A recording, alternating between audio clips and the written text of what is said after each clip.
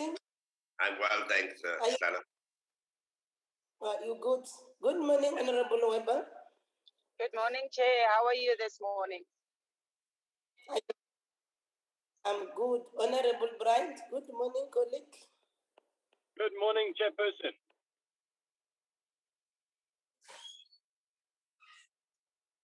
Then also, I see Honorable Singh, I've greeted you already. And then who else? Honorable I'm trying Kancho. to check the colleagues. And then Honorable Kancho. Honorable. Good morning, Honorable Gancho. Good morning, Chair. Okay, that's the numbers, the members who are here. And I want to also welcome everybody, but can you then flag the agenda, Chileka?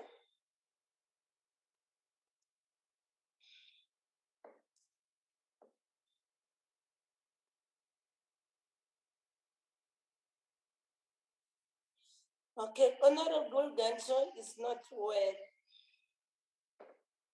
but she decided to join the meeting. She's not well today. You can hear her voice, but we can appreciate that she's here.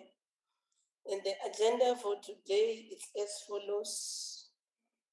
It will be as follows as portrayed in the screen. The minister is having a mini-MEC meeting this morning. She's going to join the meeting later.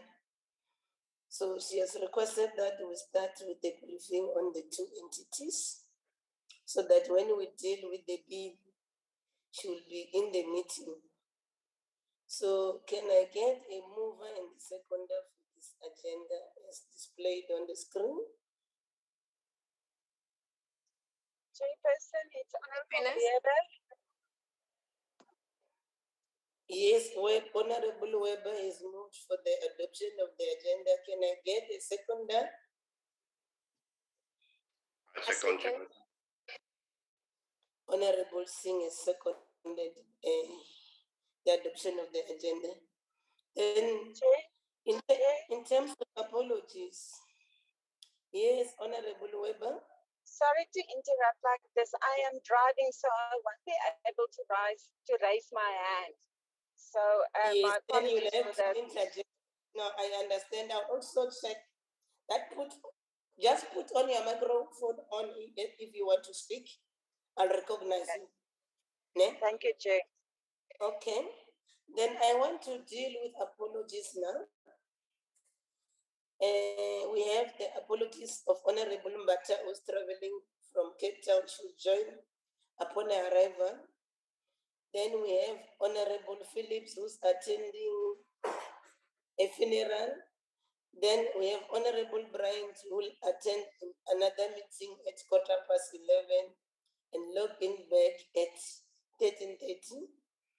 As I've said, we have the apology of the minister who's at mini-MEC. That includes the deputy minister, if I'm not mistaken, and then the apology of the director general who's still in mini-MEC. So those are the apologies that I have at my disposal. Then we then have a team. Also, the chairperson of SANParks has apologized. And then I insisted that because we are dealing with quarterly progress reports, it would be good that all the various chairs of the various committees of the SANParks should attend the meeting based on the fact that it's also on Zoom. There's no actual cost that the SANParks can incur to that effect. Then, under the circumstances, then we have got the following delegations coming from SANParks that was provided to me. And I've always raised this with the department, Chineka, to say, all the time it's like somebody in the department just give a list of the delegation, because the list that I'm given here now to say these are the people in the meeting, Minister is not here, she's apologized. Can the department sort this? Because I can't even acknowledge people who are here based on the fact that some of the people are not here, but there's a list that is given to me, including the name of the chairperson of SANParks who has apologized. So that's the issue here. Then I'll then not deal with that because I wanted to welcome everyone present. I'm afraid if I'm to do that, looking at the meeting, CEO will deal with that to introduce whoever is, but I know Yolanda Friedman is representing the chairperson of SANParks today because the chairperson communicated that with me. Chileka, I've raised this with the issue of you giving me people attending meeting who are not in the meeting. Can we resolve that? Who's the leader of the departmental delegation? It's either is the Chairperson, before you Yes. continue, Chairperson, good morning to the rest of the portfolio committee and officials from the various departments. Chairperson, firstly, Chairperson, I'll be leaving the meeting shortly as well because I need to be going to mosque. I need to pray for my sins and for this country. Because we can see your ministers don't even come to our meetings, Chairperson. So, and with the Chairperson of SANParks here, those are the people that we need to be able to address on the issues in this entity. And the minister's not here, Chairperson. So what are we going to do today? I was still indicating, Honorable Person, I accepted the minister's apology by virtue that they are attending Minimek. And you remember the board is accountable to us because SANParks and Dawis is led by the board. That's why I said, in the absence of the chairperson, she has delegated somebody to stand on her behalf. And I insisted that all the various chairpersons of the various boards of the committees of the SANParks, can she make sure that she ensure their attendance? So the board is here, represented by Ms. And also there is somebody in the department, I will be told, would responsible for oversight of the entities. So it's either we had to postpone the meeting, which we wouldn't do because of the timeline and the workload.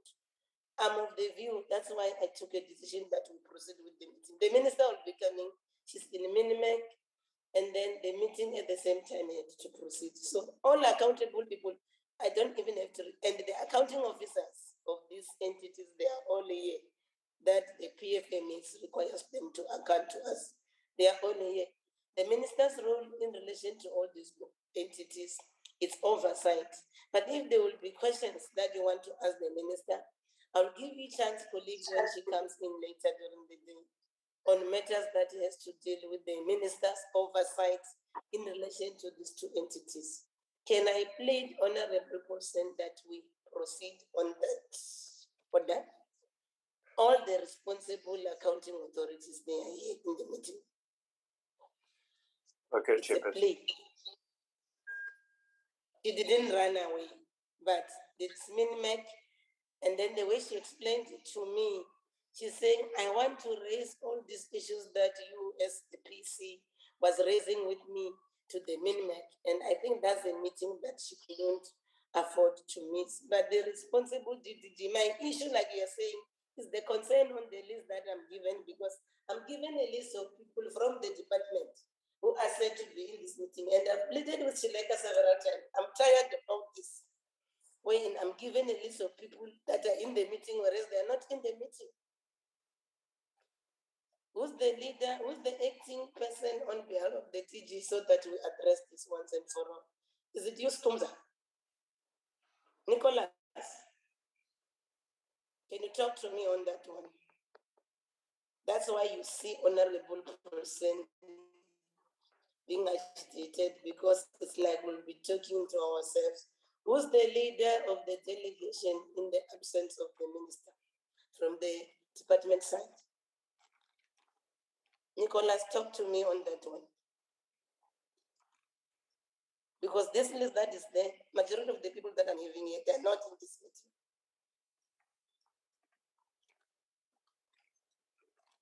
That's it, Chair. Nicholas, who's the generator of this list that tells me these are the people that are coming to the meeting? Nicholas's mic is broken, Chair. That's what he's saying on the chat there. Who's speaking? Chair? Nicholas's mic is broken, so what use is Nicholas to us if his mic is broken? He can't even answer us. You can write and tell me what is the issue with this list. Because honestly, Chileka, I've raised this thing with you. Because I'm given a list of people who are not in the meeting. It's like, it's a malicious compliance when you say, give us the delegation list. Given, even the minister's name is on the list of people attending the meeting, and I know the minister has apologized. Can I deal with this of this meeting with Where's my house? Where's my house? No. Can you mute your microphone, please, Paulson, so that we can start the meeting? Chileka, you must address me on this because I've raised this thing with you several times, but it's continuing. We're given a list of people who are not even there. Having said that, I did raise the issue. Hi, Chair. I raised the issue with Nicholas yesterday. So the list that I have given you is it came from the department. And the people that are listed here, majority of them are not here. And if I want, I can call the roll call. You'll know the people are not. I can see the people that are in the meeting, but they are listed there to be in the meeting.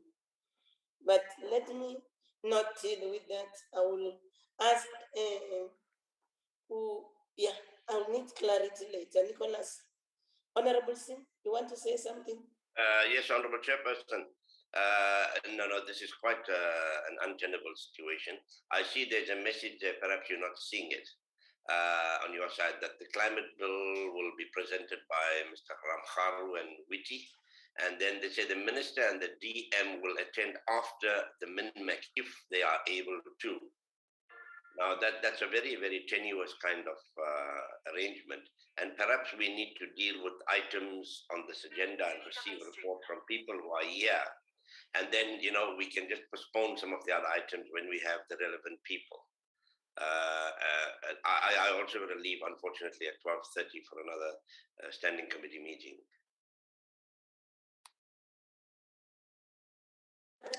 That's the issue that raising a concern, Honorable. That's why I'm trying to say this has been consistent. We can't be taken for a ride. We're just given a list of people who are not even in the meeting. And I've raised this with you several times. Then, having said that, I hope they are going to redress that. And I need an explanation to that effect, Nicholas. Whatever you've written in your chat group, because what I don't understand, there's somebody who's called it's a DG parliamentary license. Still, we are given lists of people who are not in the meeting. And then it's fine. I don't know. Then why do you come here not knowing that your bosses are here and then you don't do that? So, Skomza, your hand is up. Ms. Nchanga?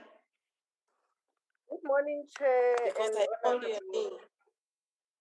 Good morning, Chair and honorable members. I'm here representing the DDG responsible for biodiversity and conservation. However, I think we are noting the serious concerns that are being raised by the honorable members, and I take responsibility that I will communicate as such with the DG. Thank you. Okay. Yeah. Thank you so much for that, because I could pick you up. and the others before you came in. You've been here for quite some time. You're welcome to the meeting. And then I would like to also welcome, I see the CEO of SAWIS is here. I think when we come to that, and the board members are here, then I should think, then I've seen, as I've indicated, I got a proper apology from the chairperson of SANParks.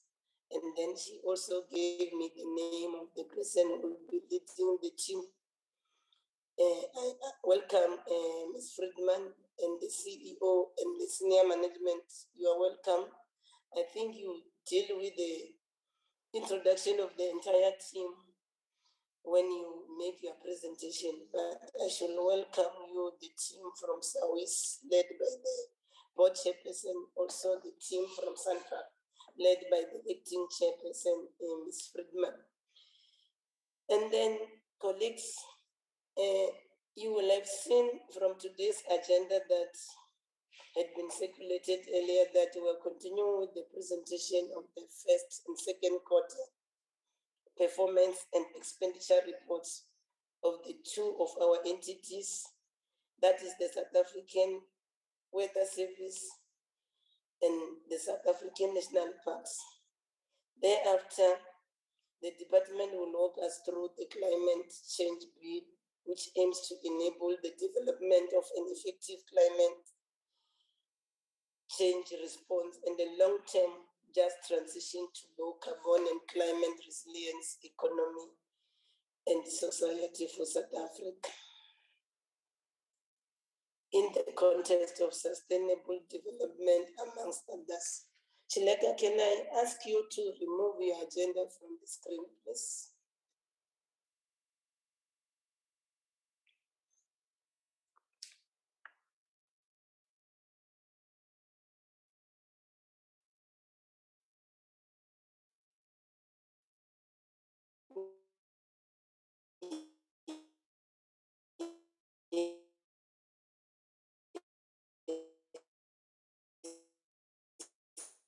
Thank you.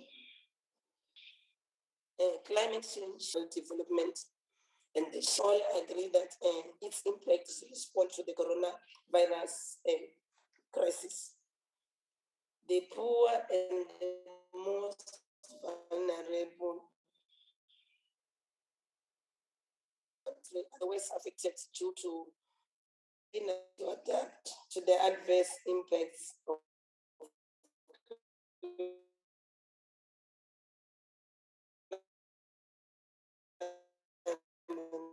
change. It cannot be disputed coronavirus disease are changing, imposing a significant global cost that will fall disproportionately on the poor. You talk about the issues around rising temperatures, erratic rainfall, and extreme weather events are already taking a heavy toll on South Africa, especially in terms of droughts and flooding, and the availability of potable water with undesirable consequences for the poor segments of South African society. And then the issue here, dear colleagues and our guests, the negative effects of climate change on health, livelihoods, water, and food will therefore bear enormously to the poor, the most vulnerable, especially women and children, including people with disability. It is in this regard that we consider the tabling of the climate change Parliament significant, especially as this bill had been in the legislative program of our committee since 2015-16 financial year.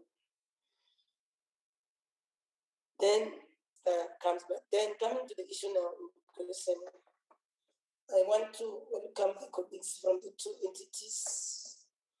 And then when we welcome you, we want you to focus on the matters that you didn't do good in the first quarter, which you carried over, including the issues now that you didn't deliver, that are in the red or yellow on your presentations. And I'm glad that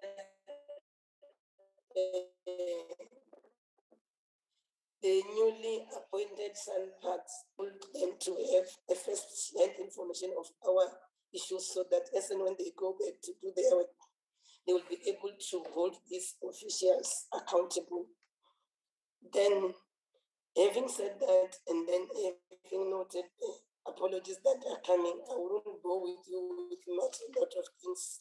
I've gone through your reports, then I will highlight the issues as when we progress. Then can I hand over to you, Ms. Friedman, to introduce all the colleagues that have come along on with, and then also then you decide who's going to make including the officials that are in, then you decide then who will then make the presentation. Over to you, Ms. Friedman, and welcome to the meeting.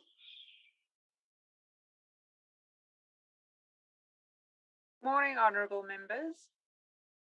I think like most of South Africa, I'm experiencing load shedding. So if my signal isn't strong and anyone can't hear me, I'll rely on the chat box just to let me know. It is unfortunately a challenge, but thank you very much.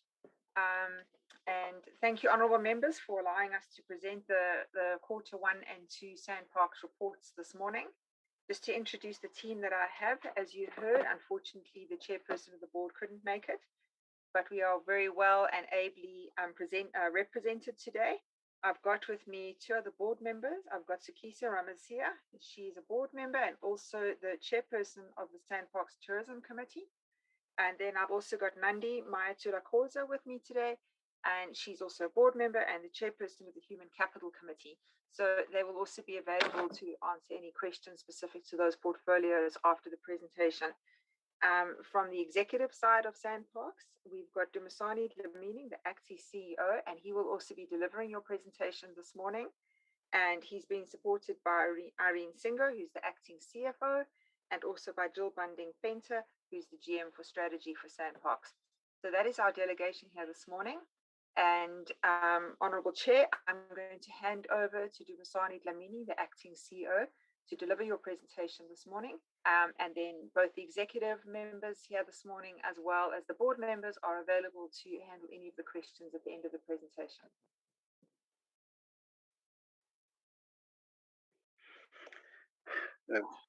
Thank you, Honourable Chairperson. Good morning to you, honourable members, members of SANParks board, as well as acting chairperson of the board, Ms. Friedman.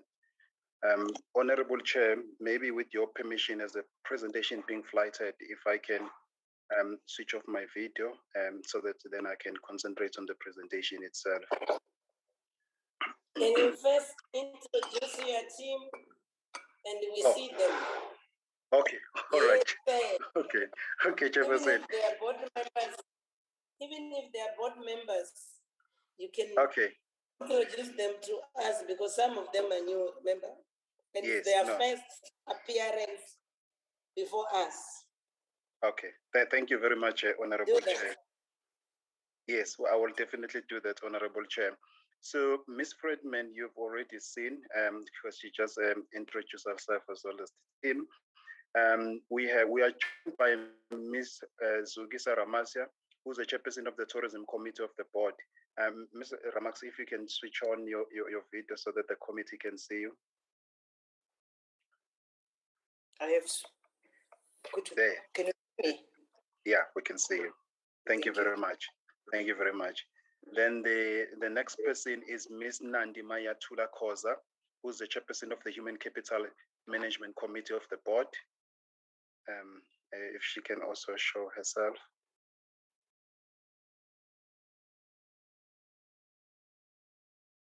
I don't see her. I'm not sure. Maybe she will join. I will just check because I know that she had joined. Maybe she just lost connection. We'll come back to its chairperson with your permission. Then I've joined with by acting CFO of South African National Park, Ms. Irene Singo. Professor Singo, can you show your video?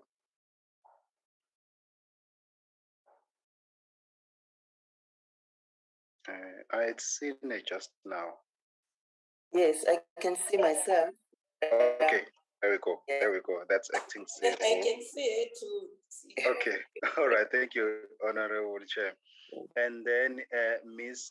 Jill Banding-Fenter, who's the GM for strategy within the organization, responsible for performance information and the compilation of the report that is being presented today. Jill, if you can show your face.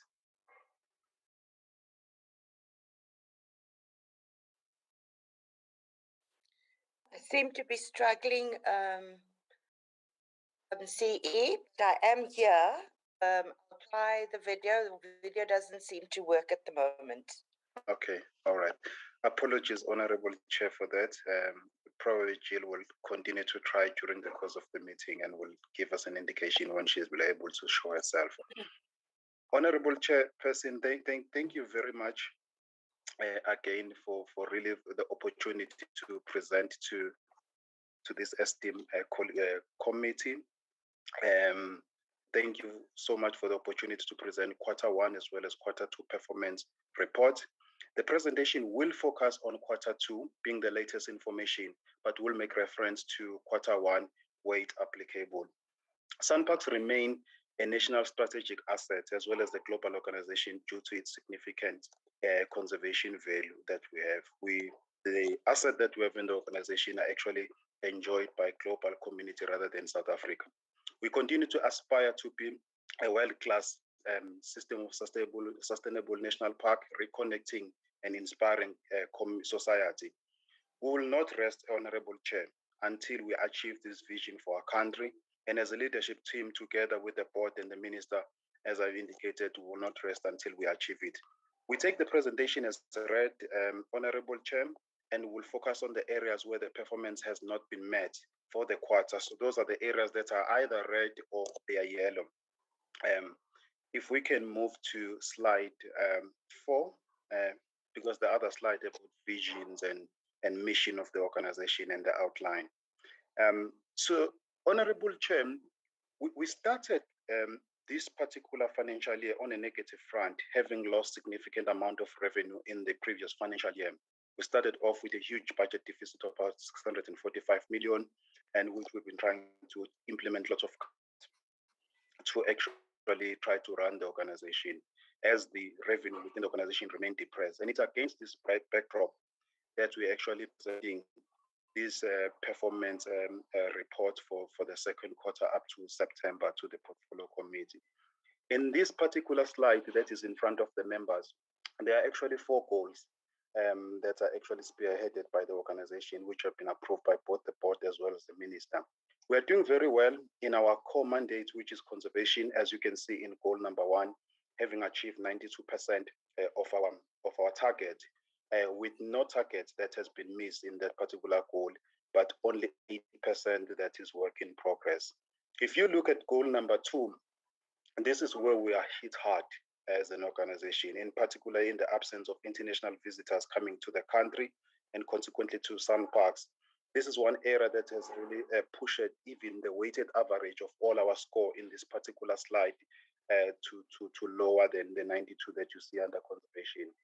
Goal 3 and goal 4 are relatively similar in terms of percentage. As you can see, 73, 77, and with 13% of the target having been made. Having 13% of the target having been missed, but 6% which is a work in progress. So the overall score that has been achieved for Q2 cumulative is really 78%. If you can move to slide number 5. So this is the performance of the organization in a pie chart. Obviously, we're striving to ensure that that entire pie chart is actually 100% green. There's a color that we particularly don't like, the red, then we're working hard to make sure that we really deal with it. But that 13%, Honorable Chair, that's the part that I'm going to deal with in this particular presentation, because the part that has been achieved is self-explanatory. So if we can move to slide number 8, that's where we've got a different color than green. Thank you very much. So in this particular slide, if you look at this slide, we're actually talking about rehabilitation of a wetland. This target is showing as 5,100 cubic centimeter of wetland. However, it was revised from 5,100 to 5,800. We haven't met the target in Q2, but we are very pleased that even with the revised more area target, we have actually met this target in Q3. We did indicate in this slide that we'll actually do catch-up plans, and this catch-up plan there seem to be working, because we have now achieved, even the target was actually 2,950 in Q3, we've achieved 3,605 cubic meters of the wetland that has been rehabilitated, which is 122% achievement from what we've actually lost in Q2, which is being presented. If we can move to slide number 15.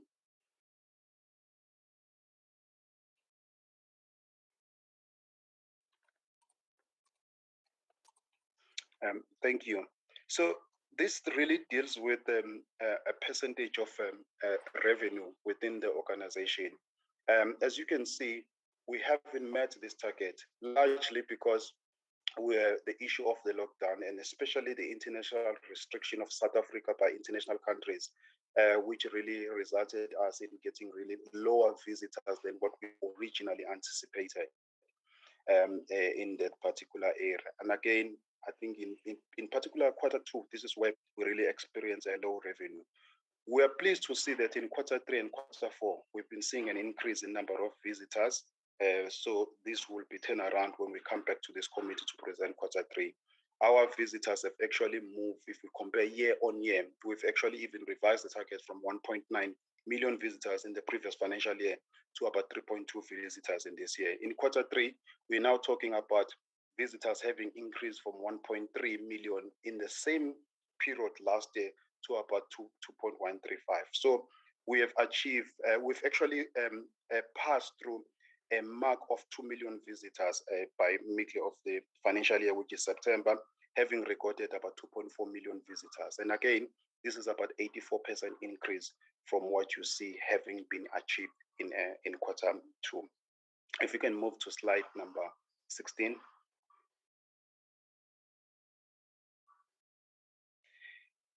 So we had planned to have 10 tourism products being developed during this particular quarter.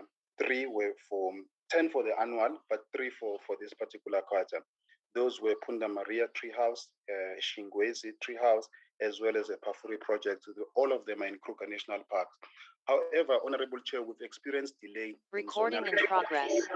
We've experienced delay in zonal changes, which really delayed the development of this particular product. The only product we were able to develop in Q3, it's only one. It is highly unlikely that Chairperson will be able to meet this particular annual target for this current financial year. May I please ask that we move to slide number 22. That's where we've got the next color. Okay, thank you. So this particular area, as you will see, Honorable Chair, it's actually split into 2 in terms of procuring and making sure that we bring into the fore EMEs as well as QSEs. And these are previously disadvantaged as small companies in order to supply goods and services to SANParks. We have exceeded the target by high margin, as you can see, that 1,113 for the EMEs, 237 for QSE. Where we really struggle is it's goods that are actually above 500,000, and for the reason that the procurement process in that particular category takes a bit long. We are working hard to make sure that we achieve this target. As I'm speaking, by end of Q3, there were actually 18, apart from the 4 that you see on the screen, that have been concluded. And we are making sure that by the time we have another bid adjudication committee by the end of this month, which is March, at least we'll work very hard towards moving to a target. On the QSE front, there is a target of about 5 in there. We're currently sitting at 6, and we believe that we'll be able to meet this target by the end of the financial year. Slide number 24.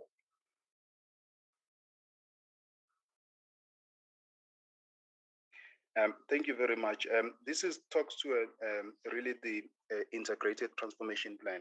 So the target was not met in Q2. However, it was subsequently met in Q3. The implementation plan has been recommended by EXCO to all board committees. It will be actually be presented at the board meeting that has been scheduled for the 22nd of March. The index has been developed, will also serve in EXCO in this month of March. So we're also confident that this target will be met. Slide number 25. So in this particular area, the target, it's been very difficult to meet this particular target. And the reason is because of the COVID pandemic and the restriction that really affected engagement with our communities. We are still committed to continue to do that, but we also experience capacity issues, in particular in socio-economic transformation division with regard to assessment. So as much as the target has been changed during the mid-year to 100, but only 24 beneficiaries were able to train even in Q3 against 50. So the corrective measure says 100, but it's really unlikely that we'll be able to meet this particular target. So we'll make sure that in the new financial year, we work hard to then make sure that there are more trainings that. Sorry, Chair.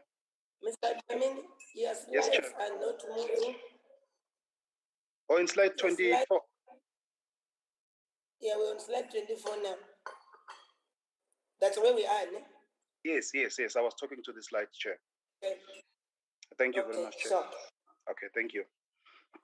Chairperson, we're now moving to slide number 27, where we also have a red color.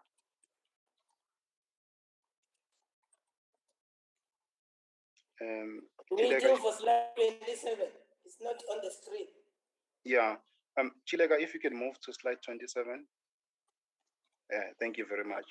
So this is item number 14.1.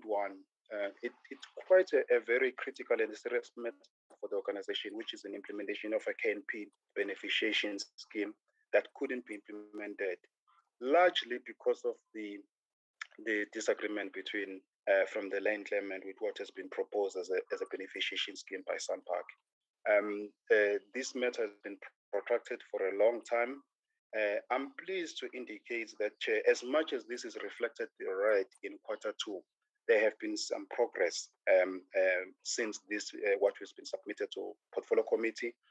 Thanks to the board, really for providing strong leadership around this particular matter. There's a subcommittee that has been set up by the board, which have really invested a large amount of hours in dealing with this matter. We have revised the principles that are actually informing the revised KNP beneficiation scheme. These have been discussed with the legal representative of the claimant. We also had meetings with respective claimant communities during this past couple of weeks. There's been a principal agreement around what has been proposed by SANParks as a revised scheme. And also there was a roadmap that was shared in terms of how do we then get to the final scheme that will be signed off by the claimant. This has been presented to the board this week and has been approved, and now will be tabled to the minister so that it can move forward. We are really moving closer, Chairperson and Honorable Member, toward reaching the agreement with the claimants, thus resolving this protracted matter. I must say, Honorable Chairperson, that this particular portfolio committee has also been impressing on us to finalize this particular matter. Hence, we are also very pleased with the progress that is being made so far. If we can move to slide 29.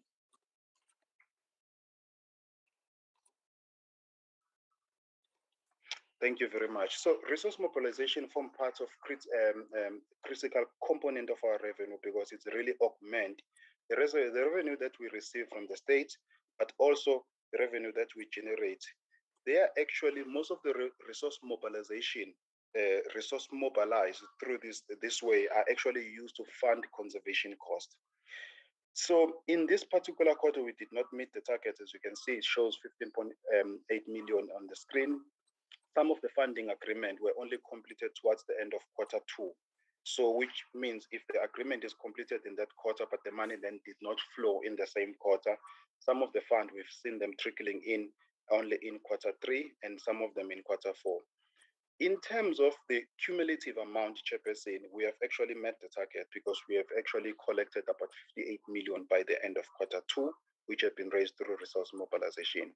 We are confident that we'll be able to achieve the target of 75 million by the end of the year. I just want to clarify, Chairperson, that this is not the only revenue of the organization. The actual revenue of the organization, especially in Q3, is about 1.64 billion, which is higher than the 1.5 billion that we've achieved in the previous year, and which is also higher than the budget, the revenue budget of 1.489 for the current financial year, which then indicates that we've been able to generate about 151 million more than what we've actually set ourselves as an organization. And again, thanks to domestic market that has really been supporting the organization. Thank you very much, Chair. Then we can move to slide number 35.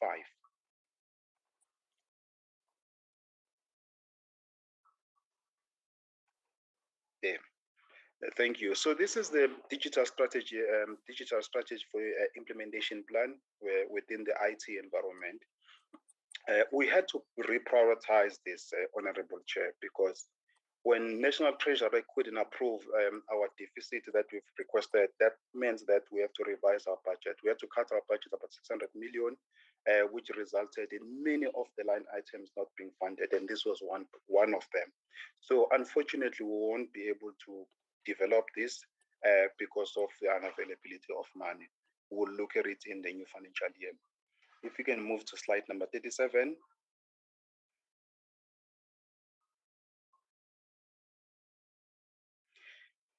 Chairperson, this item is yellow because we're very ambitious that as an organization we will get a clean audit. However, this could not be achieved.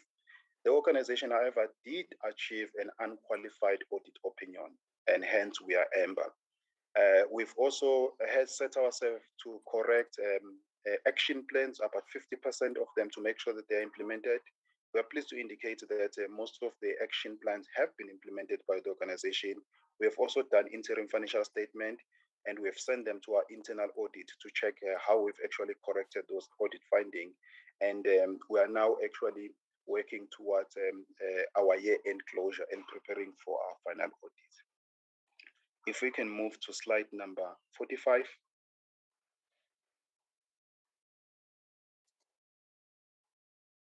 Thank you.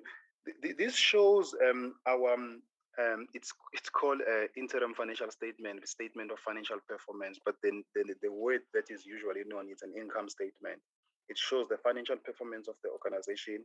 As you can see, in particular in tourism, we have generated about 89% of what we've generated annually last year, which means really we are seeing a strong recovery, in particularly domestically, and it's very clear that we'll be able to collect or generate more than what we did in the previous year. And again, we are very thankful to the South African who've been coming to our park and really supporting us when the international visitors couldn't come. Managing costs remains very difficult. As you can see, our deficit is higher than the previous year. It was 78 million. This particular slide is showing that we are currently at 195 million. We have projected that our revenue will surpass our budget, but also the cost will surpass our budget because of there's just certain costs that we can't really manage down because of operational activities. We believe, however, that the deficit at the end of the year would largely be lower than what we've experienced in the previous financial year. If we can move to slide number 49, because all the other subsequent slides, they're just explaining what I've just touched on.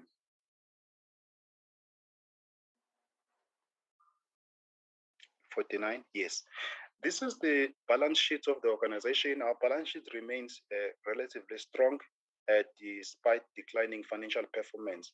As you can see, total assets within the organization are over 5 billion and total liabilities are at 2.2 billion. The majority of these liabilities are conditional grant as well as reservation deposit rather than the money that we've actually borrowed from financial institutions, which then brings the net assets within the organization to about 2.9 billion. So we can sufficiently cover our liabilities more than enough, and we can still remain an echoing concern as an organization. If we can move to slide number 51.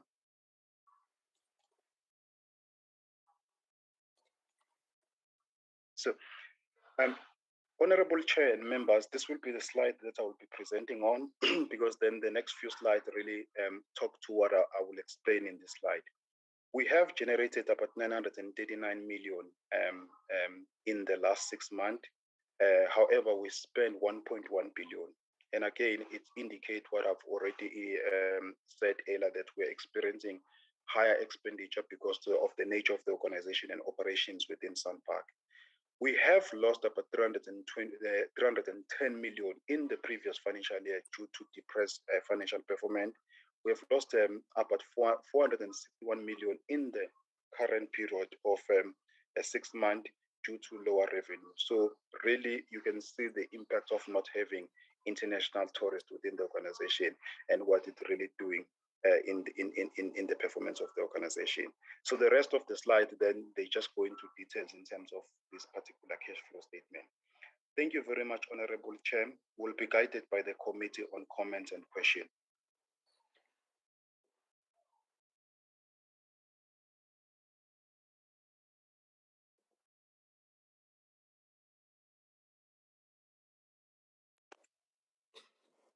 Thank you so much, CEO. Thank you. And I see Jill Bandenfender's hand is up. So your report includes the financial performance. You don't want the acting CFO to say anything? We covered with this. Can I get it from you, Domison? Chairperson, I would like her to say something, if you allow, Chairperson. Yeah, she needs to say something before we ask questions. Thank you, Chair. My apologies, Chair, and thank you, CE. I think it's a mistake. I did not raise my hand specifically. You should have just muted your microphone without even talking, Jill. Just mute. Can I plead with all the attendees of these meetings? When I call your name, I see your microphone is on when you are not recognized by the chairperson. Just do us a favor and mute all your microphones. It assists us a great deal. Over to you, acting CFO. You want to say something? Good morning, honorable members. I think my acting CE has covered me well, very well. I can just say that, yes, we are currently at a deficit level, but things are improving. We hope that by the close of the financial year, we will not necessarily be at a deficit of 195. This is the last month of the financial year, and we are hoping to see some little bit of a change, and maybe we will be able to close at around a 96 million deficit. Thank you.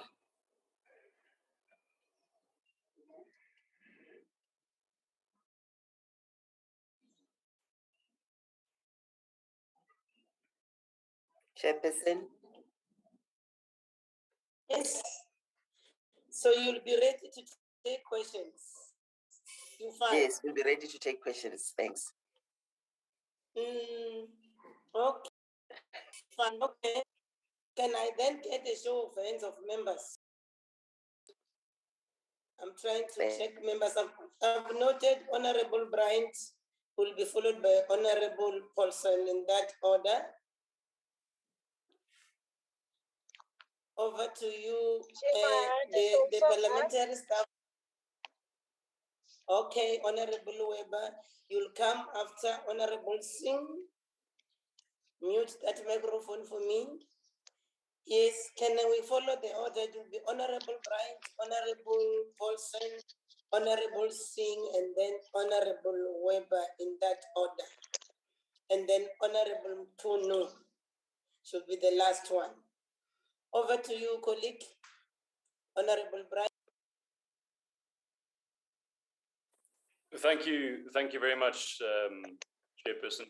Chairperson, I just want to share some of the sentiments that was expressed earlier around the kind of haphazard approach that we've seen today in terms of the presentation.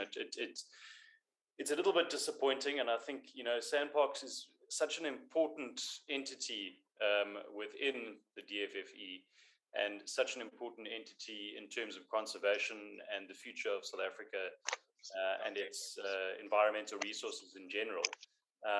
That I think we were hoping to see a little bit more efficiency and urgency, and also representation from the real kind of key leaders within SANParks. But that said, I've got a few questions, Chairperson, that I'd like to raise.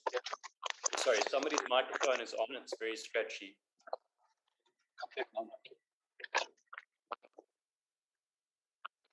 Sorry, it's me. I'm trying to switch it off, but I'm driving, so I'm stopping now to do that. Sorry, Dave. No problem.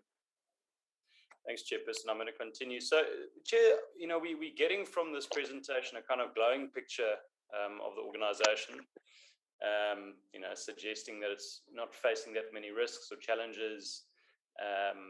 And I know, there was some discussion alluding to the difficult economic circumstances, and particularly during the COVID period. But we're now dealing not only with COVID issues, we're also dealing with a very tenuous geopolitical climate. And, SANParks, unfortunately, we can't continue to make excuses. What we have to do is start to look for creative and innovative ways to get beyond these challenges that are facing not only SANParks, but facing our country and the rest of the world as well. And I wasn't seeing a heck of a lot of that in terms of the red items. It was kind of, we haven't achieved them, but we'll see how we do next time. I think I probably speak for some of the other colleagues as well to say we want to see what your action plans are. How are you going to turn those from red to green, not to amber, to green? Chair, in the private sector, it's quite common to set stretch targets as opposed to what one would term a easily achievable target. And I feel like that is something we're seeing quite a lot with SANParks. Are sort of members within the leadership of SANParks considering setting stretch targets to actually push SANParks beyond a kind of comfortable space? Because I think that's really what we want to be seeing. In terms of slide 6.1.1, it's a target of 4,000 hectares, which is to be added to the national parks. It's 11% of the area of the national parks in South Africa, so it's quite low, potentially even inconsequential. How did SANParks get to the target? And what is the target for the next 5 years? Also, if you can provide a list in terms of 1.2 of the METT corrective factors that you referred to in the slide. Slide 7.2.1, what is the total area of degraded land that requires rehabilitation? What percentage of the degraded land is currently under rehabilitation?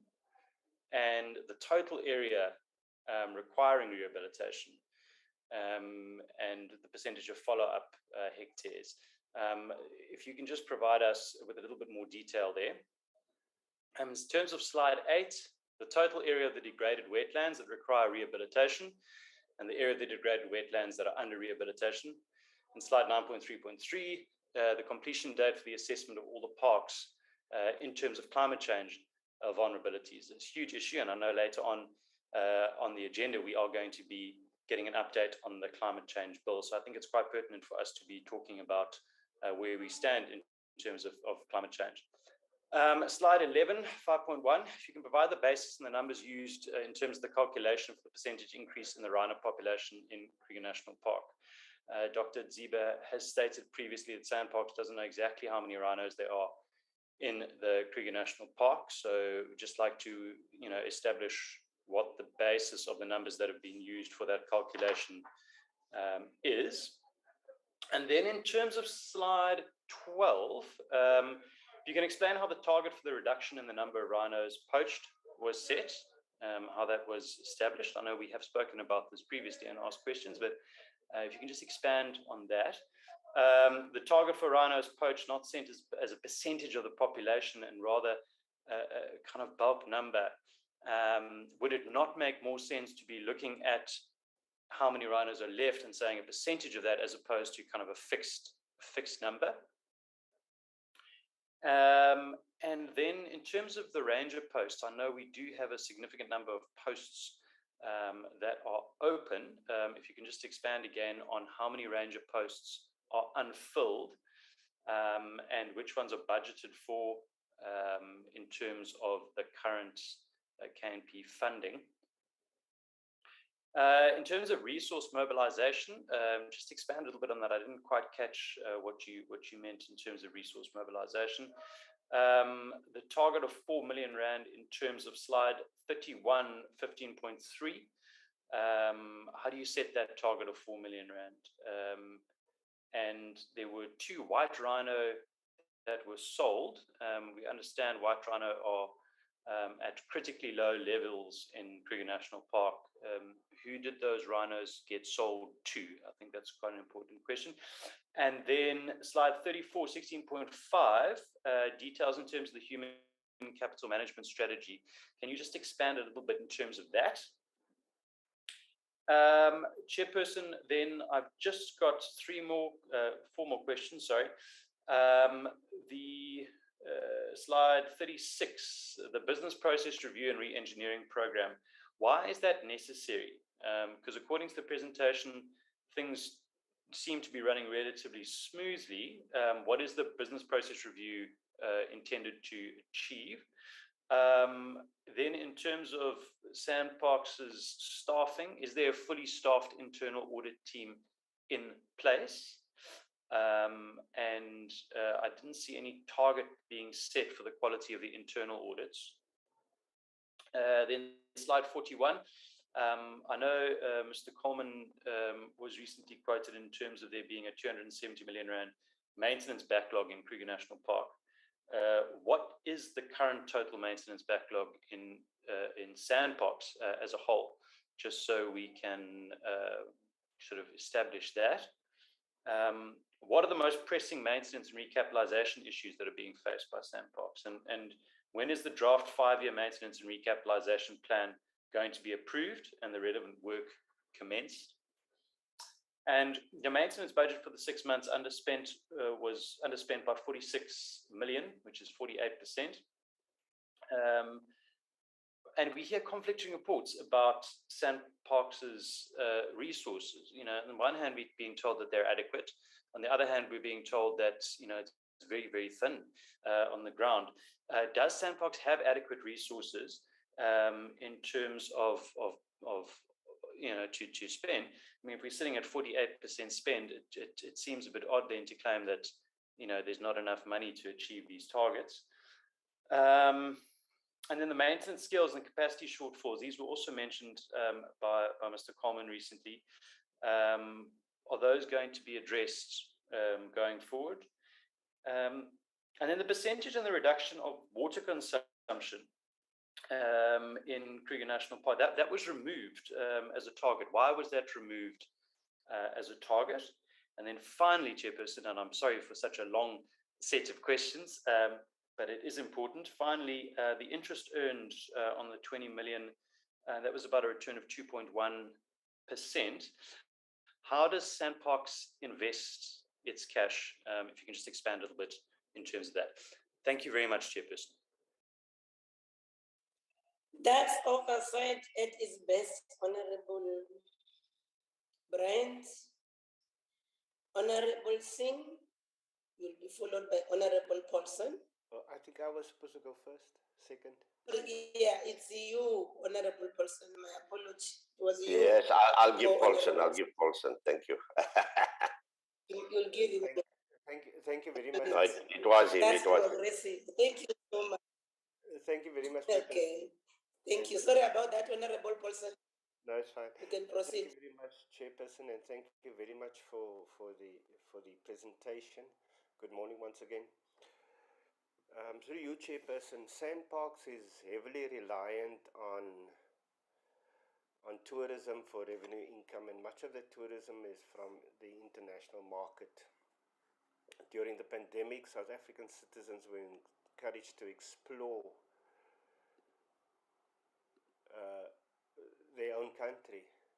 So I'd like to know if the bulk of tourist revenue was from local tourists or international tourists. And as mentioned by the Honorable Bryant,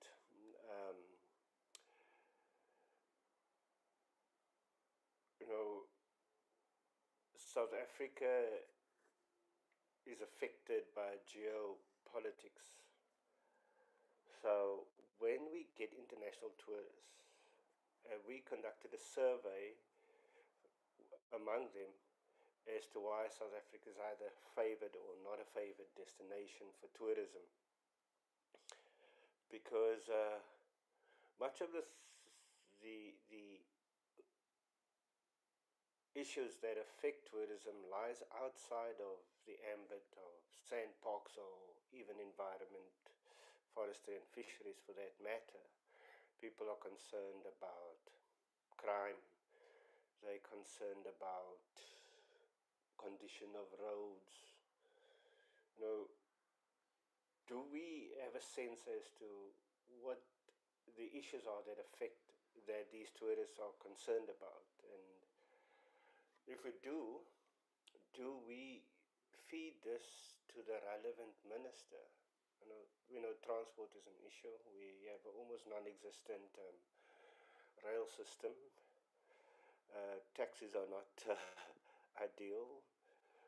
I don't know when last I saw a bus on the road. Are people telling us what the issues are with this country? And are we feeding that to the relevant minister and his department? When you speak about land being rehabilitated, why do we require the land to be rehabilitated? Is it a rehabilitation because of neglect, or is it just a routine process? Then also, the presenter spoke about skills shortage in SANParks, and I find that terribly ironic given the fact that we have the highest unemployment rate in the history of this country, especially amongst youth. And what is being done to address this skills shortage? And I think, we should have an item for every department is what do you do to contribute to reducing unemployment? How you can't say that I attract tourists, so I keep a restaurant in a waiter at a restaurant in business. How do you directly address the issues of unemployment? Thank you very much, Chairperson.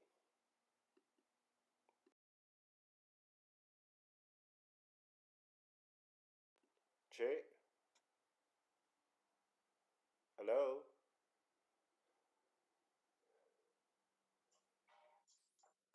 Can anyone hear me? Yeah, I can hear you. I think it might be load shedding. It's 10:30. I'm not sure. Thank you. Yes, we can. With the load shedding. Yeah, it's load shedding, but we can hear you. Can I proceed? Can I proceed, Honorable Chairperson? Honorable person? Paulson is done. It's singing now.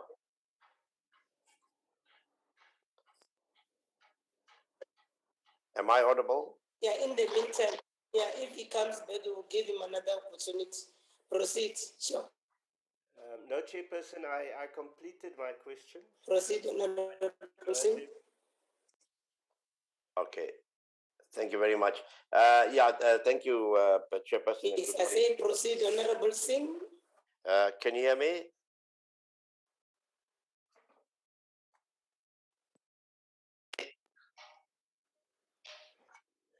Hello. Can anyone hear me? Mr. Singh, I can hear you. And I think everyone else, I think it's just the chairperson that's experiencing problems. We Correct. can hear you. All right, can I proceed then?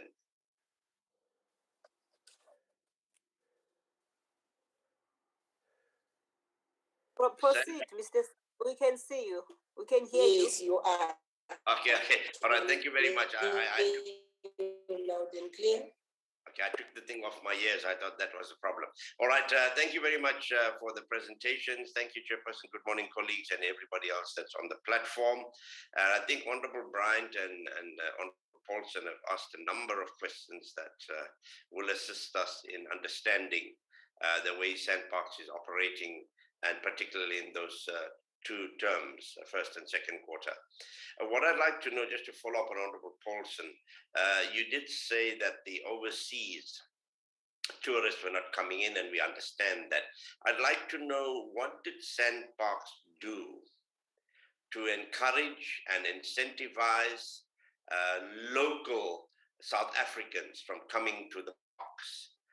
Because I know that private game parks reduced their accommodation charges drastically from a dollar-based charge to a rand-based charge, and they received pretty good responses. So what did SANParks do to attract the South Africans to, particularly to the major five-star resorts that SANParks have?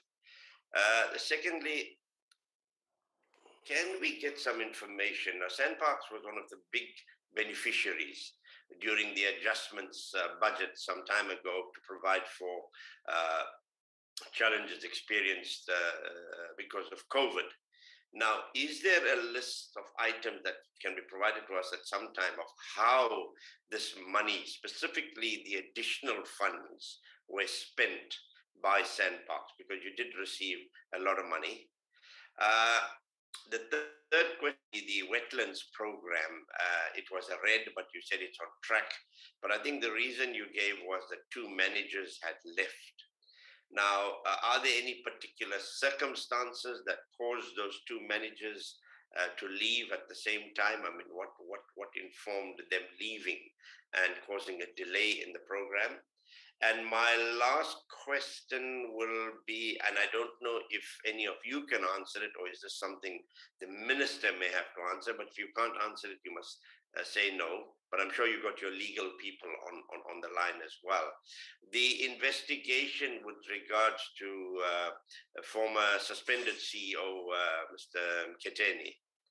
Now, we know that he was acquitted in October of the charges that were laid against him at that time. But apparently there were additional charges that were imposed. How far is that investigation?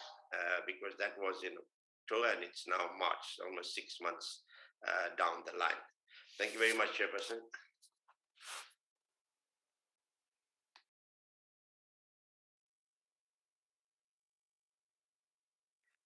Sorry, Chair, can you hear me?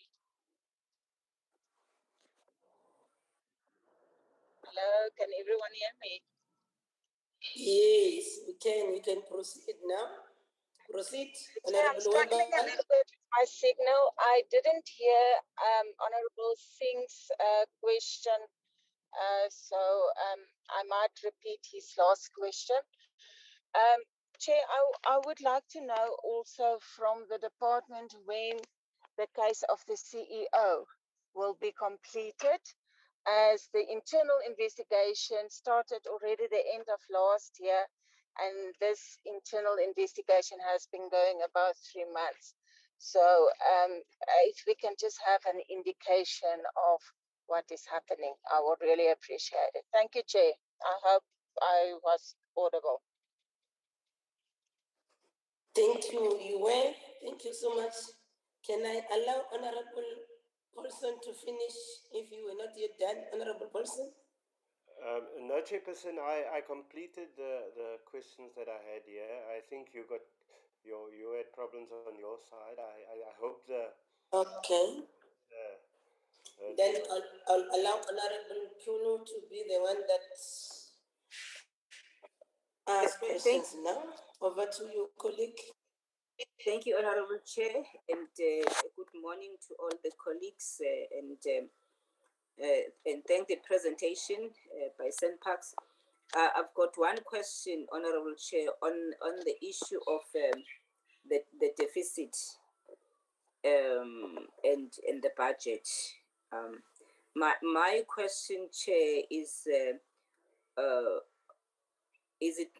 it not possible for the department, seeing that the acting CEO, the acting CE and also the acting CFO indicated that there is an improvement in the last quarter, but there's still going to be a deficit.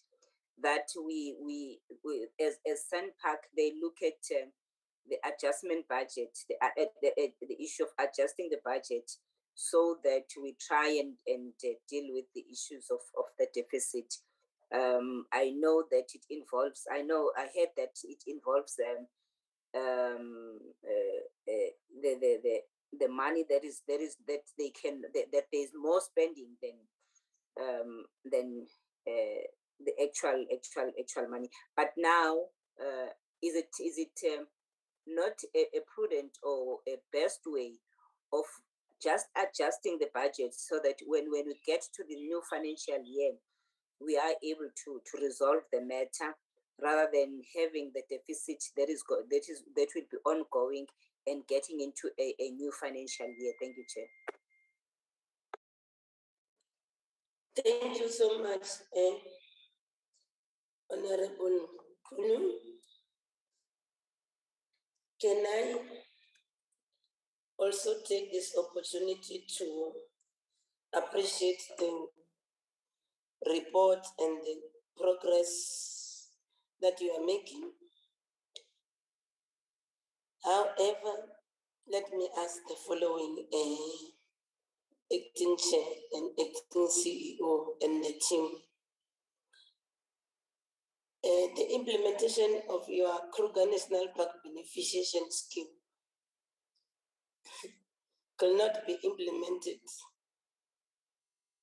and that led to the removal of the target entirely from your annual performance plans. I need to be schooled here, CEO and acting chair. Does this really sound right? Given the fact that it's a few days ago, you were with us here, and then you were showcasing community beneficiation projects. You see, I'm trying to link CEO, the presentation you made. There's the other one you even bragging about. Now you are removing this. Maybe you need to school us to understand what is this. And then the other issue that is just to build up what Honorable Mpune has just said, acting CFO. The reason why I wanted you to speak, the reason for not meeting the target on revenue raised through resource mobilization, to all of us, I think is rather problematic. I'm raising this because then the question that I want to ask, why were the funding agreements completed only towards the end of the second quarter? How did you plan this target without anticipating challenges? Because you see, when you come to us to say, committee, approve this, nobody is putting you under duress to do that. These are the things that through your strategic planning or retreat sessions, you said you were going to do. It's your own making. Then for you to come as then that's the issue that I'm trying to say. How did you then plan this target without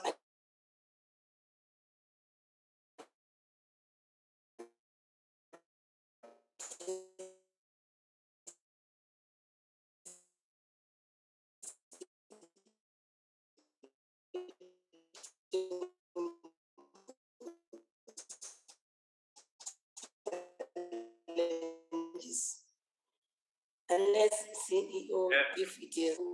Chairperson, sorry, Yes.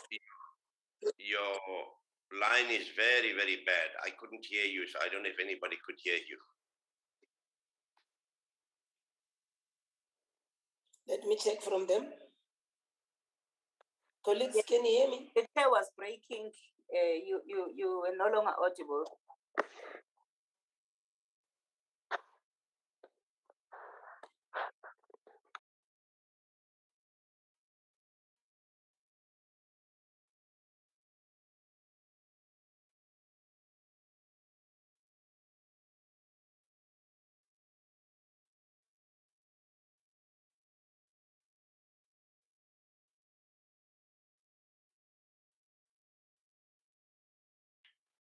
We have lost you completely now, Chair.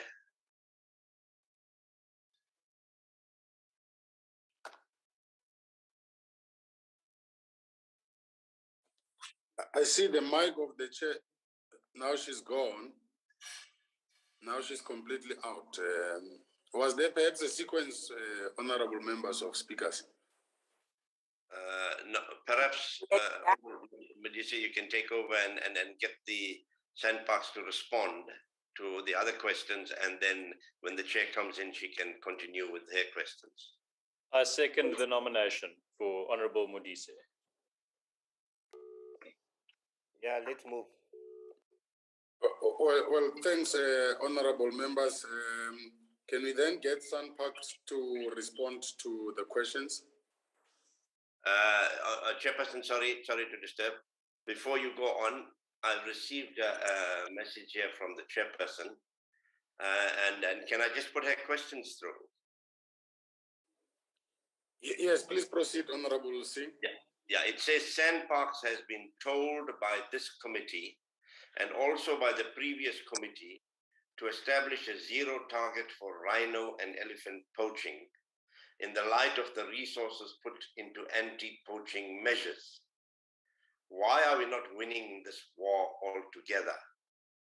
Is it a matter of a lack of human capacity or what? Does it make any sense that SANParks is outwitted by poachers, considering that the budget of Kruger alone is the entire budget of an environmental agency elsewhere in Africa? And the next question is, how can animals die under SANParks when SANParks exists to protect them? Thanks, Chair. Thank you, Honorable Singh. I see there's still hands there. Honorable Paulsen, Honorable Singh, Honorable Mtunu. It's an old hand, Chairperson. I've lowered it now, and I'm. Thank you, Honorable Paulsen. Mtunu, is that the old hand also?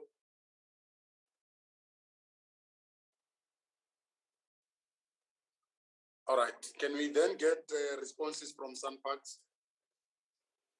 Chairperson, I will ask you to chair because of my bandwidth. You'll continue, but I'm in the meeting today. Chairperson's meeting. All right, Chairperson. Your Honorable Singh has already asked your questions. We are now waiting for responses from SANParks. SANParks?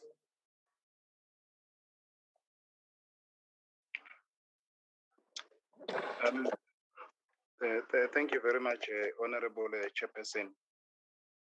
We'll attempt to answer the questions together with my colleagues who are with me, Ms. Jill Banding-Fenter, as well as Acting CFO, Ms. Singo. But those which we are unable to answer, we may request from the committee that we can come back to them in writing so that then we can fully answer those questions appropriately as well as correctly.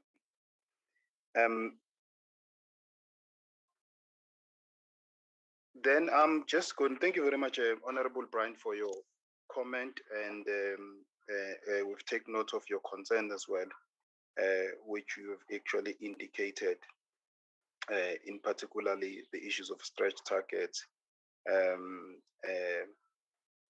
the fact that we can actually do much better than what we indicate, rather than to say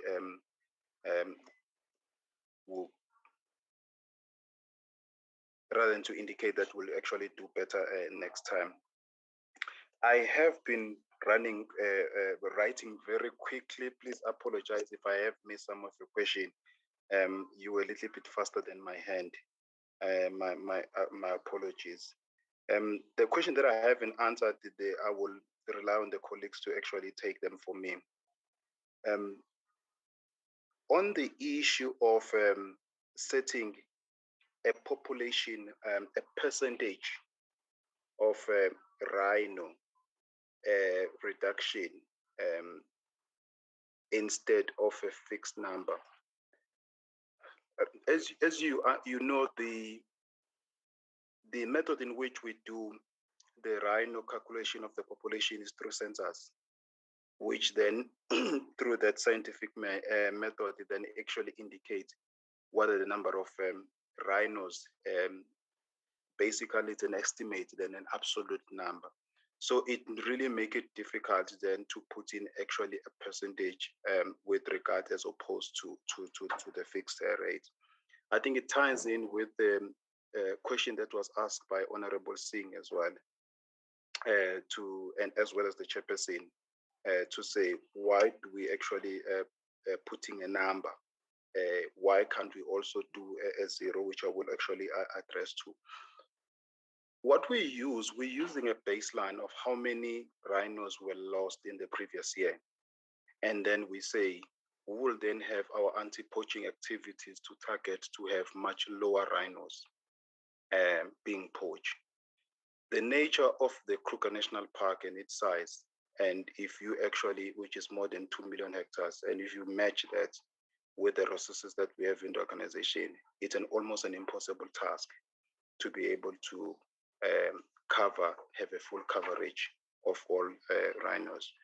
We don't have sufficient intelligence in terms of where the poachers are going to hit, as much as we are working with other law enforcement units like SNDF as well as police, but it's still an area where we've got a challenge. And hopefully, as more technology is being introduced to be able to deal with counter poaching, we'll be able to make use of that and we'll become better in how we actually do it. You then ask how many rhinos, how many rangers are vacant in the Kruger National Park. The rangers that are actually vacant in Kruger National Park, they are about, sorry,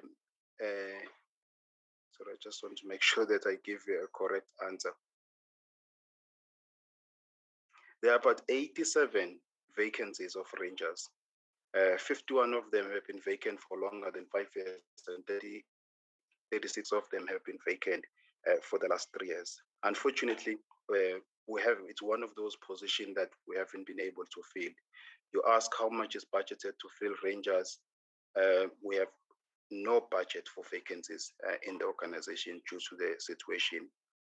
Even in the new financial year, it's one of the matters that we've been discussing with the board that we don't have sufficient. We have lost number of people in the organization, almost 300 positions throughout the organization, and many of those we just couldn't fill it because we don't have sufficient money. Then you ask a question about resource mobilization. So resource mobilization, we have a small unit within the CFO division of about 3 or 4 people who actually do resource mobilization, both locally as well as internationally. We set a target of how much we are able to mobilize.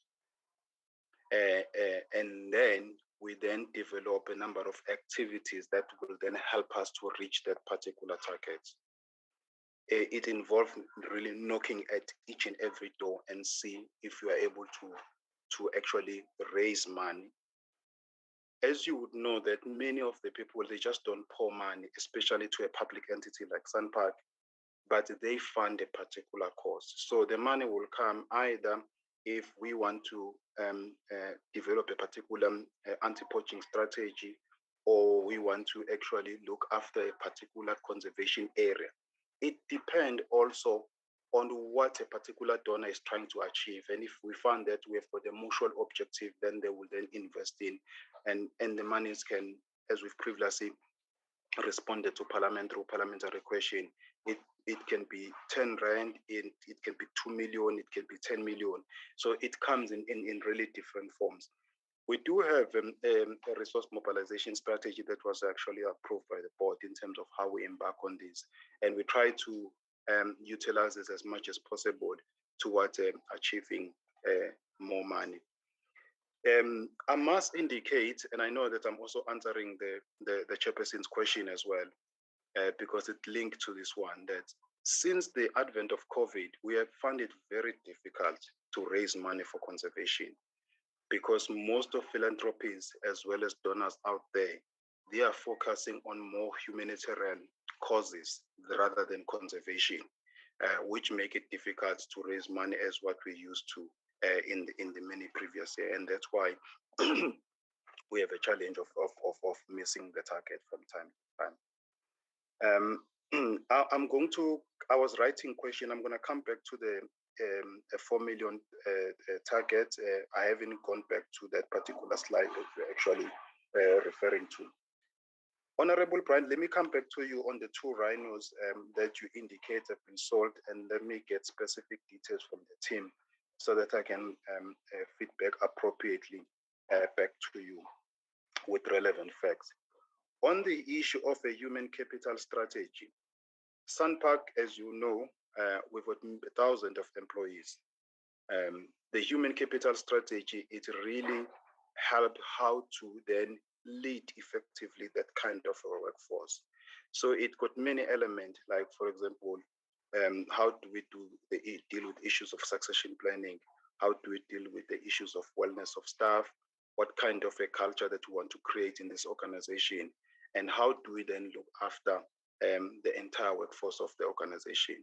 So those are the elements that we are trying to actually build, so that we just don't manage people as each day comes by, but we are actually guided by a particular strategy in terms of how we then lead the human capital. And obviously, once that has been actually considered properly by EXCO, it will then be submitted to Human Capital Committee for consideration and approval. Then the question on the business processes and re-engineering, it really, so there are different elements, Honorable Prime. The one that we're mostly talking about, it was really on the revenue generation. I mean, you can see that on the cost side, we are really bleeding.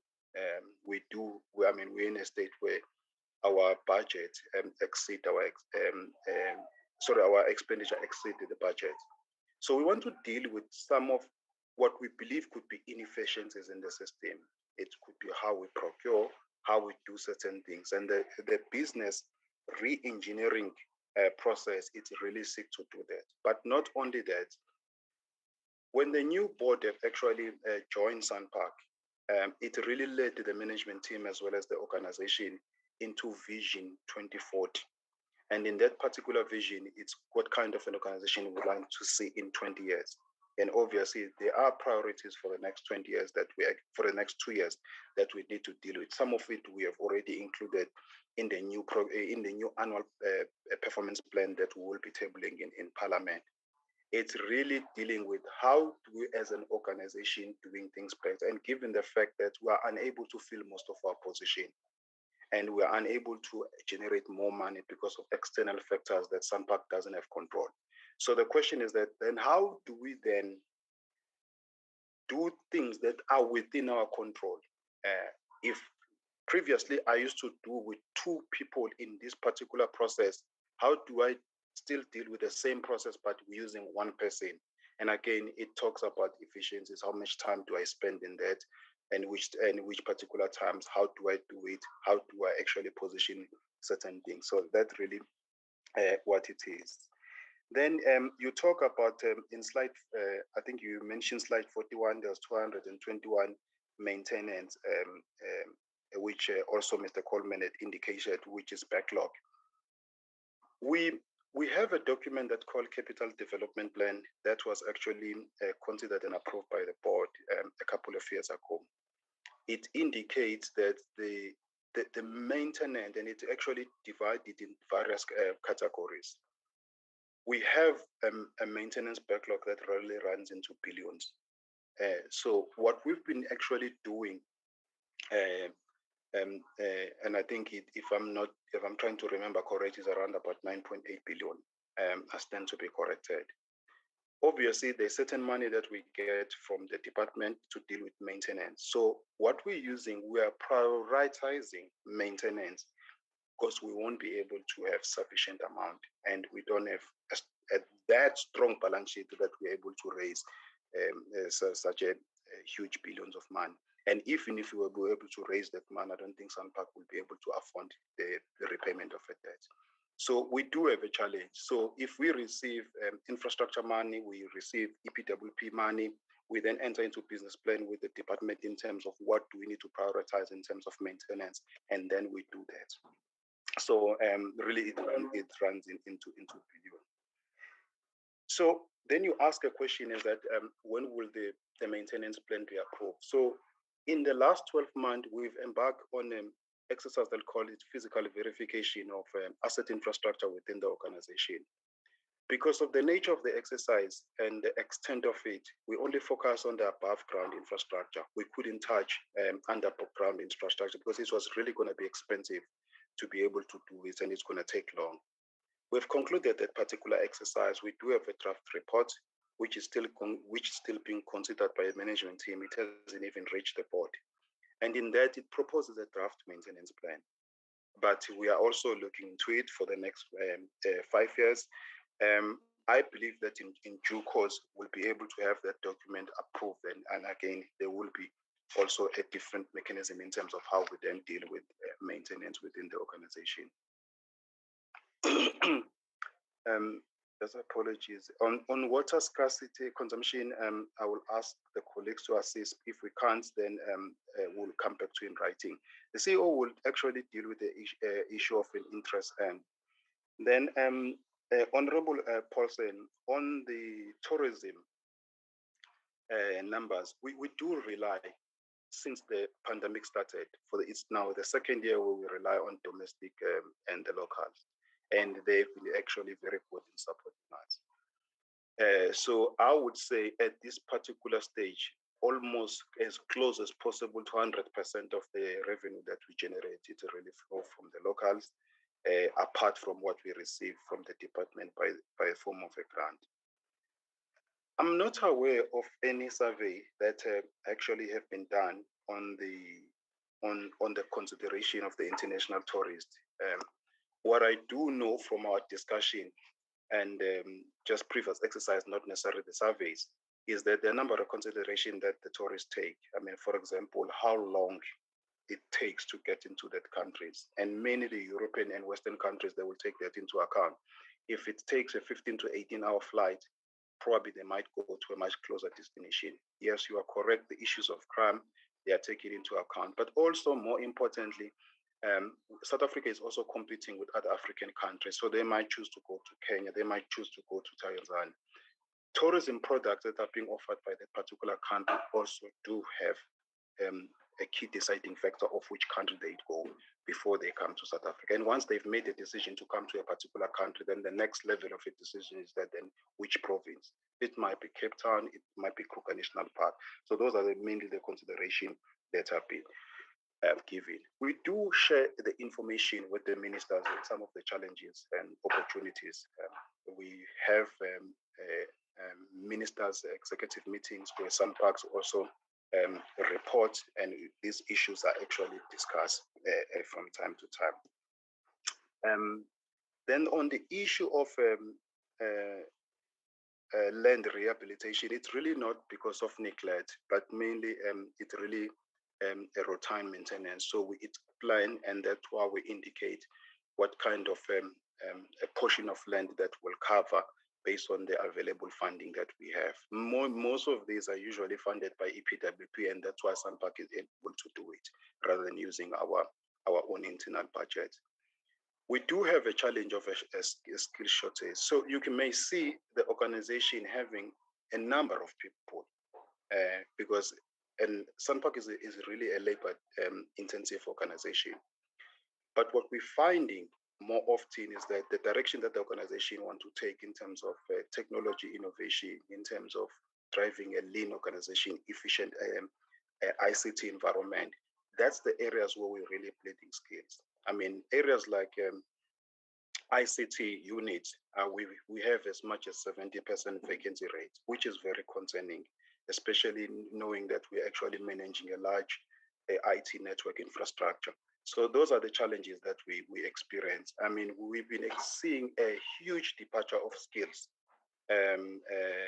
both in SCM, in finance, in marketing, in technical services, which really look after our infrastructure.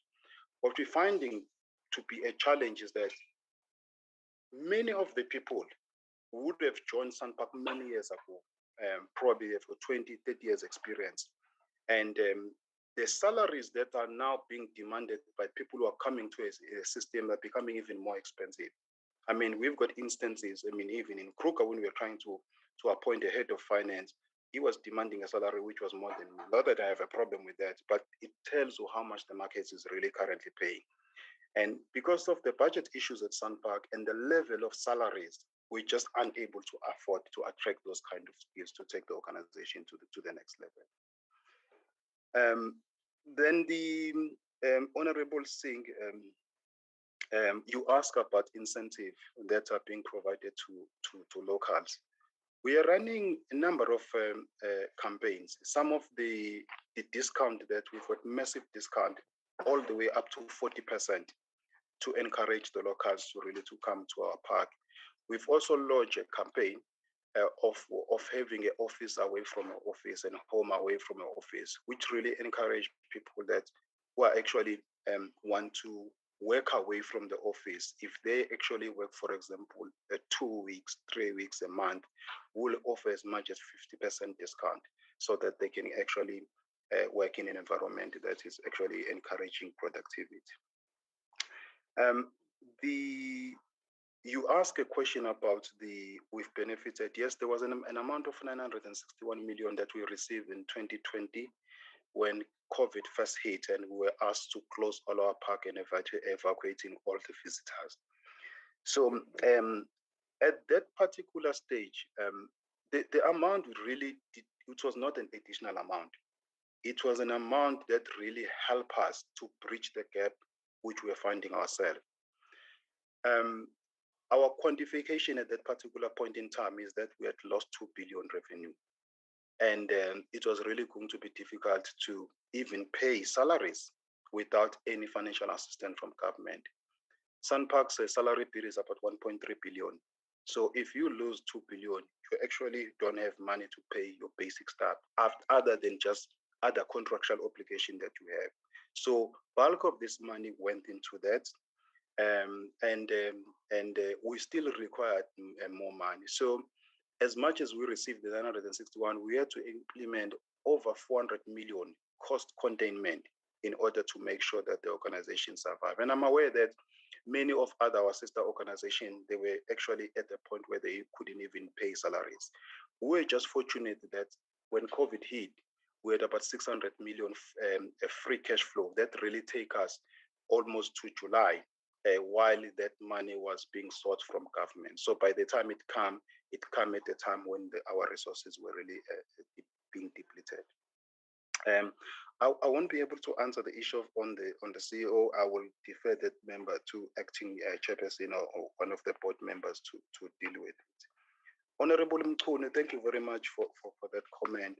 SANParks deficit is concerning, and what the organization really needs is a capital injection, not only to run operation, but to deal with infrastructures that really help us to generate money to a point where we really want to maintain financial sustainability for a long term. Honorable Chairperson, on the KNP beneficiation scheme, I need to check because on what you are referring to being removed. My understanding, what would have been removed is the implementation part, because you can't implement it if you don't have a beneficiation scheme that has been signed. So what we are currently working towards is to have a beneficiation scheme that is signed. And then from there, the implementation will then follow. On the resource mobilization, I trust that you have been covered while I was explaining how it worked to Honorable Brian. But if not, then I'm happy to come back and explain more, including the acting CFO. You've raised an issue on the why the agreement was signed towards the end of the Q2. As I've indicated how resource mobilization work, that we have a target, then we have a resource mobilization activity, and then we follow that. Resource mobilization, it's highly dependent on the donors, and there's significant amount of negotiation because you then send a proposal and say, within the organization, this is what we're trying to achieve. Would you be willing to partner with us to be able to achieve that? And we receive them in many forms, whether some people will then donate fuel for the aircraft that we use to deal with anti-poaching. Some people will donate bullet vests to help the rangers, so that if they're being shot by poachers. So it takes many forms. And as much as you plan that I might have concluded this agreement, if the donor is not willing to sign, there's nothing you can do about it. It's really a question of really negotiating and begging. And then if he sign, and sometimes he will sign on the last day of that particular quarter, it's something that you have to contend with. And because then the next stage is then to say, when is the promise to pay? Now we've concluded the organization, the agreement, when will the money flow into the organization, which becomes also another negotiation. And that's the reason why then you see some of those things being concluded towards the end of the quarter. Then you talk about the target. As I've indicated, it's going to be difficult to commit to a zero rate poaching. I cannot even imagine what kind of resources, both human capital as well financial resources, will really get us to that particular stage.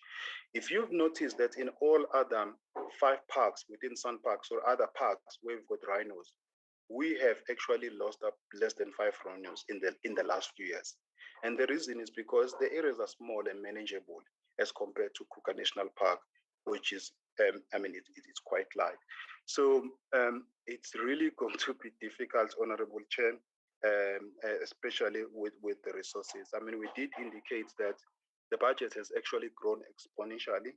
Activities have grown, but also being impacted by the fact that we still have a number of vacancies in ranger services, which we are unable to fill. We will have to really do a serious market research to say, if we are not able to fill the ranger position for the next couple of years, what kind of technology is really available to access to complement that? I think that's really where we are. KNP budget, yes, it's quite huge, but most of it, as you would have seen, 50% of it really goes toward paying staff, and the remainder of it, it really goes toward maintaining the park, which is extremely huge. And I don't think we have sufficient resources there. But not only that, Kruger National Park is also our serious strategic business unit. So that's why you find that it only does not provide revenue for the park itself, but it cross-subsidizes all the many other parks within the organization. And hence we talk about managing a system of national park rather than individual parks that are isolated. On the issue of why animal dies, Chairperson, animals will die for different reasons. Some of them will be poisoned. We find that they are being poisoned by people sometimes for reasons that we wouldn't know. We've been seeing a lot of also traps where, wild dogs are being killed for many reasons. So our wildlife veterinary services, the vet, as well as scientific staff, are always everywhere to make sure that this doesn't happen, including our rangers. But you will find that there will be circumstances that they will die because probably we're not there in time. But we are always in the field to make sure that we learn from what is happening from those activities and come back and then reconstitute and improve how we do things. Chair, I would like to hand over, with your permission, to Ms. Jill Bending-Fenter, and then followed by acting CFO for the question that I couldn't answer. Thank you. Okay, Ms. Fenter, can you proceed? Thank you so much, Chair. So there were just a couple of ones that the acting CE did not get to, according to my list. So one was the question around the number of hectares that we plan to include over the 5 years. Also see you, Ms. Fenter. I'm going to try again to do the Parliament video. is live streaming and you want to see your picture as well. The communication guys.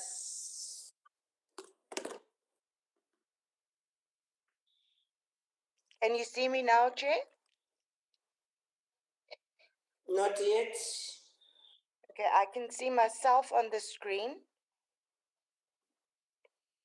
So it means the camera is facing you. Try it the other way.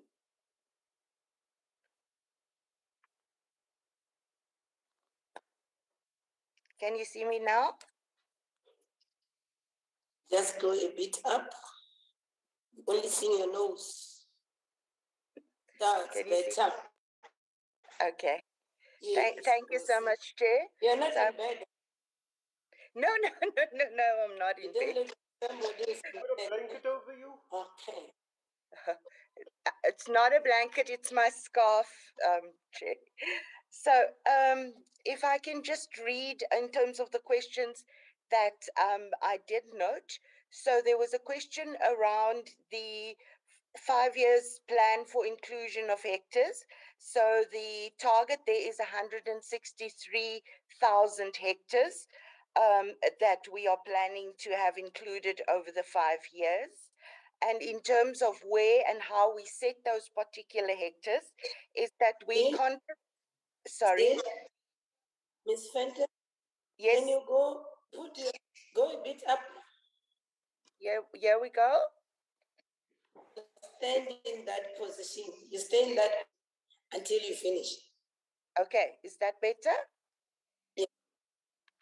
Okay, so yeah, I'm sorry. Now. Yes. Okay, so I'm just reading again. So as I said, 160,000 hectares over the 5 years are in our plans. The way that we do that is that we contribute to the national goals for including land under conservation and more specifically land under representation or ecosystems and species underrepresented. So we do then link our land inclusion plan to the National Land Inclusion Plan. Then the question around what the acronym METT stands for, that's our Management Effectiveness Tracking tool that we use in conjunction with DFFE to look at the effectiveness of our management of particular parks. In terms of climate change, Chair, the question is if we are only doing 2 parks per year, when do we plan to finish all of the parks? So yes, if we're only doing 2 parks per year, the plan is to finish the assessment by 2030. Natasha, hoe gaan dit? Sorry, there's someone. Honorable person, talk to Natasha while your microphone is on mute. Eh? Sorry about that, Ms. Fenton. Proceed. No. Thank you, Chair. Then, as I indicated, the 2 parks per year for climate change does seem like a very long time, but as we are building more capacity, we can actually complete all of the parks in 2025. Then, just in terms of the question of why our measurement of water reduction have been reduced or removed from the APP, it's actually not removed. It is included under the green energy strategy that we have already completed. So under that green energy strategy, we will then be looking at water reduction and fossil fuel reduction and waste management as well. Then I think the acting CE spoke to the total degraded hectares that we are planning. At the moment, we can actually not say what that will be. We do get the funding or the grant for our EPWP projects. And in terms of that, we then work out how many of those hectares we can actually clear in terms of initial follow-up and in terms of the wetlands. Then Honorable Paulson asked about unemployment. You will see on slide 19, 20, and 21 that we do appoint SMMEs and full-time equivalent staff, and we break that down into youth, women, and people with disabilities in terms of addressing unemployment. Then I think one of the last questions was around what did we actually do to attract more domestic visitors during the COVID time when we could not get international guests. So in terms of that, we ran a stock file campaign. We also ran a travel clubs campaign. We had regular 40% discounts in most of the national parks. And then I do hope that most of you have seen the series that we have on TV called Away for Repair, where we are also planning and hoping to attract more domestic visitors to the park. I think that's it from my side. Thank you so much, Chair. Thank you so much. Thank you, Chair. Is on a lighter note. Thank you, Chair. Acting CFO. Okay, before the acting CFO, somebody is proposing that maybe as the committee CEO, you must move around to train you how to hold gadgets in meetings on a lighter note. CFO? Okay, thank you, Chair. Thank you, Chair. So the good thing about having a CE that is a CFO is that most of the questions for finance has been answered. But I just want to come back to Honorable Singh. We did not receive new money in the current year. We asked that our infrastructure budget be converted into operational budget. So that's why we're saying, even though we are at 190 now as a deficit, we are projecting around 96 million, because with that conversion of infrastructure money to operational budget, it means we were able to reduce our budget. And then Honorable Dave, we don't, as a Schedule 3 public entity, we are not allowed to keep a huge amount of surplus without National Treasury approving. Therefore, our investment is really short term and is governed by the investment policy that we have. We normally invest for around 90 days. And now with the COVID, we didn't keep a lot of cash. It was helping us for cash flow purposes, as we're not generating enough revenue. The issue of the deficit, I think the CEO has already talked to it. We continue to engage Treasury in terms of how we reflect the deposit in our books, because even though in the previous year there was some cash surplus that was approved just to help us with the COVID impact, we cannot bring it back to income as it is already recognized as income in the previous year. But we for the next financial year, we have stretched our targets a little bit from the revenue side, that we put more efforts in raising revenue, and we are hoping that we will not have a huge deficit if the economy is back on track and the COVID is not, the lockdowns is not back with us again. I think that's it. Chairperson, yeah, we try our best to ensure that we meet our target. But when donor says we will deposit money on the 31st and the money doesn't go through the bank account, we don't recognize it. We recognize it in the next month. So just be happy that eventually we have met the target of resource mobilization. And Honorable Dave, we do put action plan in our targets that we have not met. you will see that in each and every slide, we've got an action plan in place on areas where we could not meet our target. Thank you.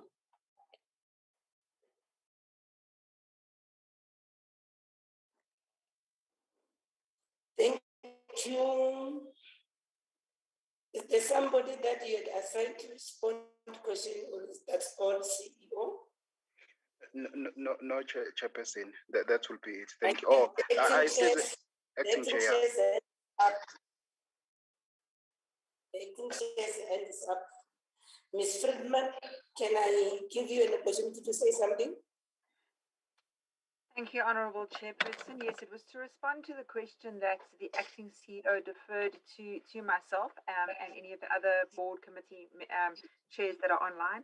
It was the question that I think came from Honourable Member Webber, and it was with regards to the issue around the investigation of the current CEO. So what I can say is that it's not so much an investigation as much as a disciplinary process was held. This process actually preceded this new board coming into position. So we have allowed the process to continue. It is being run by an independent chairperson. The deliberations have all been concluded, and now we await the decision of the chairperson. So the process has taken quite a long time, but as you know, these complex matters often do. And so we are literally awaiting the decision from the chairperson any day now. So there is not an investigation per se on behalf of SANParks or the board, as much as just waiting for the outcome and recommendations from the chairperson of the disciplinary panel. So I think that answers that question. And then if I can just also support the answers that were given by the acting CEO around the beneficiation scheme, just to say that, yes, this new board, albeit that we've only been in place a very, very short period, has taken this matter very seriously. And as the acting CEO said, one can't have a target around implementation, but significant progress has been made in the last couple of weeks insofar as negotiating the framework agreements with the communities goes. And I believe that at the end of this month, we, the ad hoc committee of the board, are meeting with the portfolio committee in Kruger and doing some of the community visits, and that report will come to you. So it's if you just look at the targets, it implies that there's no progress, but actually there's significant progress in the last few weeks. There's also a very ambitious timeline that has been put in place to see even more progress made in terms of clarifying some of the issues, penning down the framework agreements, and then starting to negotiate the independent or individual beneficiation agreements with each of the communities, and looking at a benefit flow process that would kick off at some time by the time, I think it was by the middle or end of next year. So there is a very ambitious framework in place to make significant progress on that front. And then I think the last question I just wanted to again support the executive in their response was, I think it was Honourable Member Bryant asked the question around the 2 white Rhino that was sold last year. They were sold into private ownership, and there are very strong contracts in place in terms of the use of those Rhino, where they go, just in case there are any concerns about them possibly going into hunting organizations, etc. That is all controlled through very rigid agreements that are in place around those animals. I think those were the only other questions that were deferred to me, but if there are any others that I haven't answered, or any of the other committee chairpersons want to support on those particular items, I would be happy to take their support. Thank you. Are we having committee chairpersons in our midst? Acting chairperson? Yes, Chair. Yes. Did you pick up some? Yes, Chairperson of Human. Thank you, Honorable Chairperson. We have among our midst Chairperson of the Human Capital Committee, Ms. Nandi Mayatula Koza, and we do have Chairperson of the Tourism Committee, Ms. Zugisa Ramasia. Thank you, Chair. Okay. Ms. Mayatula, is there anything that you want to share with us? Or you covered the responses? I'm covered. Thank you, Honorable Chairperson. I'm really covered, and I support the responses given by the CE and the acting chairperson. Thank you very much. And then Ms. Ramasia, do you want to say something? You are covered as well. Thank you very much. covered. Let me check for my colleagues. Maybe they might have follow-up questions too. Any follow-up questions, colleagues?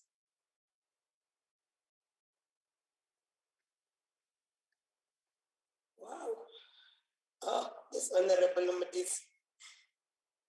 Honorable Mudis? Thank you, Chair. I'm just taking advantage of the fact that there are members of the board here. I just wanted to check how far is the process of the suspended CEO of SANParks. Thank you. Okay. Honourable Chair, would you like me to respond? Yes. Right. Honourable Modise, I'm not sure if you heard my reply. I don't want to repeat myself, but I will because it's the same answer. So as I think was noted earlier, all criminal charges were dropped, but there were a number of items in terms of SANParks' disciplinary code that needed to be pursued. So the previous board instigated a disciplinary process. We're a new board, as you know, so we came on while the disciplinary process was already ongoing. So all the deliberations have been held. It's taken, unfortunately, a bit of time, especially as it also ran over the December period. And I believe that both sides have called numerous witnesses. And we are now awaiting the outcome and the recommendation from the chairperson of the disciplinary committee. So we are, as this board, simply waiting for the outcome of that process. And when we get the recommendation, we as a board will deliberate on it. But I'm not sure if that answers your question. Does the response, Honorable Modise? There's a question whether it responds to your question. Are you covered? You want to follow? Honorable Chair? Can you hear me? Yes, Weber. Chair, Yes, I would like allow to Honorable follow Weber up first. that was my question, Mike. Sorry if I'm making a noise. Chair, I would like, I don't know if this is a free question, but also to receive these three people, the CEO, the head of the social transformation, as well as the risk manager from Kruger, that was on special leave, if you want to call it there, and we had to get the acting CEO. If we can get an example or a document that will state to us how much this cost us to have three people for 6 months on special leave and other people needed to do the job or were appointed to do this. So if we can maybe just get an indication of money actually spent in this time because of the suspension or the special leave of these three people. Thank you, Chair. And then Honorable Singh will be followed by Honorable Modise.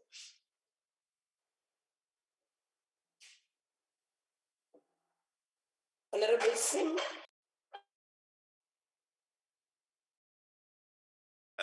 Honorable Chairperson, I heard the response of the board member, but I think instead of us as a committee constantly asking about progress, can they give us an assurance that as soon as they have something on this matter, that you as the chair will be informed to pass on information to us? Thank you. Yes, Honorable Dissent.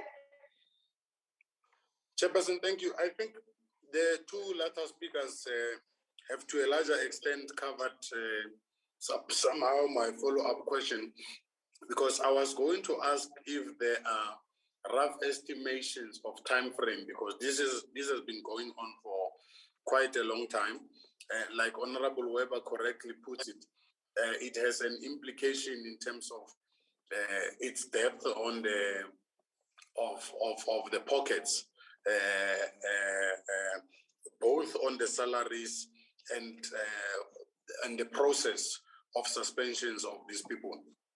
Perhaps that recommendation that we should be kept abreast as soon as possible on how far the process is, by when do they think it will be completed, and what are the financial implications it has on SANParks? Thank you, Chairperson. Thank you. Acting Chair, say it here in the meeting what you are writing on the checkbook so that it's recorded. I've given you an opportunity now to respond. Thanks, Ms. Honourable Friedman? Chair. Yes, so thanks, Honourable Chair. We will do that the moment we hear back, and we are expecting it literally any day. I don't have the figures in front of me in terms of the costs, but it is something that the board has discussed with great concern several times. So we can submit that in writing to you early next week. I will just deliberate with the chairperson and get an updated schedule of the costs. It is of great concern to this board how much money has been spent on this. But obviously we have to follow due process, and we have to allow the independent chairperson to run their own process. So we will submit those figures and the recommendation to this committee the moment we get it. Okay. I think we have exhausted the SANParks presentation. Let me thank you, Acting Chair, and the two board members, Ms. Mayatula and Ms. Ramasia, including the CEO and the senior executive team. You are free to leave this meeting. But I think the next presentation after lunch, to do some work, the next presentation after lunch, I think we'll expect some of you to be here, or those ones that are dealing with regulatory affairs. But we want to thank you for now. You are excused for now. Thank you, Chair. Thank you. Thank you, Chair.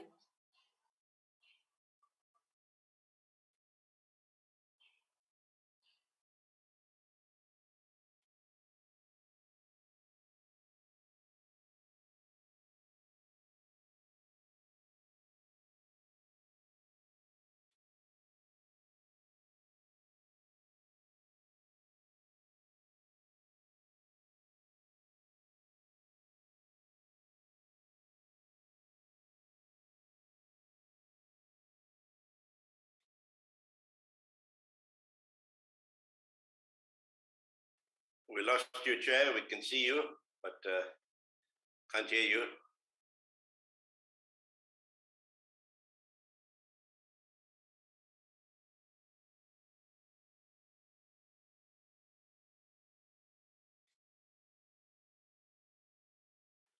Chileka?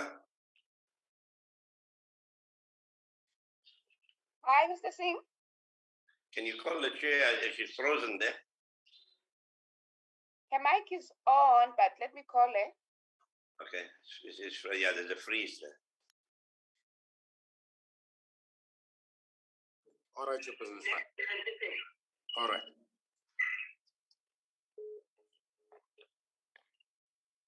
Honorable members, there's a request from the chair that we proceed. Like she said, that her bandwidth is rather very bad.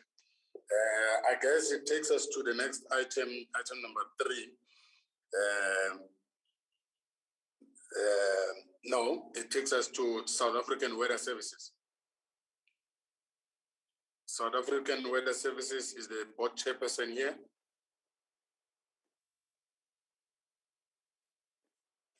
Yes, I confirm the board chairperson is present in the meeting. Yeah, the opportunity is now given to the chairperson of the board to introduce the team that he or she is with, and then we'll get the briefing on the first and second quarter performance report. Thank you very much. Good morning, Chairperson, honorable members of the Portfolio Committee, and esteemed colleagues and representatives from other organizations. My name is Feziwe Khenqe, the newly appointed board chairperson of South African Weather Services.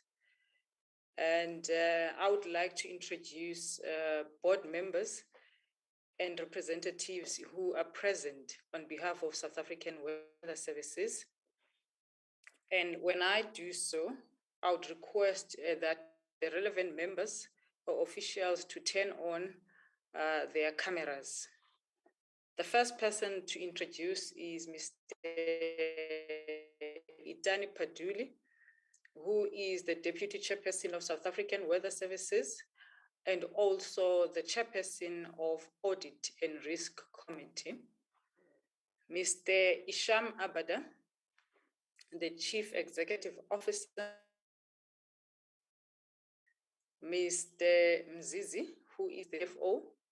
Dr. Bubape, who is representing Dr. Mpepia, the Executive Weather, Climate.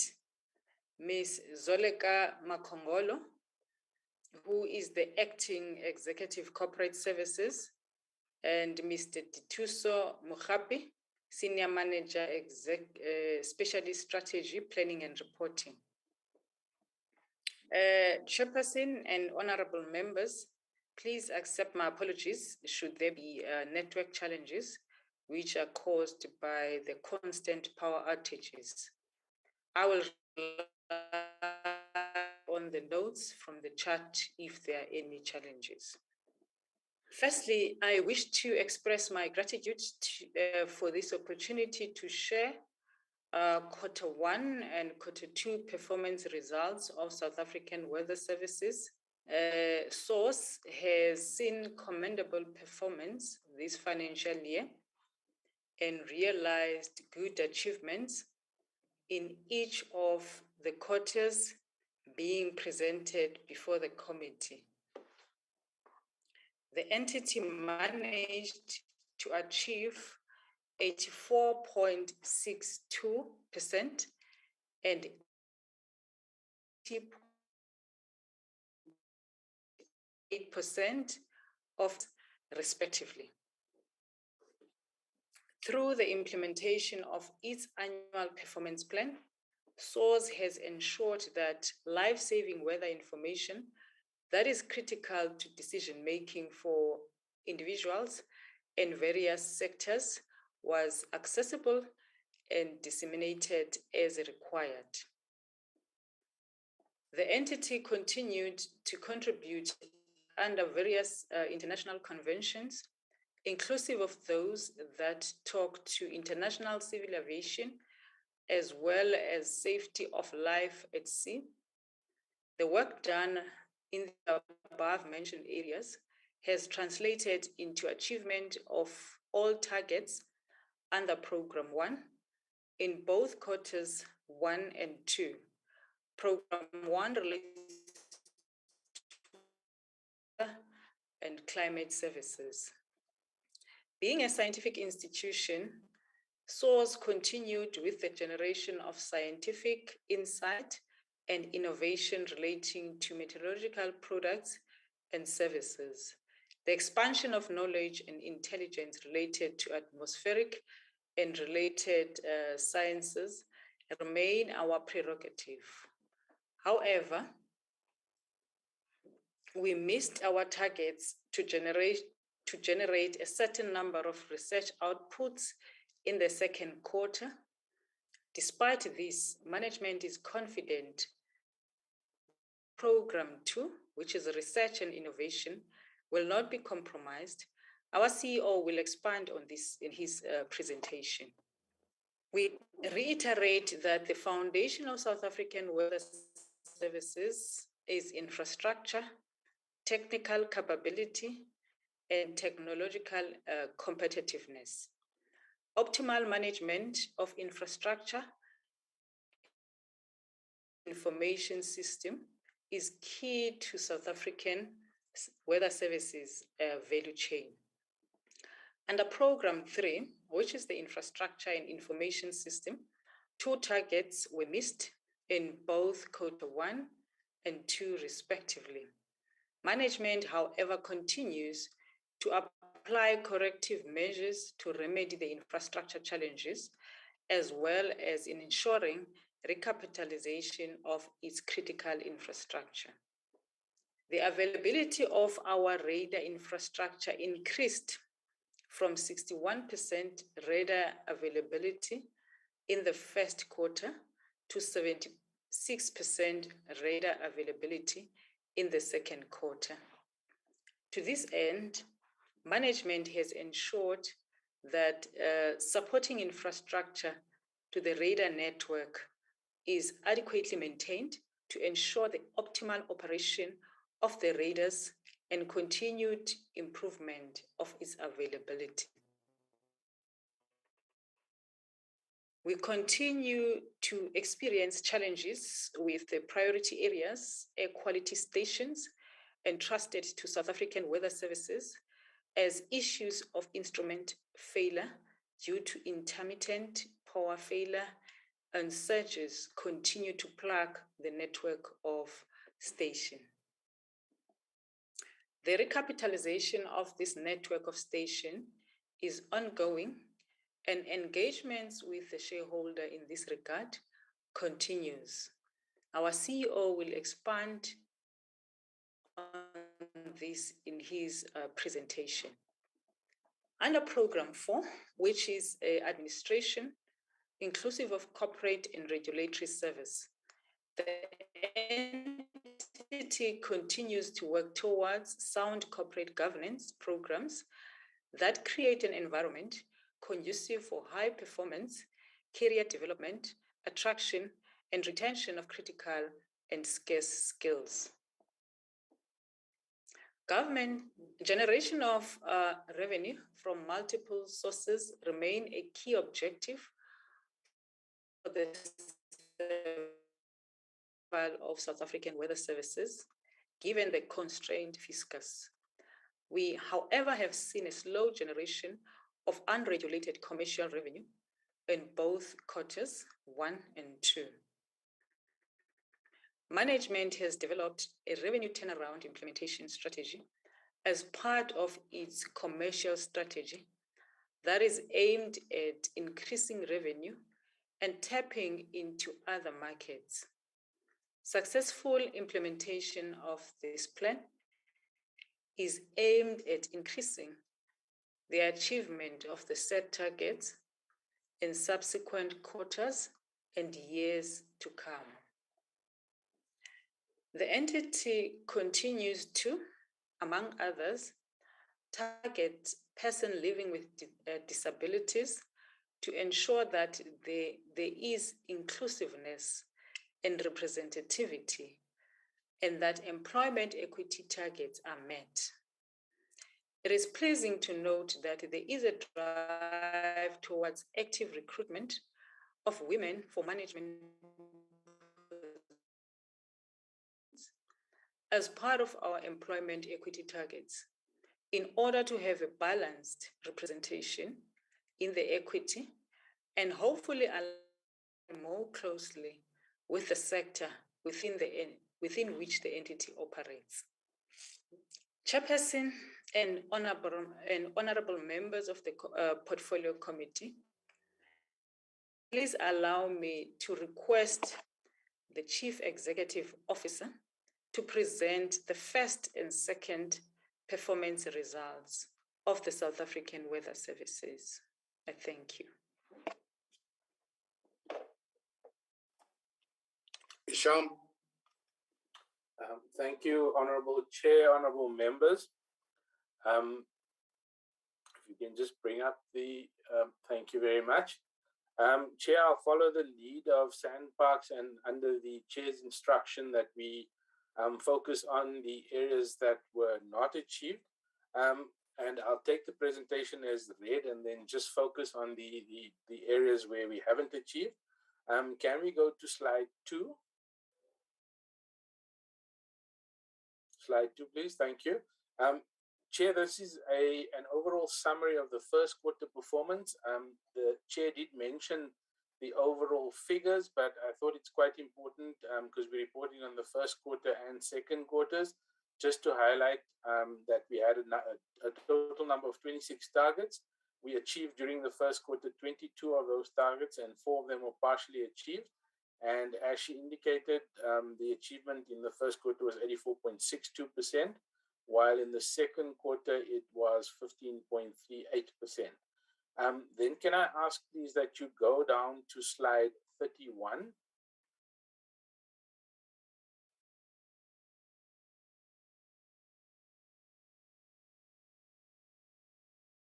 Thank you. In terms of the second quarter performance, obviously the programs remain the same and the targets remain the same. In terms of our achievement here, we achieved 80.8% during the second quarter, and then 19.2% of the targets were partially achieved. And I'm going to focus on the cumulative presentation, and then I'd ask then that we go to slide 32, please. So this just gives a graphical representation, Chair, of the achievements of the Weather Service for the second quarter. Then can we please move to slide 38?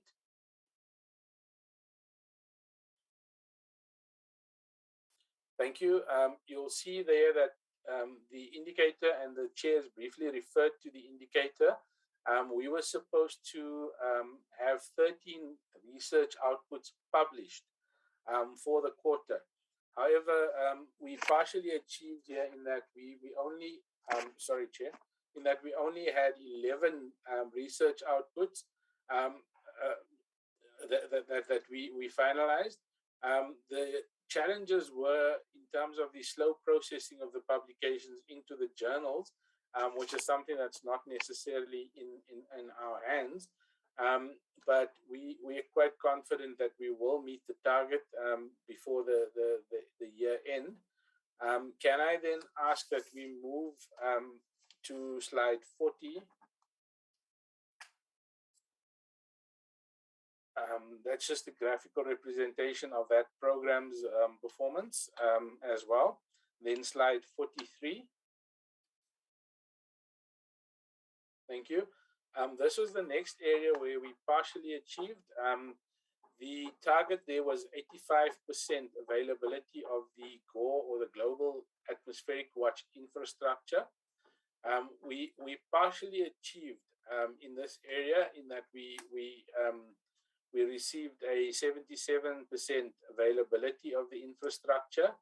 And the reasons or the challenges were that there were no ozone soundings that were conducted. We ran out of stock in relation to the ozone soundings. There were also issues in relation to our sensors at Irene and Cape Town in relation to ultraviolet measurements. Then we also had a problem with our nitrous oxide instrument, which suffered a complete instrument failure in this instance, and will have to be replaced. The corrective measures in terms of this and ensuring that we improve on the performance here, we've started the procurement process of the ozone soundings by means of a tender process, and then in the interim, while we're sourcing another nitrous oxide instrument, we've managed to obtain one on loan to ensure that we can continue with our work. Can I ask that you please move to slide 45? Thank you. The target here was, once again, for us to achieve 85% of priority areas air quality stations that are available to provide information and specifically minimum data requirements. Here we partially achieved against the target only 69%, and some of the challenges in relation to why we didn't achieve the 85% related to instrument failure and faults. We've had consistent intermittent power failures, but also power surges as a result of the electricity situation in the country. In terms of corrective measures, we're looking at options in terms of how we can ensure that this doesn't happen going forward. And obviously, as part of the instrumentation and ensuring that we have sort of up-to-date technology. There is a network recapitalization process that's also going on that will help us to maintain the targets for the priority areas and the air quality stations that do measurements there specifically. Can I go then to slide 45, 46, please? Slide 46 is just a graphical representation once again. Slide 48 is the next slide I'd like to focus on in a bit more detail. You'll see that in terms of our growth in unregulated revenue, the target or the quarterly target there was 7.5 million as with the previous target. In the first quarter, we only achieved 5 million. It's gone up slightly to about 6.2 million in terms of us earning unregulated commercial revenue. It's still not where it should be. So we've only partially achieved. Some of the issues related to why we haven't achieved the target is that the winter period is generally a bit quieter. There's less requests for information and consequently less revenue that's generated during the winter season. We're also looking at trying to move up towards the annual target, and there's several things that are underway specifically in relation to that. So we're looking at improving our spares turnaround for our commercial products and contracts, and then also we're busy with a contract with the Department of Water and Sanitation, and that we are hoping is going to bring in a substantial amount of revenue for the entity as well. Can I ask then that we move on to slide 50?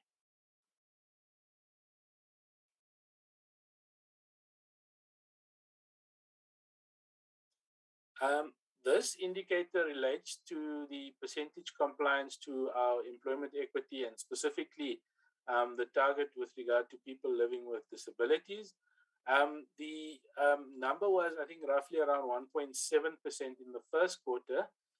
It's sitting in the second quarter at 1.93%, which is still below the 2% target, but I'm happy to report that there has been some improvement. The challenges were that notwithstanding that we advertised our vacancies and specifically targeted people living with disabilities, that we didn't get sufficient responses in that regard.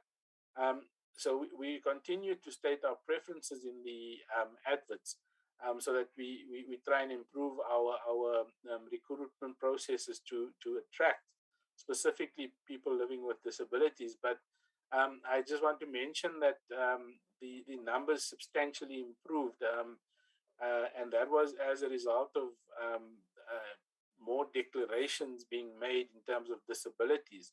And currently we sit with a figure of around about 3%. Yeah, if we can then move to slide 52. Okay, that's then just the second quarter overall performance for this particular sub-branch of the entity. And thank you, Chair. That's or those are the areas where we haven't completely achieved in terms of our performance. Thank you very much, Chair. Thank you very much, Isham. Honorable members, it is now your opportunity to engage with the presentation of the South African Weather Services. By sign of hands, I see the hand of Honorable Paulsen.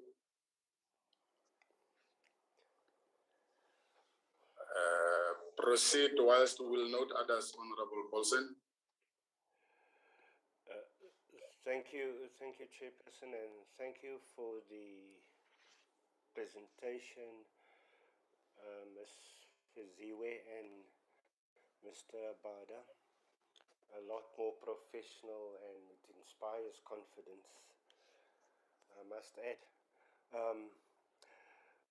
Mr. Bada, 2 years ago, we spoke about the electricity problem in this country and how it affects the instrumentation of the weather services in this very committee.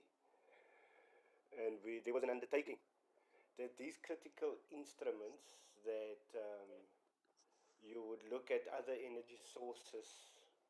Now, the use of these instruments are important for revenue generation of your entity.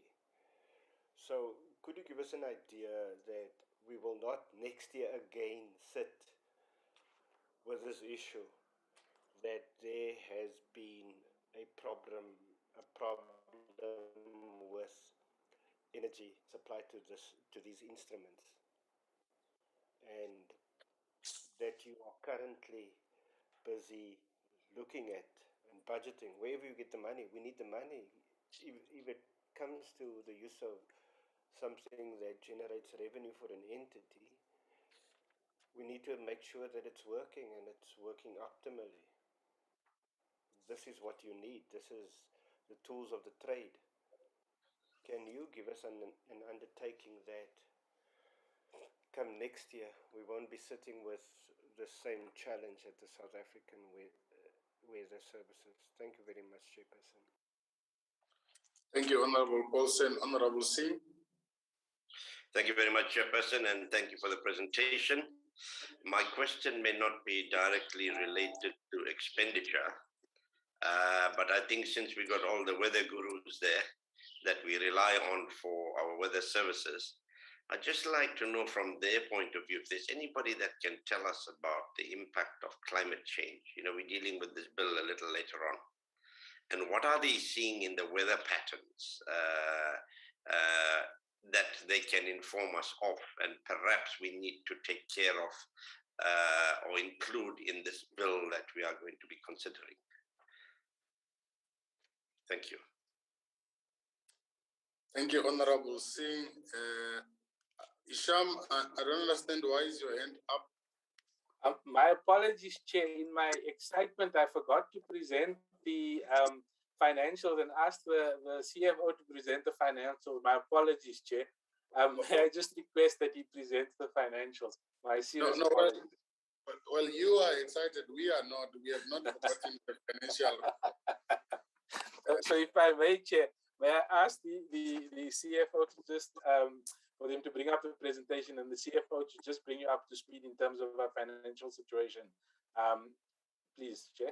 I think it's only fair. Let's just get the financials and then we'll take the overall questions. Thank you, Chair. Thank you, Chair, and honorable members. On the financials, I'll focus on slide 54, which basically indicated to us that for Q2, we had a deficit of 31 million. And I'll be glad if we can just fly to the financials. 54.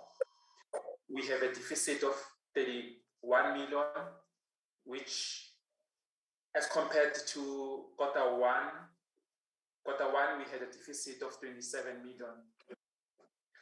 And in Q2, we can see that due to the reduced revenue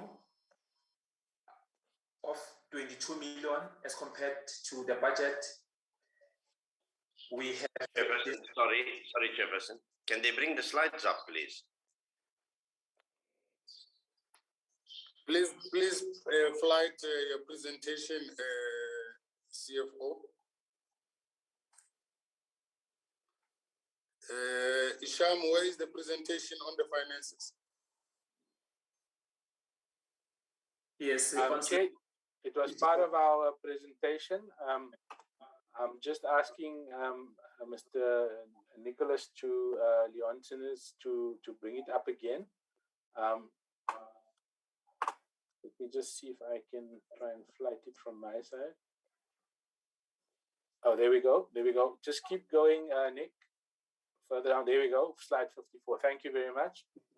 Yes. Thank you, Chair. Slide 54.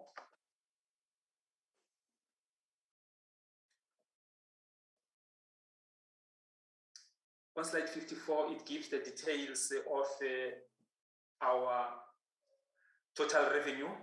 As you can see there, we are having a year-to-date revenue of 194 versus the budget of 216 million. And we are 22 million below our year-to-date budget. And this is due mainly from non-regulated revenue.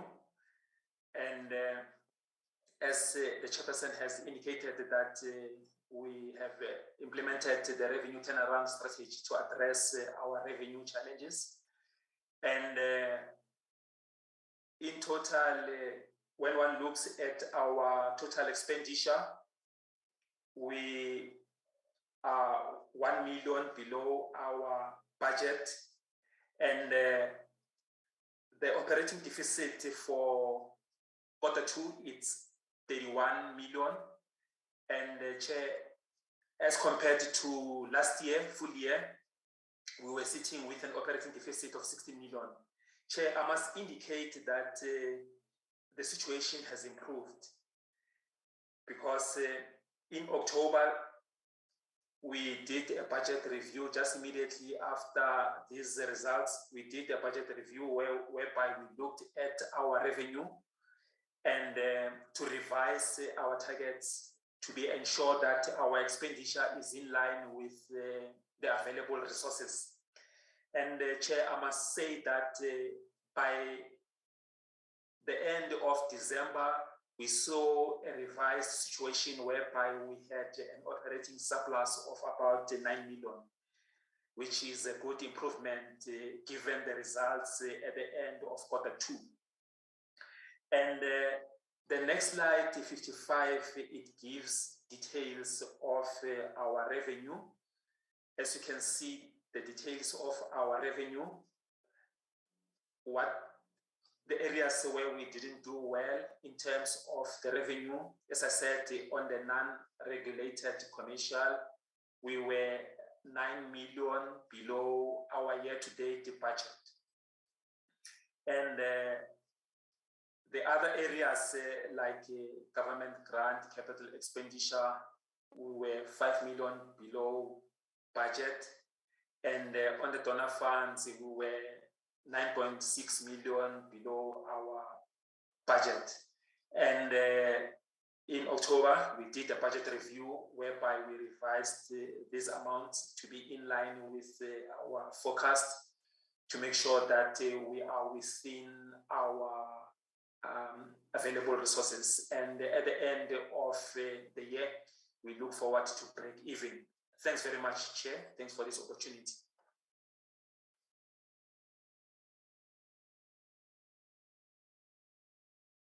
You had not missed much, Isham.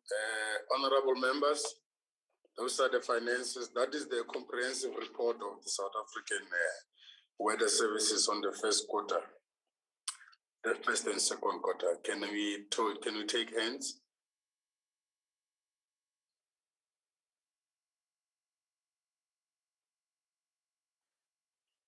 Chairperson, sorry, I was slow on the draw with my hand, but can you allow me just to ask a question on donor funds? Where do we get it from? On donor funds, where do we get it from? And I see you are projecting for us to break even, or you've reduced your expectation. Can you just expand on that a bit when you come back? Thank you.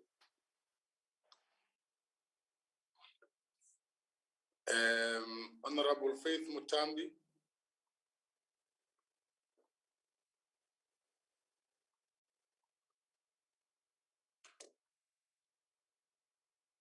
Honorable Mutambi.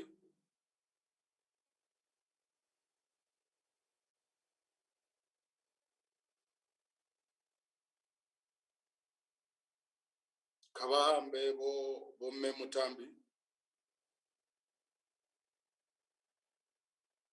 Clearly, there's still a problem of signal. Honorable members, further hands. whilst the chair is trying to connect. I see her mic is on, but we can't hear a word.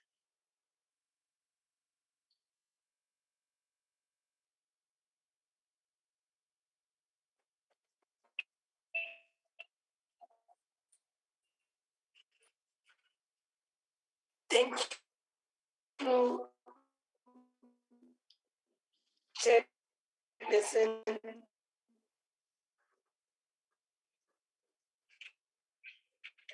You'll forgive me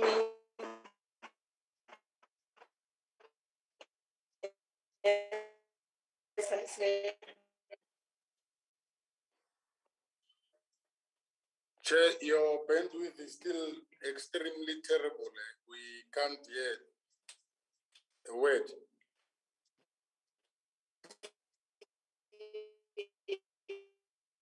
Can you hear me, Chairperson? Yeah, please try again, Chair.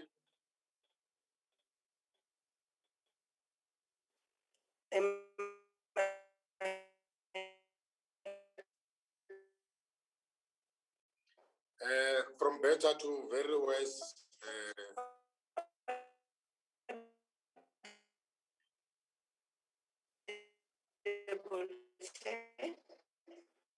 From better to very worse.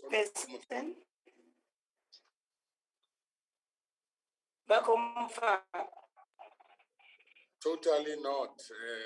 Very bad. Honorable Mudisi, from better to worse, like a marriage.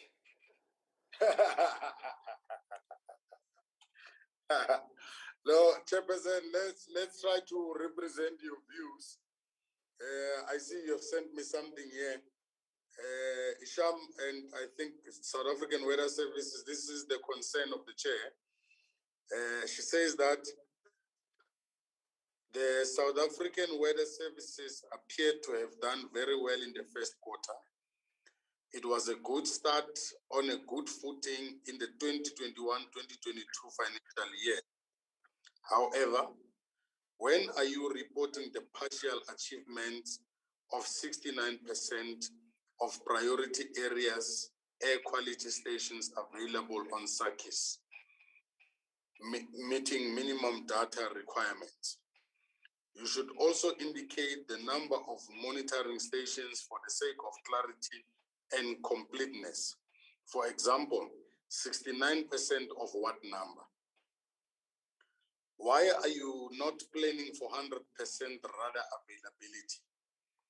If radar infrastructure availability is critical for local and international aviation, what could have gone wrong with only 70% radar infrastructure availability?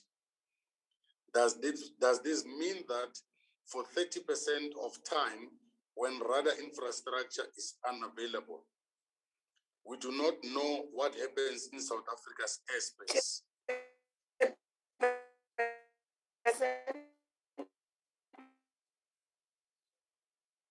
Memutambi.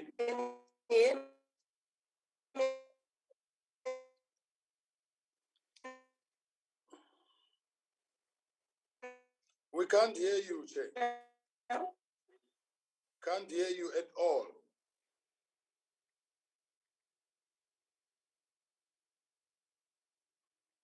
I'll just proceed from where I ended, Isham and the team.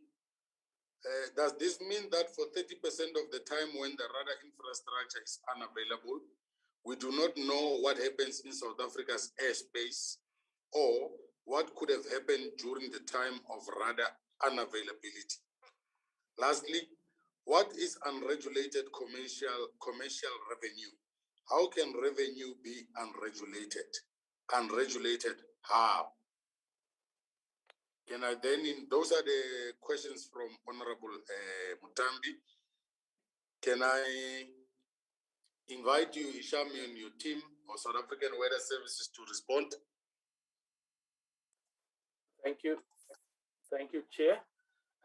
Chair, I'll start with Honorable Paulson's question around the issue of instrumentation and also us ensuring that we deal with some of the power challenges. I just want to state up front, Chair, that I'm not a technical person. As you well know, I'm a lawyer and the CEO. So I will be trying my best to talk to the technical issues, but we do have Mr. Ndabambi in the meeting who's a bit more knowledgeable on. Sorry, Chair, I see Honorable Mbata's hand up there. Should I wait for her to ask a question before I proceed? I would advise you to do that, Sham. Let's take Honorable Mbata.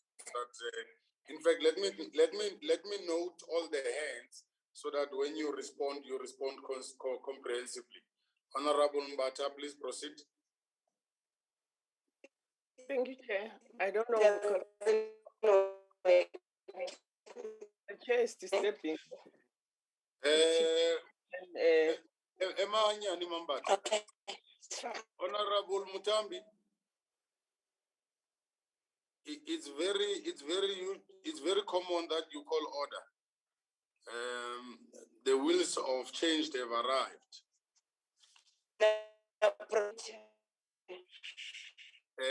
Please mute your mic, Honorable Mutambi. There's a new sheriff in town. Honorable Mbata. Thank you, Chair. I think I did apologize because I was traveling. But I have a concern on the disturbance in the collection of the data, the measurements, because of the load shedding or whatsoever. What I need to know from South is for them to give us a plan for corrective measures, because yes, we understand the equipment must be calibrated before it can be utilized so that we get a proper measurement. But if there's a disturbance from the power because of power outage or the load shedding, what is their plan? Because they cannot come here and tell us that they have a challenge, but they must tell us the plan B to make sure that they correct permanently this issue, because it's very important for us to get the data from South. That's my question. Thank you, Chair. Can I check if there are further hands, honorable members?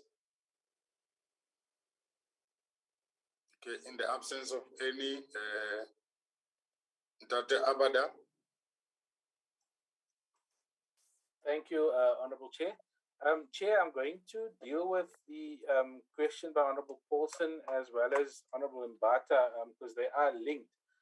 As I indicated earlier, I'm going to get Mr. Ndabambi to just give us a little bit of a further explanation in relation to the issues. But in terms of the supply of electricity, I think that needs to be differentiated from the issue raised by Honorable Mbata in terms of the calibration, even though they are linked.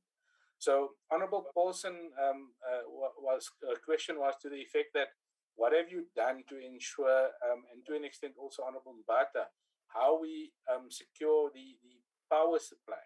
So that's one aspect of the response, Chair, in that in relation to that, we've got a process underway and we have already procured some UPSs or uninterruptible power supplies.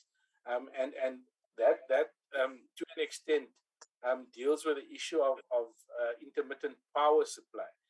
The issue around calibration of the instruments is something different, though, Chair. And my understanding is that every time the power goes out, it impacts on the actual instrumentation. And then subsequent to that, when the power comes on, you have a surge of power that comes into the instrument. And that is what impacts the calibration. So I'm going to ask Mr. Ndabambi to just explain whether there is, and I'm not sure if there is anything that we can do in that regard. So in terms of the power supply, we've purchased uninterruptible power supplies to ensure that if the machines don't have ESCOM electricity, that there is an alternate power supply. However, once the machine, the calibration of the machine is impacted, that calibration then goes out, and we've got to then send the machine in for recalibration. And that's where we'd have to, or we'd lose a bit of data as indicated. So as far as the power supply, I think we can deal with that. In terms of the calibration, I'm not sure whether there's any permanent solution that we can find for that. And as I said, Mr. Ndabambi will add on to my understanding. So in terms of our undertaking, as referred to by Honorable Paulson, we have already purchased some UPSs, and we are in the process of getting additional ones to ensure, at least from the electricity supply side, we've got some interventions in place. Then, Chair Honorable Singh, in relation to the climate change and the weather patterns, the bill, in terms of the weather patterns, Honorable Singh, you can see that there's a considerable change in the current weather patterns, and it's there's been an extreme weather type of scenario that's developing and that's developed and developing over the years. And I think in terms of that, there is the National Framework for Climate Services, which we are assisting the DFFE with, and our research in relation to climate will feed into the overarching issues that are contained in the climate change bill, with a specific emphasis on adaptation and to a lesser extent also, I suppose, mitigation. So there is definitely a link in that regard, Honorable Singh. In terms of inputs, we do make inputs into the legislation as a critical component of the DFFE and also its programs. So yeah. Then a question was asked also around the donor funding. There's several donors, international donors specifically. I think one of the biggest is the government of Flanders, and I'm not sure, but if the CFO has those figures on hand in terms of all the other donors, or alternatively, Dr. Bopape, if you can give us an indication of the donor funding, where it's coming from. So I'm going to request that maybe she, if she can, if not, we will supply it to the committee. And then, Honorable Chair, in relation to the Honorable Chair Faith Mutambi's question, we did do well, thank you, in Q1. I think our Q2 dropped by 3 or 4%, but it's still above 80%. And I think if you talk about the reporting, Chair, if you look at our presentation, we have indicated in the presentation what Honorable Mutambi is referring to in relation to the 69% non-achievement. We've indicated that as an area that was not achieved in the slides. Then on the second part of the number of stations, there are several stations, and that usually gets reported under the DFFE in their air quality monitoring reports. So the stations that report to SAWS specifically are a component of the stations that report into overall. Sorry, Chair, I'm hearing a bit of feedback. I'm not sure where it's coming from.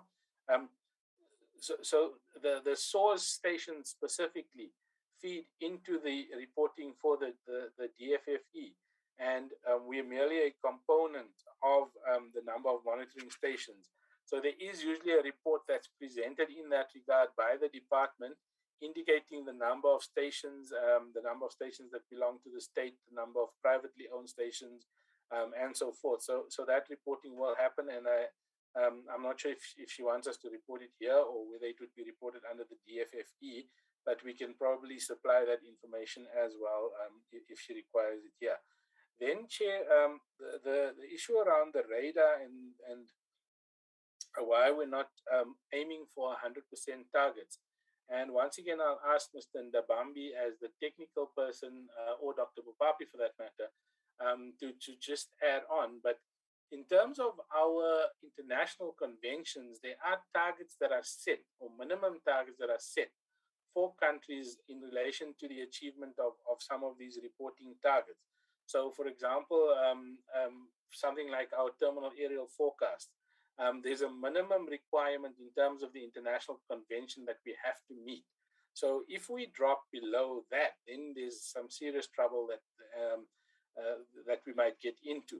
And so far, as a country, I think we've managed to stay well above those minimum thresholds in terms of our targets.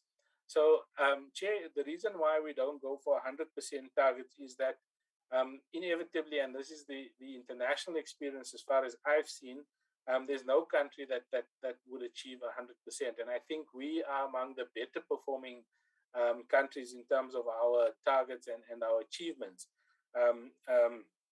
So definitely in relation to 100%, it's something where our targets are relatively high in relation to the international community as well.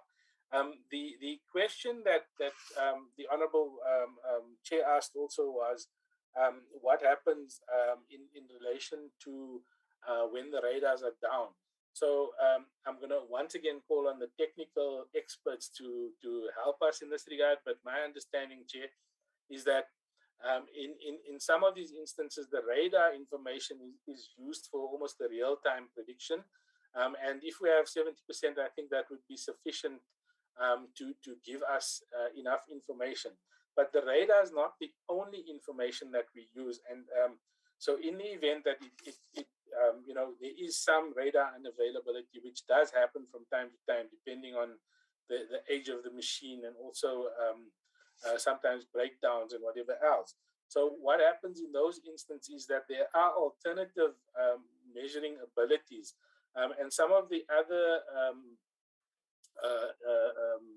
measurements or instruments that we use are, for example, satellite feeds as well.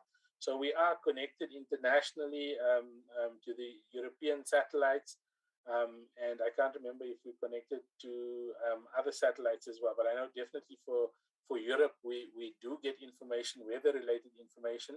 So the information of the radars is supplemented, according to my understanding, Chair, by additional information. And then we also look at the information supplied from both these sources, so we get a better picture of what the weather would actually look like. So if I hope that answers the question that what happens if there's a partial radar unavailability. We do use other instrumentation to augment that unavailability. Then, Chair, I think the final issue was around the revenue and the commercial and unregulated commercial revenue. So I think it might be a misnomer to say that it's unregulated, because the Act actually allows us, Chair, to operate under the grant situation, but also to earn our own revenue. So in essence, I think it's all commercial revenue or regulated commercial revenue. But the reason why we draw the distinction is that in terms of the aviation revenue, it's very, the regulations indicate how much revenue we have to earn and what the process is to calculate that revenue. From the perspective of the commercial revenue, it's not as stringent. So there is a bit of latitude in terms of how we earn that commercial revenue. So I hope that explains the term of unregulated revenue. Thank you, Chair. Dadenda Bambi, are you coming in so that we coming in? Yes, Honorable Chair, and good afternoon to Honorable Chair, good afternoon to members. I'm going to try by expanding Honorable Chair to the one of Honorable Sin in terms of what are we seeing in terms of weather patterns. I think we should be pleased as a country that what we are seeing is what was predicted more than 10 years ago when we were presenting to members that we expect an increase in severe weather activities in terms of frequency and intensity. And if members remember, we also presented that when we get dry spells, they will be for a longer period. So we have seen the years before last year, I think for about 4 or 5 years, that we had dry summer seasons. So the summer rainfall areas were not getting rains. But when we get to this La Nina period, from the spring last year, we have been having more rains, above normal rains, after a long dry period. And if we notice, members, also they were sort of damaging, a lot of flash flooding. We've seen a couple of tornadic damaging hail in the country. So what has been predicted in terms of climate predictions is happening. So we are observing it now. So I think that can talk that the predictions are becoming more and more reliable. And as much as we're getting more rains now, we're still gonna get a longer period of dry spells. And then it also talks to climate variability, where in terms of the seasons now, the onset of rainfalls are uncertain. Sometimes they come too late. We notice other years they would come in February, for example. So that is also disturbing in terms of crop production. And then also the grazing land is beginning to decrease from the west as predicted as well. So that is also a concern. And then in terms of the number of station honorable members, we've got 180 stations that are reporting to the South African Equality Information System. And then of those 180, the 136 are owned by the government, and then it's 44 that are owned by the industries. And then CO has responded to the radar. I just want to add that the satellite is also assisting, as he has mentioned, because radar and satellite is about current observations, but the radar network is also overlapping.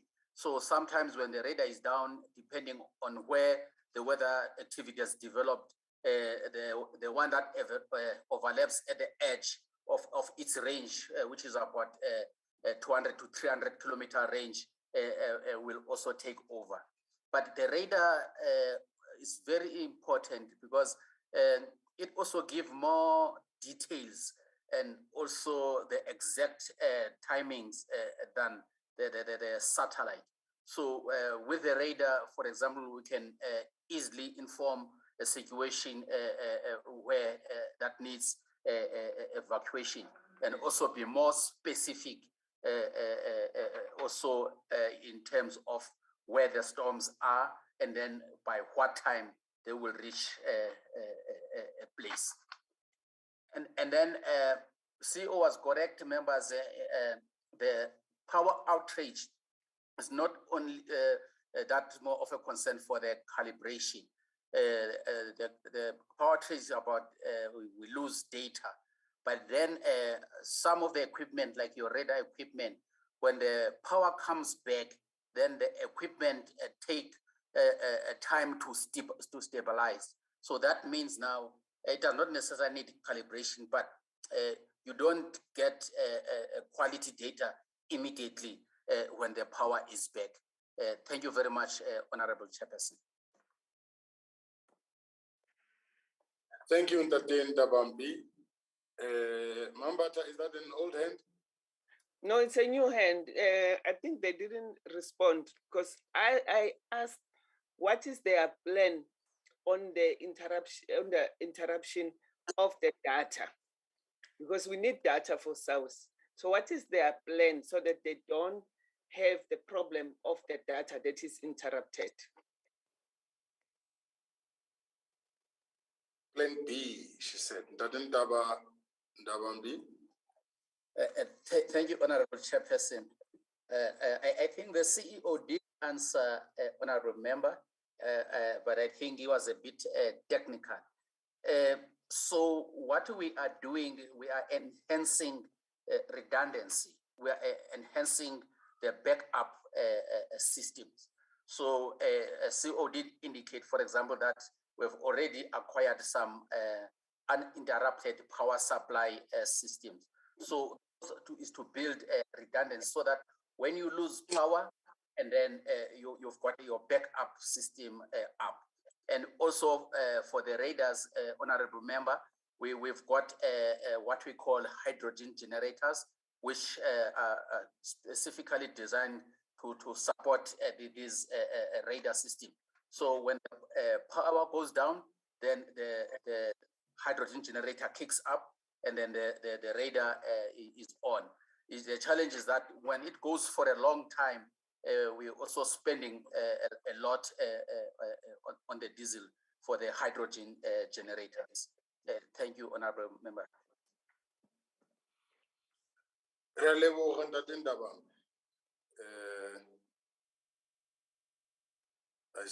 see Mary Jane Pape wants to say something. You want to add? Yes, thank you, Chair. I wanted to respond to the question of the donor funding. Okay. So we have some funding from some governments in Europe. So we had one project from the Netherlands. The CEO has already mentioned the project from the government of Flanders. And we are also collaborating in some projects that are funded by the European Commission. We also have a number of projects that are funded by the Water Research Commission. We also have funding from the National Research Foundation, the NRF. We have some projects also that are funded by the Department of Science and Innovation, the DSI, and we've also done some work for the BS mine. We've got some funding also from projects that are funded by the UK government through, their now defeat, which is no longer there. Thank you. Thank you very much, Mary Jane Bupape. Thank you very much, Isham Abada and Ndate Ndabambi Siavuya. Honorable members, I take it that that concludes the presentation of South African Weather Services, and that we can now take a break until 13:30 to get a presentation from the Department of Forestry, Fisheries and Environment on the presentation on the climate change bill. It is now 12:38.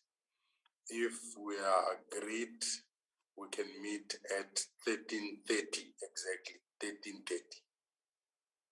Agreed?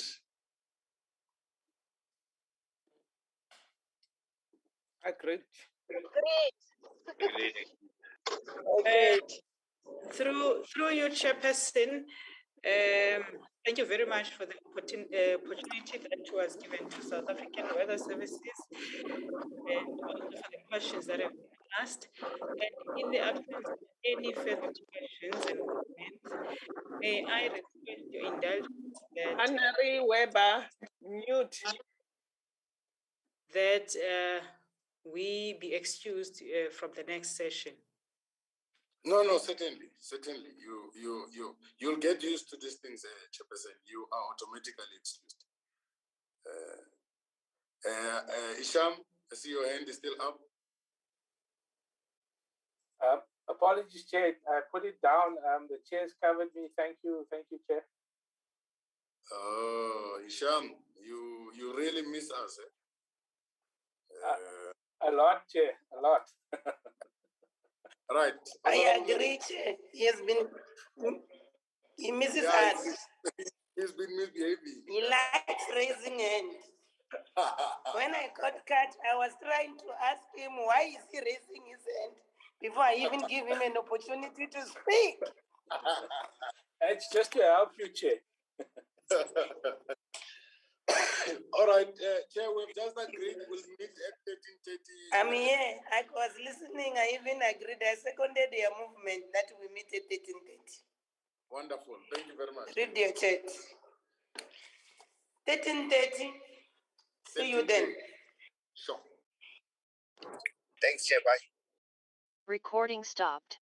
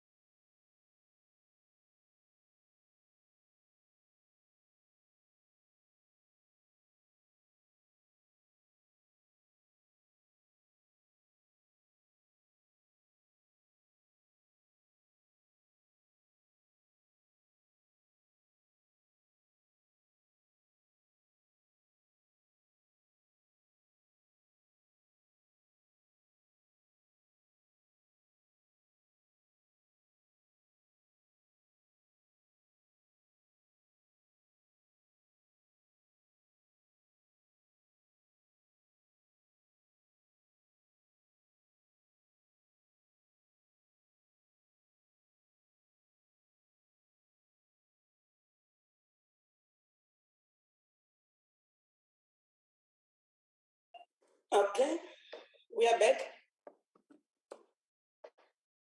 Can you hear me?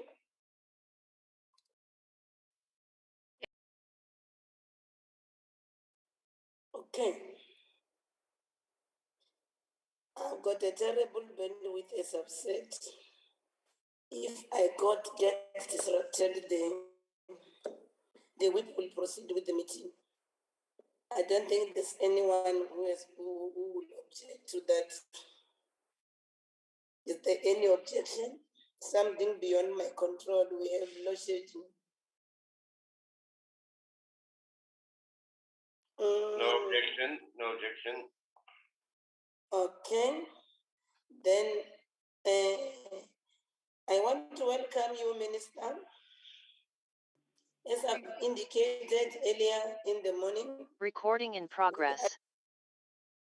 we accepted your apology by virtue that we were hosting a prior arranged MINMEC meeting. And then at least when we started with the entities, especially SANParks, all the heads, in the absence of the chairperson, the heads of the various committees of the board were in our midst.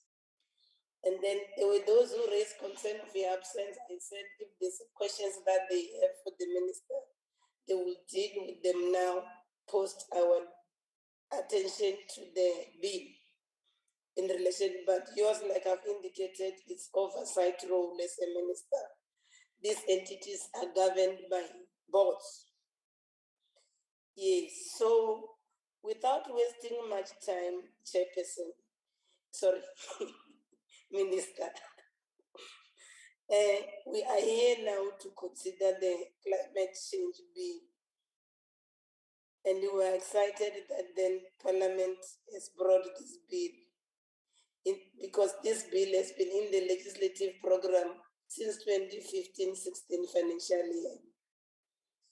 And the other reason why we need to process this climate change bill now, it stems from the country's extreme vulnerability to trade-related climate change risk.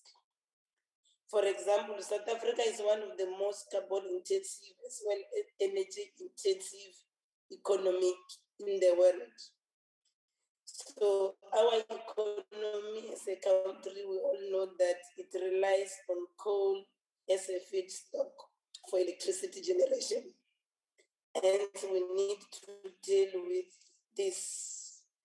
Then I'll hand over to you, Minister, to introduce the bill, and then you'll decide who will then deal with the presentation. Over to you, Minister, and welcome also DG and the other senior deputy minister. You are welcome as well. And all our guests that are interested in this matter, you are both welcome. Over to you, Minister. Some of you were with us since morning. Thanks for staying over. I could see my number is now even increasing to show the interest this bill has in our country. Thank you so much, Minister. Over to you. Thank you very much, Chairperson, and good afternoon to all members of the Portfolio Committee and also to officials and members of civil society that are observing this meeting. Chairperson, as you say, this bill is long awaited. And I must say that this afternoon, I feel like a dream has come true. Because since 2019, when I was appointed to this portfolio, one of my priorities has been to bring this bill to Parliament. As you have pointed out, Chairperson, our country is extremely vulnerable to the impacts of climate change. And I think all scientific research, including the significant research that was released last week, indicates that sub-Saharan Africa is one of the regions of the world that is most vulnerable to climate change. And this vulnerability poses an existential threat to human populations as well as to biodiversity and in fact, to the very existence of life on our planet as we know it. So while there are many important issues that confront us, there is no single issue that poses the same degree of long-term threat to the survival of humanity as is the case with climate change. Now, honorable members, you will be aware that over the last 2 years, we have put in place considerable architecture to help us to combat greenhouse gas emissions, to help us deal with the impact of climate change on 7 vulnerable sectors of our economy, to adapt our built environment and also our economy to the inevitable consequences of climate change, and of course, to put in place mechanisms for both domestic and international financing for all the changes and investments that will be required. This bill is important because it will give a legislative framework to all the work that we're doing. Until the bill is law, we can only rely on cooperation and goodwill in order to implement all of the measures that we're working on. And I must say that we have had significant cooperation from our sister departments. We have also had significant cooperation from provincial and local government administrations. And all of this cooperation has allowed us to make the strides that we have made. But what we all understand is that the changes that are required are difficult changes. And they are changes that are going to force all of us over the next 20 to 30 years to change the way in which we conduct our daily lives. And it will be important as we confront those changes that there should be an overarching legislative environment that guides how those changes need to be implemented and how government at different levels must cooperate to make those changes a reality. So that really, I think, is the purpose of this bill. I'm going to allow or request Mr. Klo Romaru to do the presentation. Mr. Romaru, are you in the meeting together with us? Yes, you are. And colleagues, I just also want to, I'm not sure whether Deputy Minister has joined yet. I can't see. But she, yes, I know that she has also been facing great difficulties with regard to load shedding.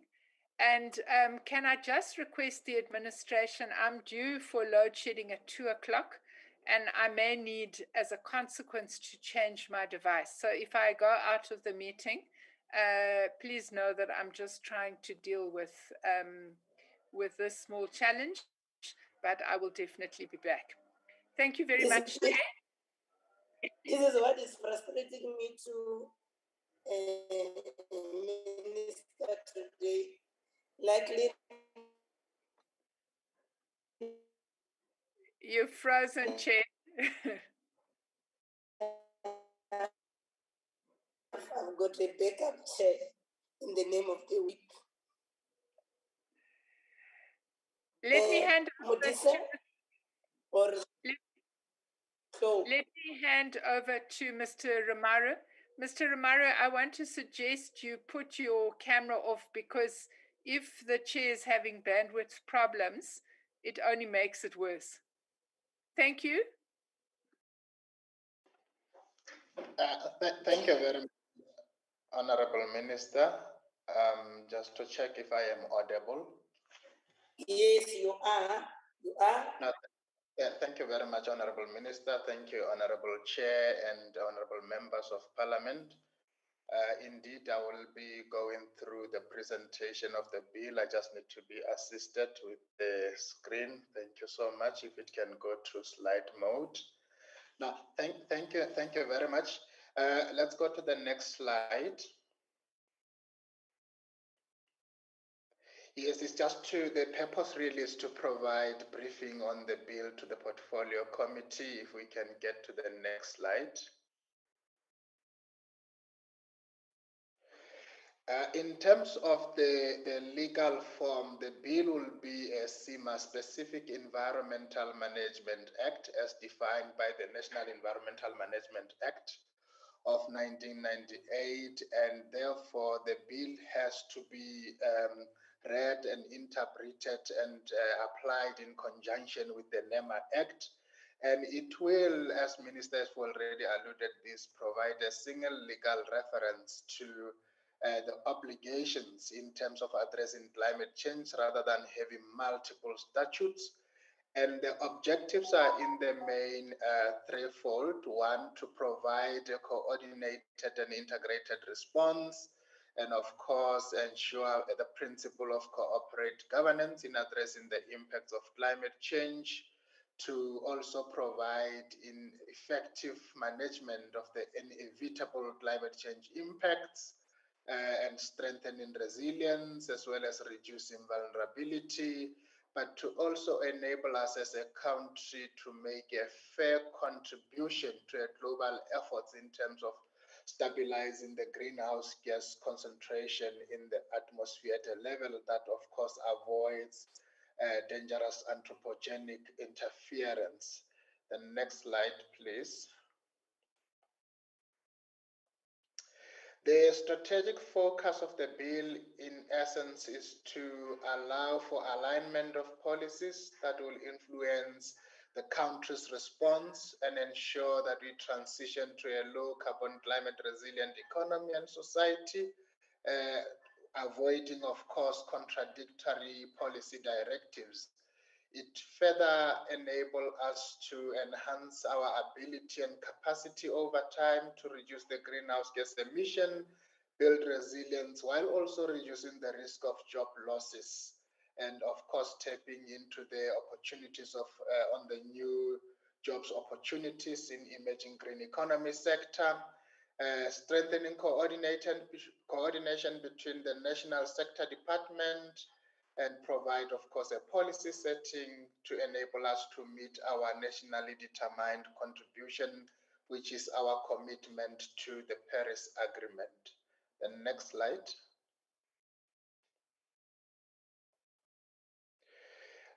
The bill established the Presidential Climate Change Commission, and in this regard, Cabinet has established the Presidential Climate Commission. And the commission, of course, is composed of representation from social partners, business, civil society, government, and academia, with the main function being to advise the Republic on climate change response and ensure the realization of a vision for a long-term just transition to a climate resilient and low carbon economy, and to also enable us to provide advice on both mitigation and adaptation, as well as provide assessment in terms of progress towards achieving both the emission reduction and adaptation goals. The next slide, please.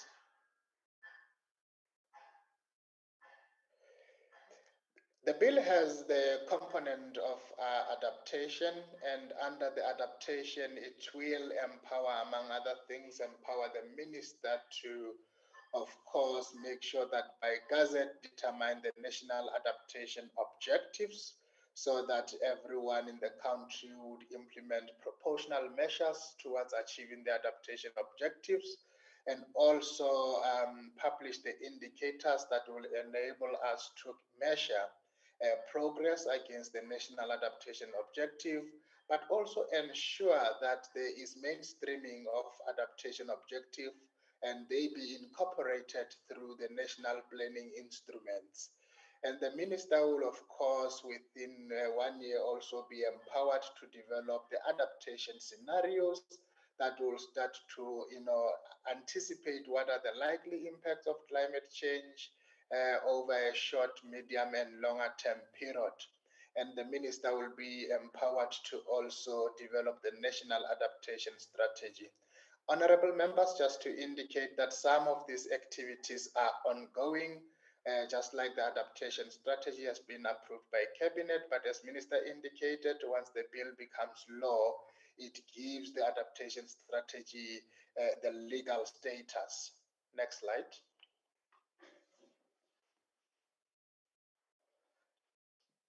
The ministers responsible for the sectors would therefore have a responsibility to ensure that they are, of course, able to align with the national adaptation strategy once it has been published, and they will be required to conduct assessment, which will include risk and vulnerability assessment, and they would be required to develop and implement the sector adaptation plan within the 2-year of the publication of the National Adaptation Strategy, and they will, of course, ministers within the sectors will be required to review every 5 years the sectoral adaptation plans where necessary and amend them.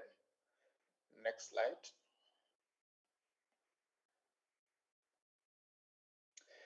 The provinces and the municipalities will also have a responsibility where the MEC and the mayors would have to undertake a climate change needs and response assessment in their provinces and municipalities respectively within 1 year of the publication of the adaptation strategy, and within 2 years of undertaking the needs and response assessment, they would be required to develop climate change response plans as a component or in conjunction with the planning instrument, the municipal planning instrument, and this is part of the mainstreaming of climate change within the planning systems at a provincial and at a local level. And the metro and the district as well will be required to, of course, develop the response plans, of course, as a component of integrated development plans. Next slide. On the component of the greenhouse gas emissions and removal, there are a number of areas of focus for the bill. One is on the greenhouse gas emission trajectory, where the minister would be empowered to, in consultation with cabinet, determine the national greenhouse emission trajectory, review the trajectory every 5 years. And on the sectoral emission, the minister must, within 1 year of coming into operation of the Act, list the greenhouse gas emitting sectors and subsectors that will be subjected to the sectoral emission targets. And these are just the targets that will be given to the subsectors and the sectors to ensure that they are able, through the policies and measures that they are implementing, they are able to achieve those emission reduction targets. The minister would, in consultation with each sector and subsector, of course, determine the prescribed framework and the sectoral emission target for those sectors and subsectors, and the minister responsible for each sector and the subsector, as determined, would be required to develop relevant sectoral and subsectoral policies and measures that will enable us to achieve the target, the sectoral emission target that would have been allocated to those sectors. And the minister would, responsible for those subsectors, will have a responsibility to report progress in terms of the achievement of the emission reduction to presidency. Next slide.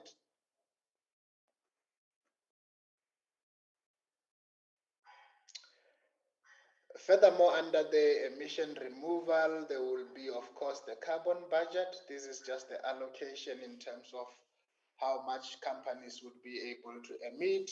and the minister would therefore have to allocate carbon budget, and the carbon budget would have a duration of at least 3 successive 5 years, and they must specify the amount of greenhouse emission that may be emitted during the first 5-year period, and any person or company that would have been allocated the carbon budget will have the responsibility to prepare the greenhouse gas mitigation plan. And any person to whom the carbon budget has been allocated would be therefore required to implement the approved plans and ensure that they are monitoring and evaluation of those implementation, evaluate, report on progress towards compliance of the allocated carbon budget. And I think this is where it's going to be very important, because at the current system, the carbon budget, as Minister indicated, on a voluntary basis. Once the bill is passed into act, this would become a mandatory. And on the phasing down and phasing out of the synthetic greenhouse gas emission, the minister will have to declare certain gases to be synthetic greenhouse gases, and will also develop a plan to phase down or phase out the use of the synthetic gases, and may allocate, of course, carbon budget to emitters of the synthetic gases. The next slide, please. On the general matters, it talks to a number of regulations where the minister may make those regulations, and this will include regulations in terms of the Republic's commitment, international climate change commitment and obligations, regulations in relation to climate change response that will include incentives and disincentives to encourage behavioral change, regulations that will promote effective monitoring and evaluation of progress in relation to climate change mitigation and adaptation, regulation in relations to the administration and operation of any committee that would be established in terms of this act to ensure that the act is able to achieve its purpose. Next slide. Furthermore, the minister would make regulations in terms of the determination, the review, revision, compliance, and enforcement of the carbon budget, inclusive of the amendment and the cancelling of the carbon budget allocations. And the minister must make regulations in terms of the phasing down and phasing out of the synthetic greenhouse gases, including, of course, the development of timeframes, inventories, and mechanisms for reporting. And the minister must make regulations that will promote effective monitoring, evaluation, assessment of national progress in relation to climate change matters, and regulations in terms of the act, in terms of where there is contravening or failure to comply with the provision thereof that commit an offense that will be liable in terms of Section 49B2 of the National Environmental Management Act. Next slide.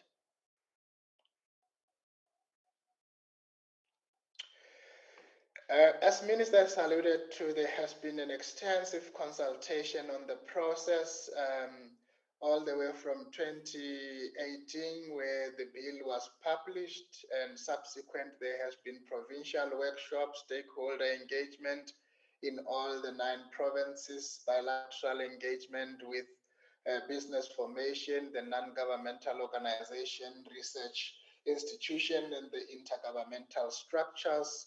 There has been extensive consultation through the NETLAC process, and the bill has been amended to ensure that we provide information in accordance to PAIA, the Promotion of Access and Information Act, and the provision on consultation and public participation would apply to various plans, determination, listings as required by the bill. I think this is one of the key area that came out through the consultation, the issue of access and the issue of consultation as being critical towards the development of various plans, determinations, and the listings.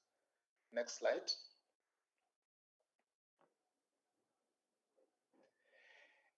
And some of the other issues that were picked, the initial draft was going to require the development of the framework because it was not going to be a SEMA. Hence, it has changed now that it's no longer required. Now it is a SEMA that will be under, of course, the NEMA. And there has been revisions of the schedules just to make sure that we separate very clearly the list of functional relevant department on the sectoral emission target. Schedule 2 that lists the state entities that will be required to develop adaptation plan, and Schedule 3 that provides an interim greenhouse gas emission trajectory. And I think the other element was the minister must establish an institutional arrangement to facilitate a national system of data collection. And the other element was really around the institutional arrangement for the purpose of the object of the bill, where the provincial forum and the municipal forum can be used as part of engaging on climate change matters. And consultation, as I've alluded to, and public participation remain one of the standard provision that came out through a consultative process. The next slide.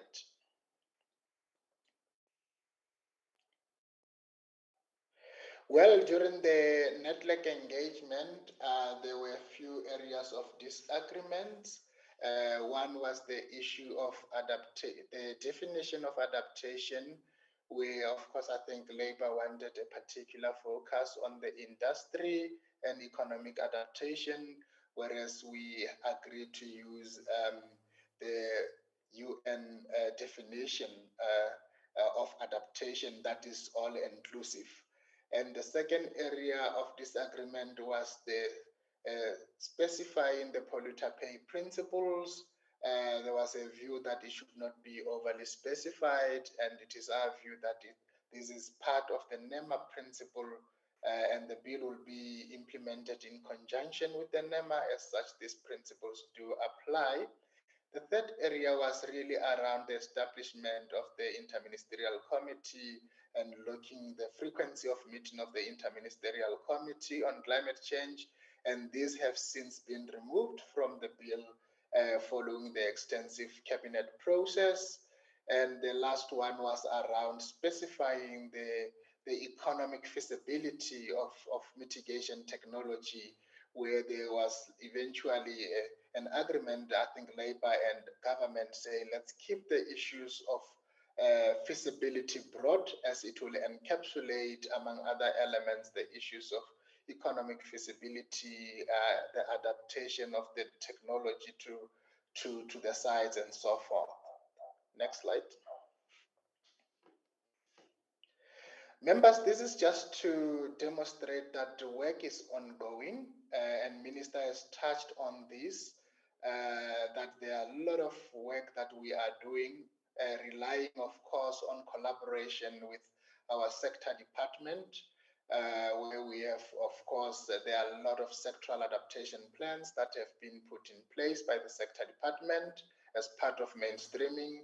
Work with all the 9 provinces to develop climate change adaptation response plan, worked with all 44 district municipalities to develop, to capacitate them in mainstreaming climate change into their IDPs, and of course ongoing support on the district in terms of capacity building, the development of the National Climate Change Adaptation Strategy, as I've already alluded to, has been approved by Cabinet.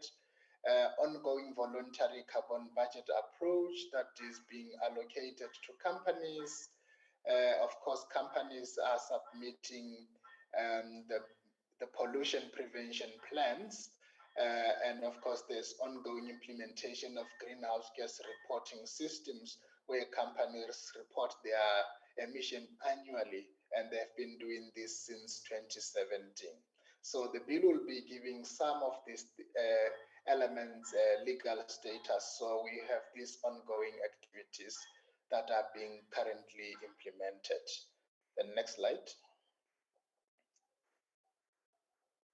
This just also highlights some of the mitigation systems as is an ongoing implementation within the mitigation component, where we have, of course, the National Greenhouse Emission Trajectory Range.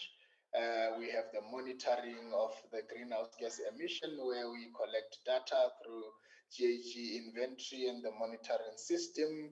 We, of course, the sectoral emission target. Of course, the issue around the sectoral policies to drive mitigation. We normally call them the policies and measures PEMS, which is inclusive, among other things, IRP, the Green Transport Strategy, where in those sectors they have developed these policies and measures, and to a greater extent would advance the goal of addressing the emissions. The next slide.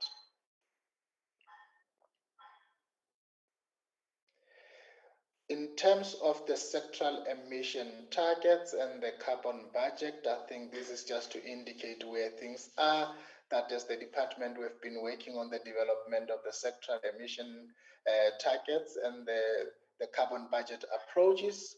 And we, of course, we have trialed with the implementation of the voluntary carbon budget for selection of companies during phase 1 of the mitigation system.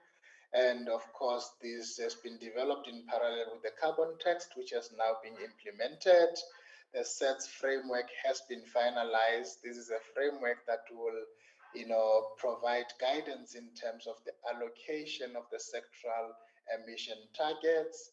And the mandatory carbon budget implementation is anticipated to start in 2026, in line with the carbon text phase 2 implementation. And I think these are some of the areas that we thought we should highlight to also the portfolio committee, that we are on an ongoing basis putting some of the measures and system in place, interventions that are being implemented, despite the fact that the bill is yet to be finalized into act. Next slide. I think that was the last slide. Yes, thank you so much, Honorable Minister and Honorable Chair. Thank you.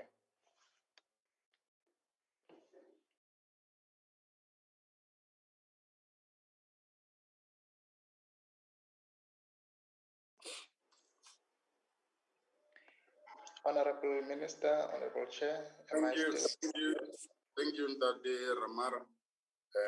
I just saw the message that the chair has been cut off. Thank you very much. Greetings to you, Honorable Minister. Greetings to the TM. Honorable members, that is the presentation to the Portfolio Committee on the Climate Change Bill. By show of hands, can we engage? I see the hand of Honorable C, Honorable Weber. In that order, can we proceed, Honorable C?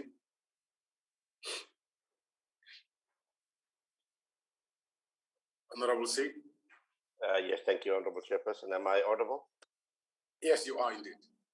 No, thank you very much. Well, I think as a member of this portfolio committee, I also share in the excitement of the Honorable Minister and the department, and I think of all of us as South Africans, in the fact that there is something before us now that will chart a way forward, so that maybe our grandchildren will have an earth that they can live on, that is not destroyed by us and sometimes by the greed of capitalists and others that destroy our environment.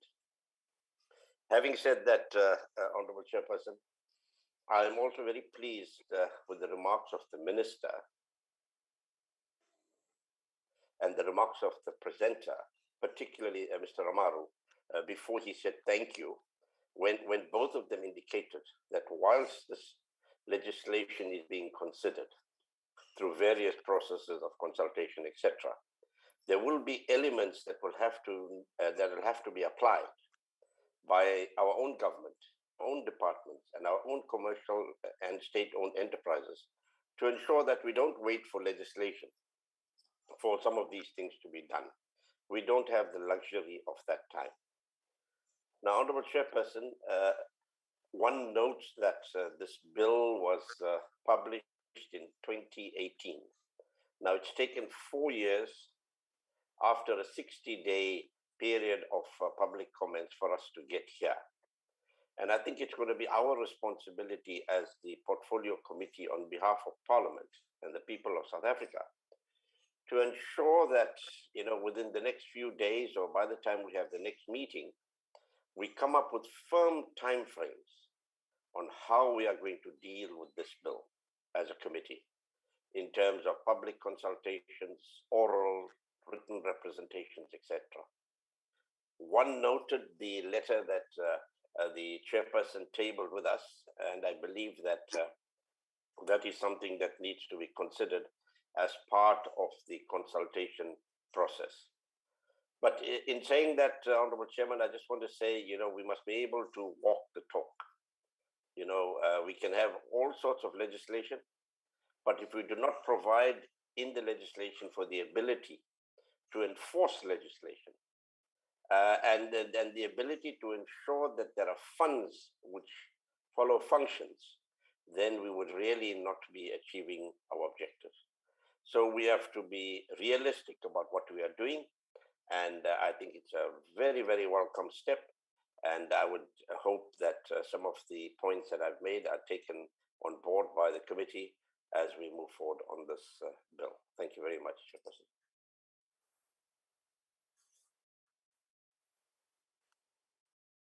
Thank you, Chair. Am I audible? Sounds like Parliament. You're audible, Honorable Weber. You can proceed. Thank you very much, Chair. Colleagues, as I take it, this is the briefing from the Minister and the team to us. I see that you have already consulted public participation of intensive 60 days. But I do understand that this bill is going to go again for public participation.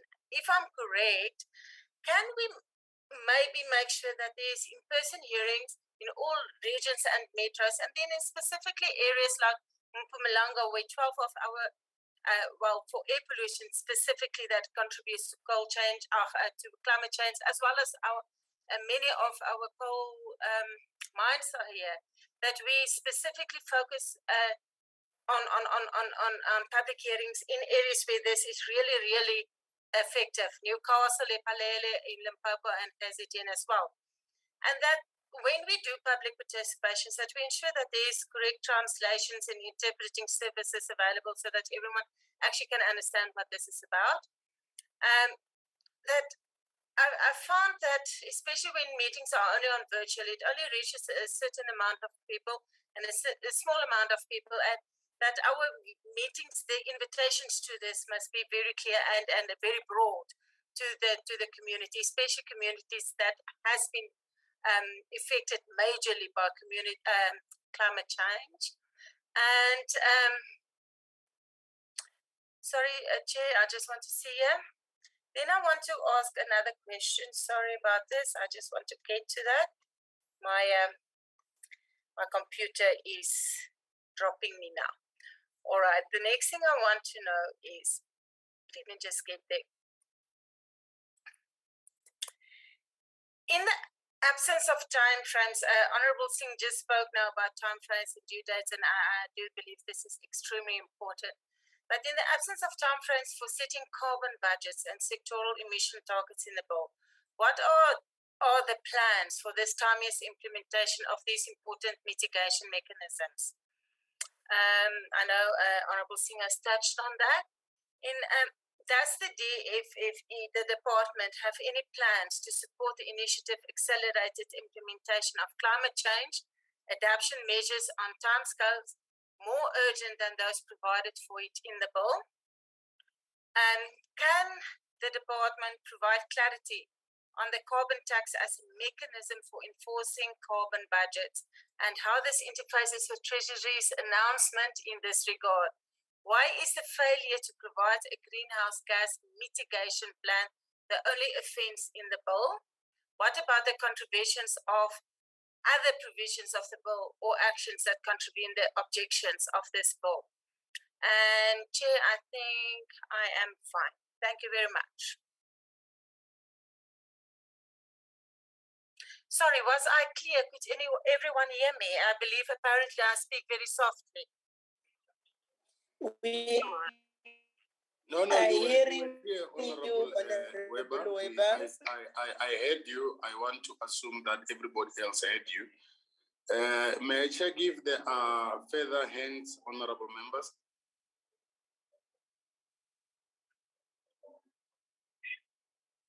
Okay, in the absence of other hands, may I invite the minister first, and then we'll then give to, well, you'll decide, Minister, who then takes over. Minister? Thank you very much, Honorable Modise. I see the chair has put up her hand. Let me defer to you, Honorable Modise. Yeah, no, I did. Thank you, Minister. I did not realize. Honorable Mutambi, please come in.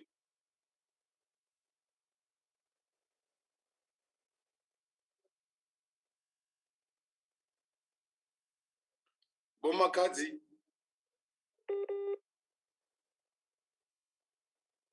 Chairperson, I think we'll have to rely on her text messages because she's really having difficulties today. Has she sent one to you already? Not yet. I'm going to have a look on mine and on the group. Thank you. All right. Let's just confirm, Minister. I'll give you an opportunity just now. Let me just check if she has not sent anything to me.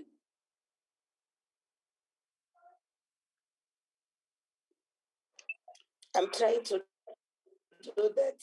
Oh, can you hear me? You are better. Yeah. You are better, Honorable Mutambi. Please proceed. Yes, pardon me, I've switched off my video. Then the issues that I want to raise is with regard to what is the difference functionality between the Presidential Commission on Climate Change, now termed the Presidential Climate Commission, and the Interministerial Committee on Climate Change. And then also to understand whether the Presidential Climate Commission has then subsumed the other structures. And then the other issue that one want to raise is with regard to the Secretariat for the Presidential Climate Commission. The way it is, we think in an ideal functional environment, Honorable Minister, it was supposed to have been housed at the department. But we see that the commission has taken a life of its own, probably heading towards becoming an entity or another structure.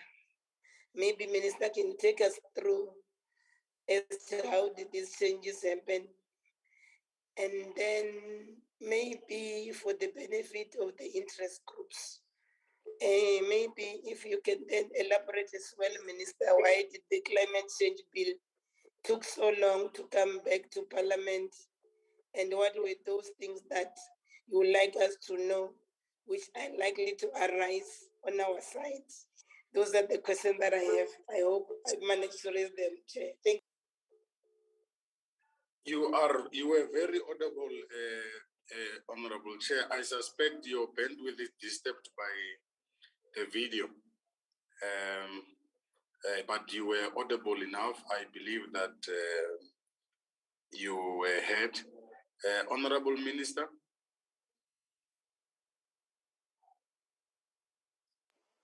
Thank you very much, Honorable Modise, and thank you to the honorable members for the support to process the bill in record time. Let me start with the reason for the delay. When I arrived in the department, I was informed that the bill was stuck in NEDLAC.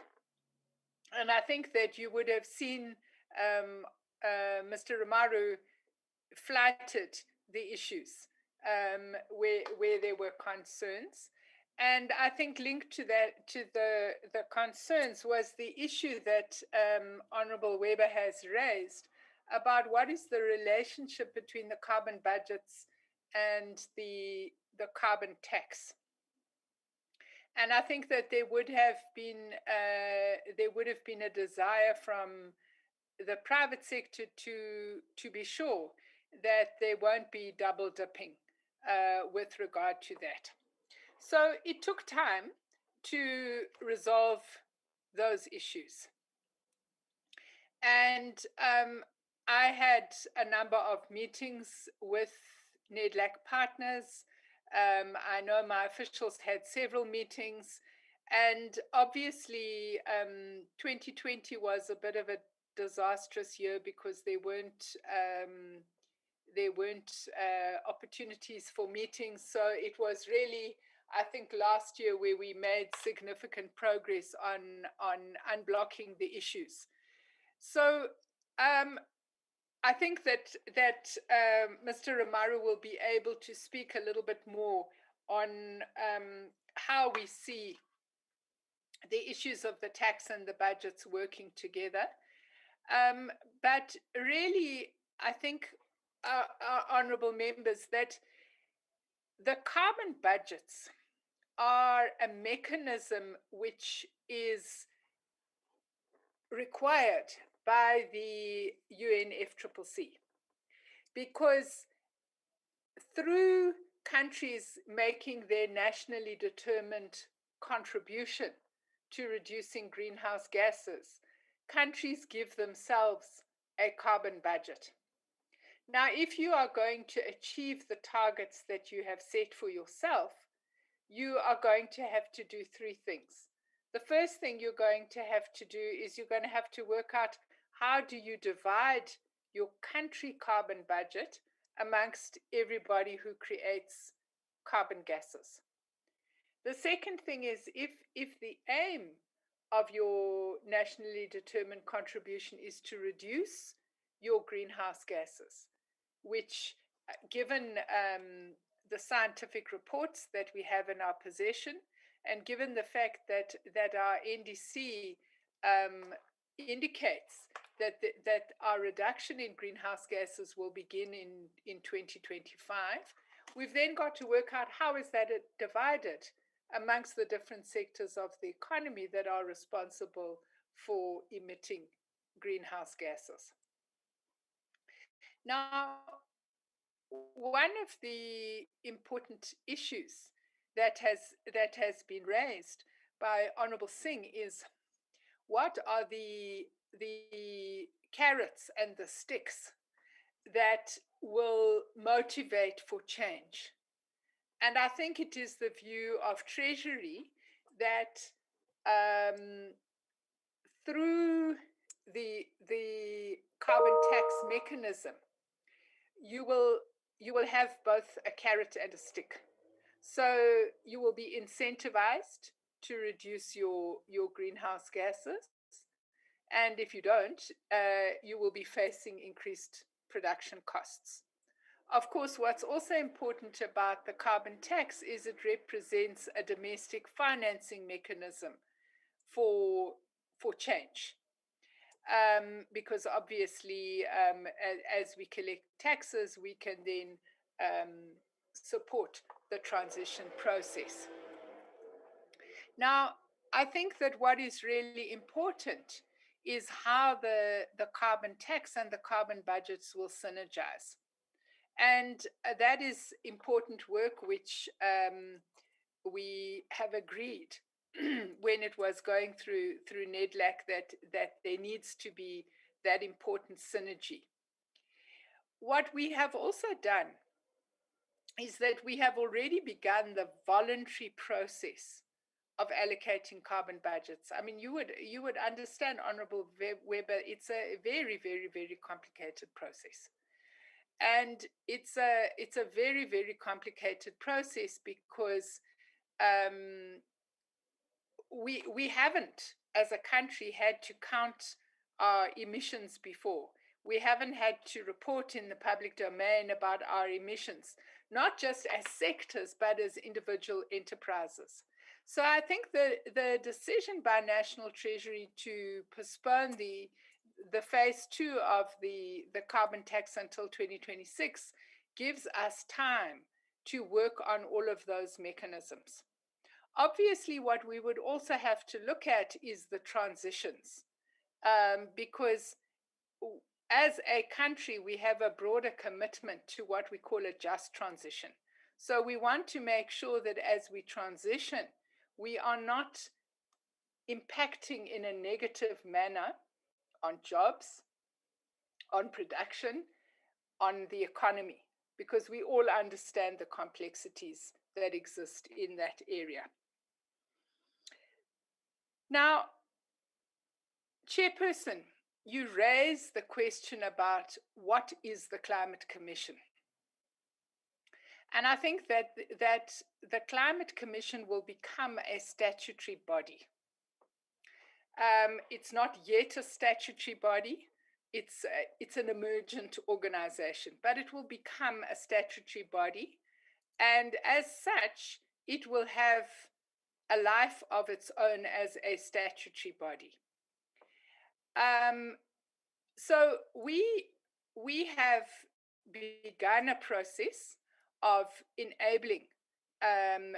We sort of see ourselves as the midwife of that statutory body, and we've begun a process of enabling its development. The Climate Commission does not take over the role of government. The role of government is to regulate society and to ensure that government policies and programs are implemented. The role of the Climate Commission is to bring together divergent interest groups in society to reach as close to sufficient consensus as possible on the very complicated issues that will confront all of us as we transition to a climate resilient society and a low carbon economy. Now, what we understand is that government can regulate, but the change doesn't happen inside government. The change happens in the private sector, it happens in communities, it happens for workers. So there is no one in our society who is not impacted on or who is not part of this change process. Now, we believe that if you want to have a just transition, and our commitment as a country is that our transition to a low carbon economy and a climate resilient society must be a just transition. What that means is that you can't do this without the active involvement of everybody who is going to be impacted on by this transition. Because what we understand is that it is possible that the climate transition can be an unjust one, and that communities and workers who have had the least contribution to greenhouse gas emissions can actually pay the economic and social price. So we know that by 2050, we need to be a carbon neutral economy and society. We know that at the moment, 90% of our energy is generated from coal. We know that in the direct jobs in the coal value chain are close to 90,000. And I suppose the indirect jobs would be 3 or 4 times that number. We understand that from virtually from Delmas to Nelspruit, we have an economy that is dependent on the coal value chain. So we have to ensure that as we transition and as we meet our targets to reducing greenhouse gas emissions, we don't throw these workers into the street. We don't create ghost towns in these communities. There must be justice. And the definition of justice cannot be that somebody somewhere in government makes a decision about how this transition will happen and then imposes it on these communities, or somebody somewhere in the private sector makes these decisions and imposes it on their workers. We believe that workers and communities and the private sector and non-governmental formations have to be an active part of researching, developing, and implementing the just transition that must govern our society. And that is what the Climate Commission is there for. It's the mechanism to enable the implementation of the just transition. And I know that you are an avid participant, an avid online participant in the Climate Commission, and you would have heard all the important work that they're doing, including over the next couple of months, going to communities that are dependent on the fossil fuel value chain to discuss with them their understanding of climate change and their desire, how they would like to be included in the transitional processes. So that's really the role of the Climate Commission. And the government will implement government policy. And the bill lays out very clearly what we would have to do. And as I've explained in my introduction, and I think there's that slide with the colored blocks on that explain what we're already doing. So we are already implementing this bill. But what we understand is that unless you have a legislative framework, anybody can come along tomorrow and say, no, we're not going to do this anymore. And that's why the legislative framework is very, very important, in order that there's policy certainty and in order that there is a proper legislative environment to govern the processes that would be taking place.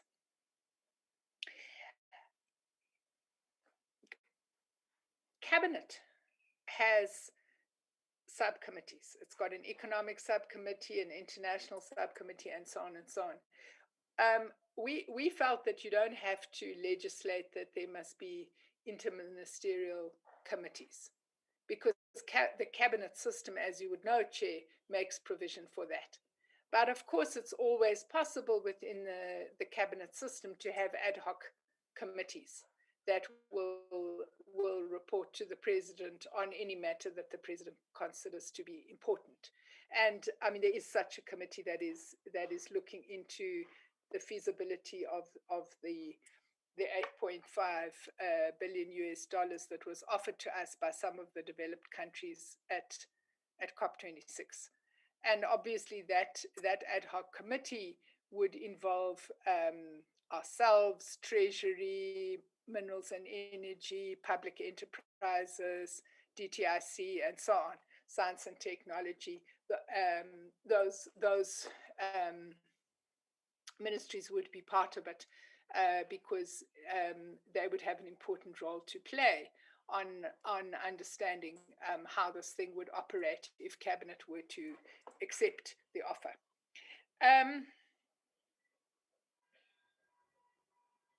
So let me pause there. Mr. Romaro, I'm sure you might want to give a little bit more technical detail. No, thank you, Minister, for the responses. I think, Minister, you have covered in detail most of the issues. The issue of IMC, it was one of the key points of engagement during the NETLAC process, and as you have clarified, we no longer have it in the current version of the bill. The issue of the synergy between the carbon tax and the carbon budget has been one of the key area of engagement, where we have agreed in principle that the penalty mechanism will be through the carbon tax, where the companies are emitting above the allocated carbon budget. And some of these very details, Minister, would be clearly articulated in the regulations in terms of some of the technical details. You could see that there are a set of number of regulations that we will be developing, and those regulations will start getting into some of the details. Minister, I get a sense from my list that you really covered almost the questions that have been raised. Thank you, Minister, and back to you.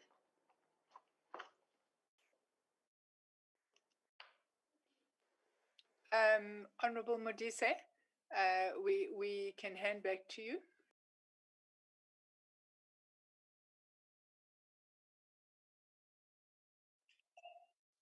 Am I audible, Honorable Modise and members?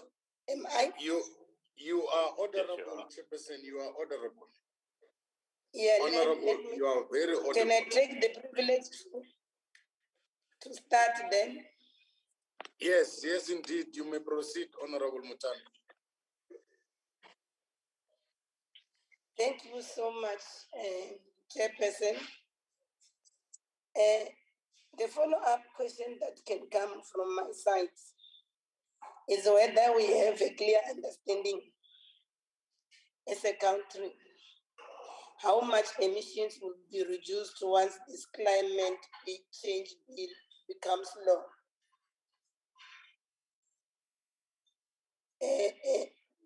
That's the issue that one want to raise, to say once it becomes law, I'm raising this relative to existing instruments such as carbon tax, energy efficiency strategy, and any other of these instruments that are here.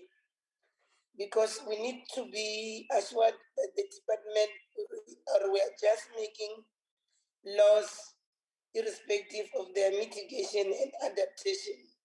That's the first issue that I wanted to get more clarity on.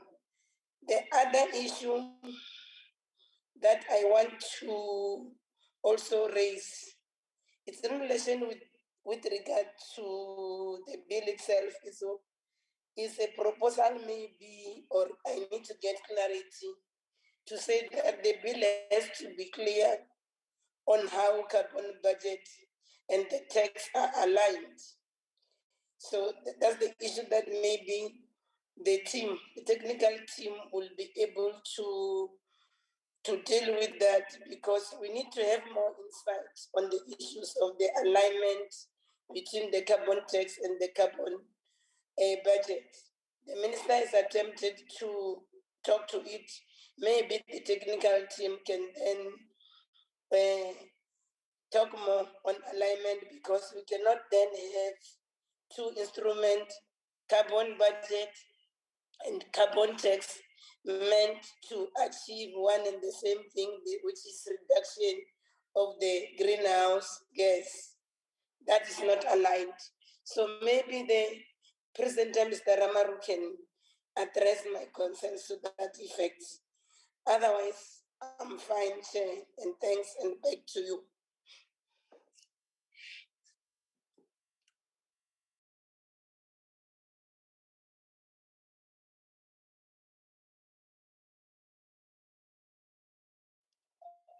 Chairperson. Colleagues, I can hear you, Honorable Singh. You can continue in the meantime to make a follow-up while he's coming back. Sure. Okay, thank you very much. No, thank you for the responses.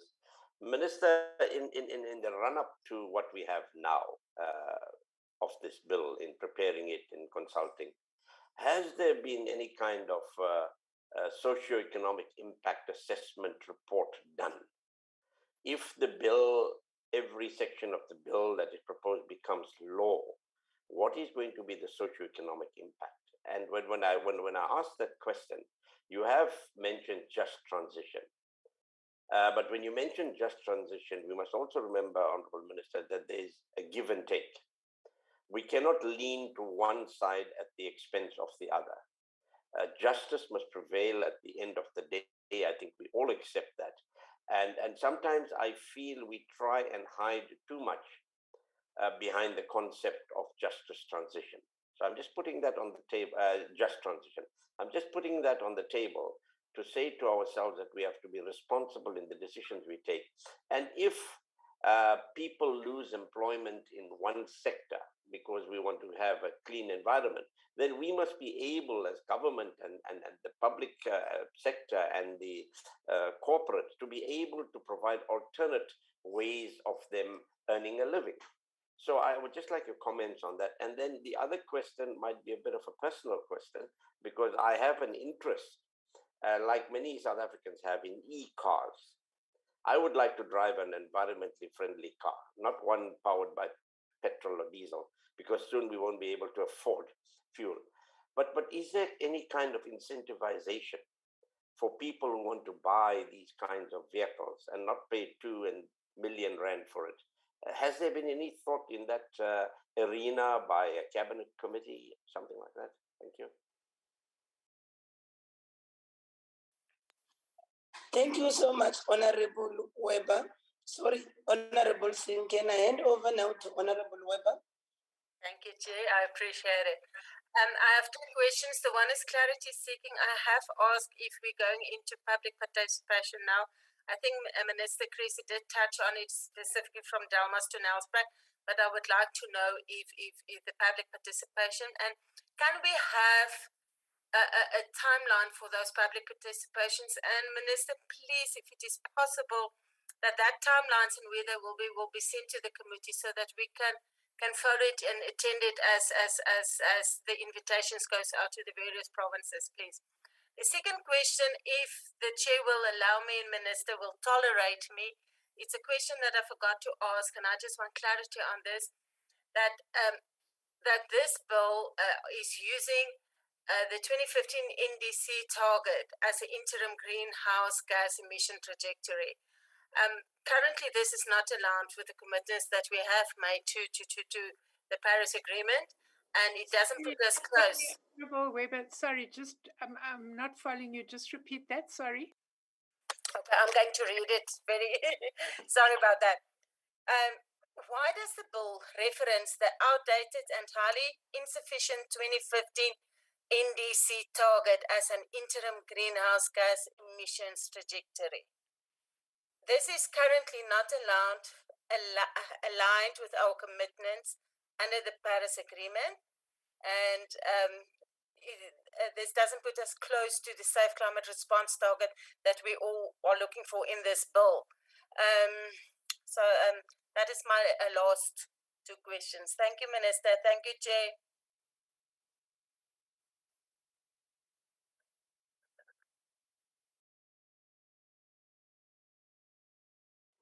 Honorable Weber, I think those were the two hands for the follow-up.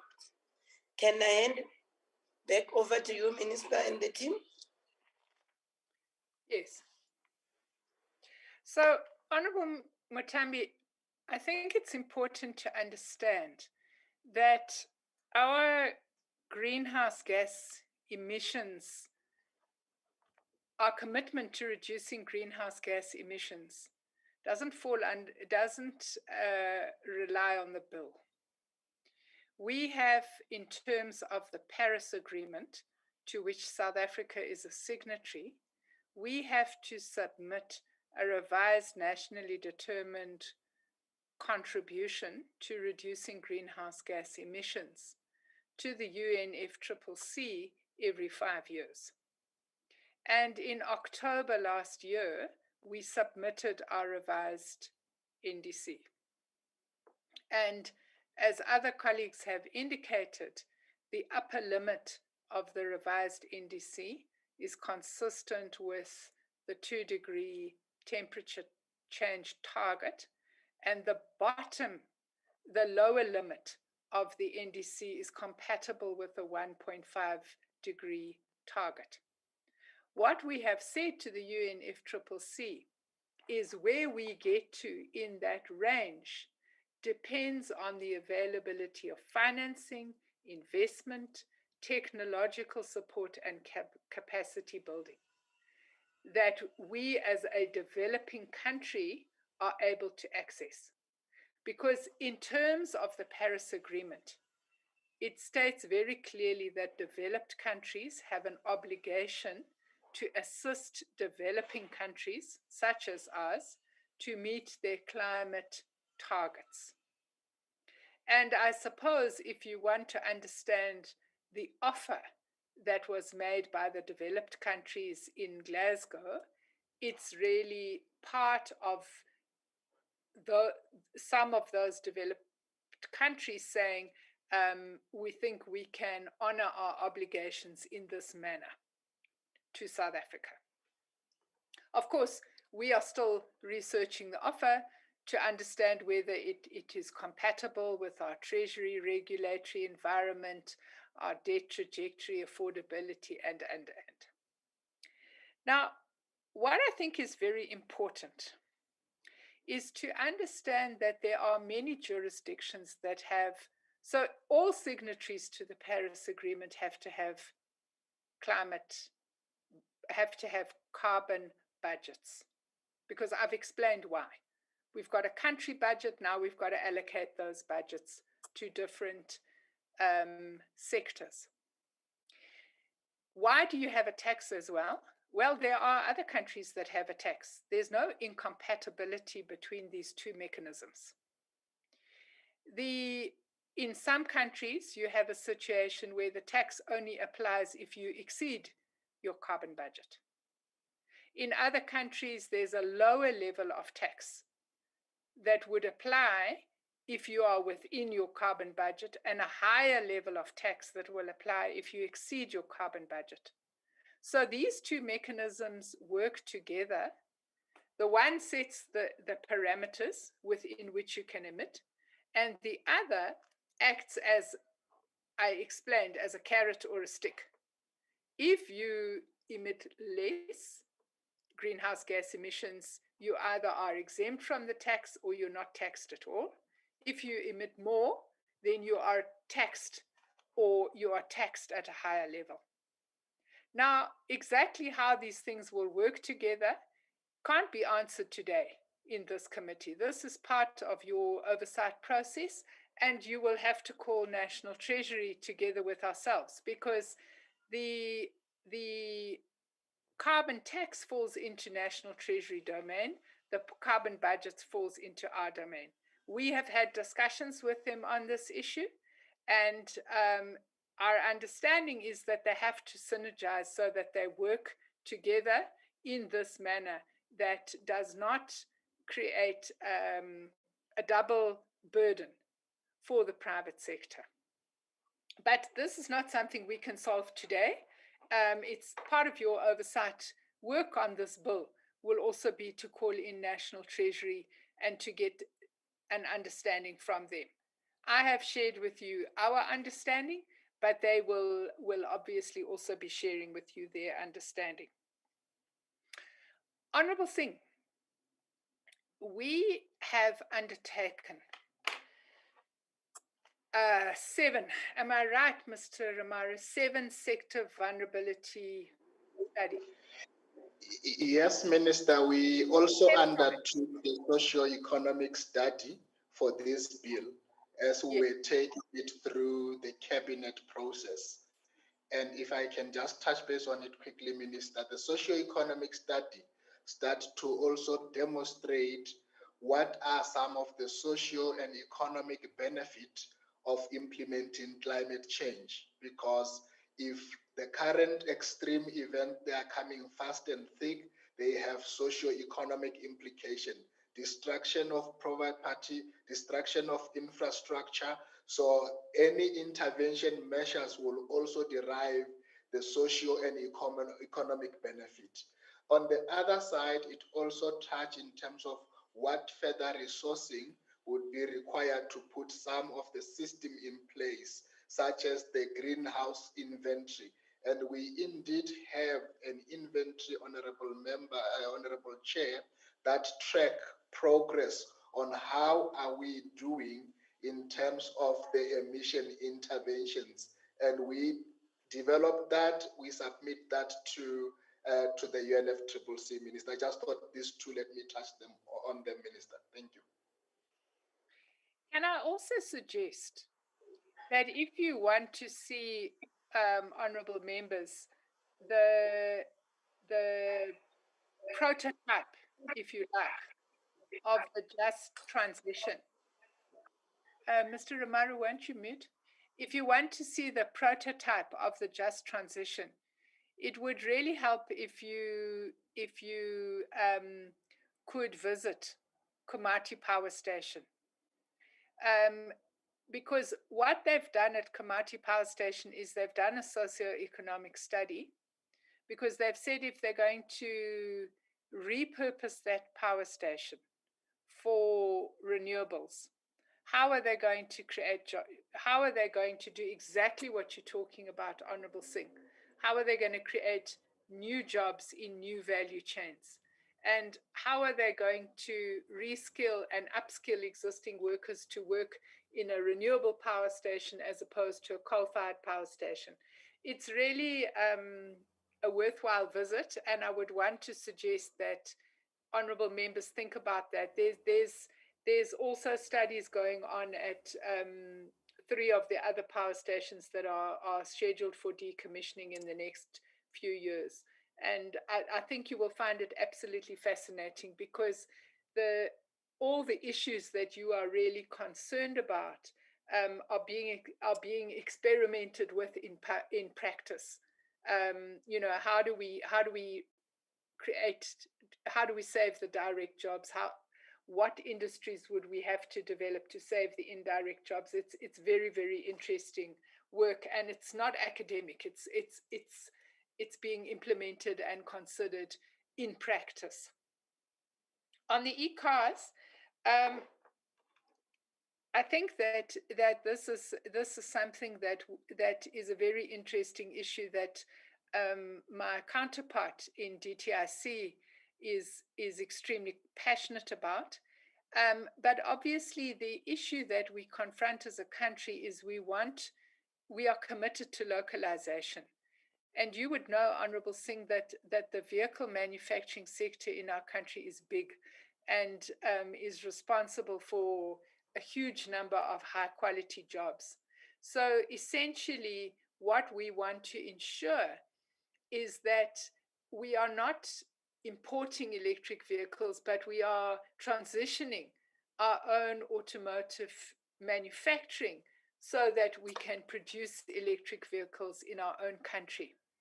And I think that part of what we have said to the developed countries that made the offer is that there are 3 areas where we would want to utilize the money. The one is on the ESCOM transition.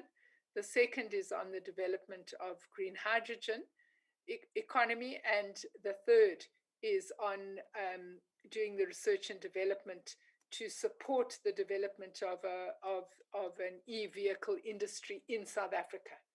You would know that last year, towards the end of last year, Toyota launched the first hybrid vehicle manufacturer in South Africa. But obviously, we are interested in transitioning the whole industry to e-vehicles, because part of the socioeconomic studies that Mr. Romaru is referring to indicate that we face what we call a transition risk in our country.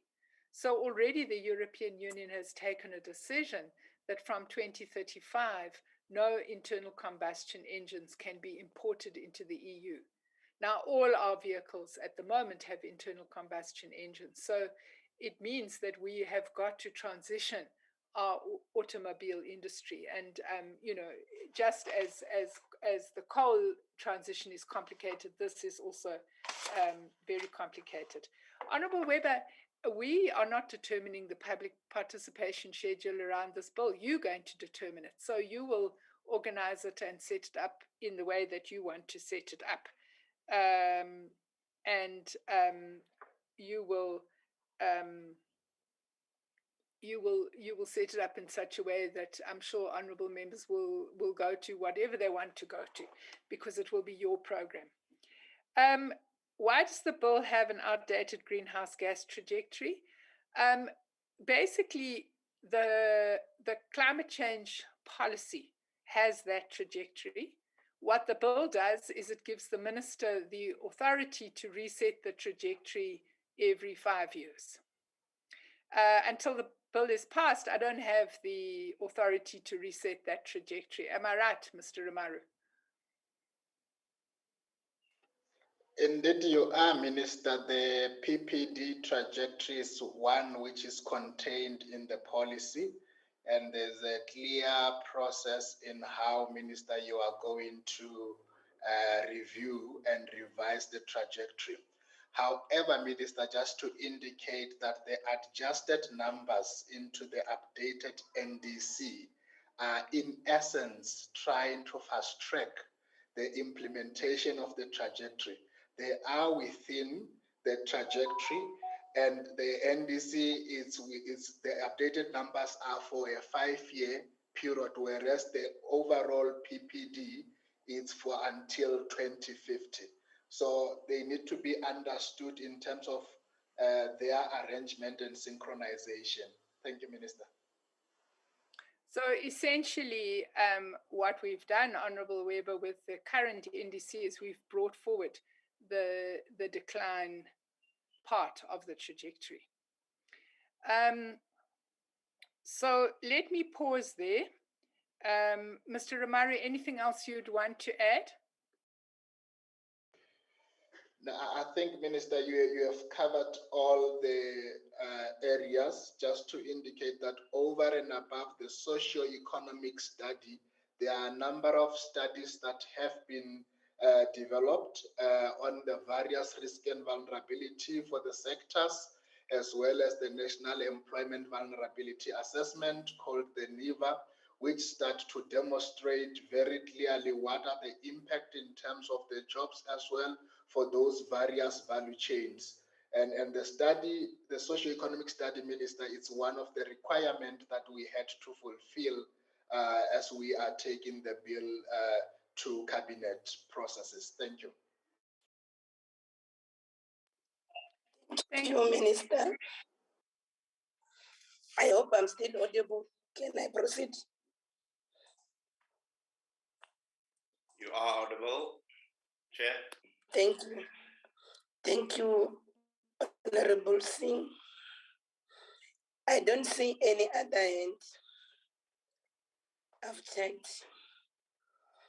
I think then it means we have resolved on the issue of the desirability of this bill, that we need to process it. But then, as I'm going to propose the way forward, there's one issue, the reason why I was asking the question around whether the law will assist in reducing these emissions. I'm raising this because if we're not going to rely on this legislation that we're about to pass to reduce emissions, why then do we have this bill? Because also, Minister, in your response, you also reference specific laws in the NDCs to attain our emission limits. So I was under the impression that this is also going to strengthen our hand, because you are seen with these other environmental laws at some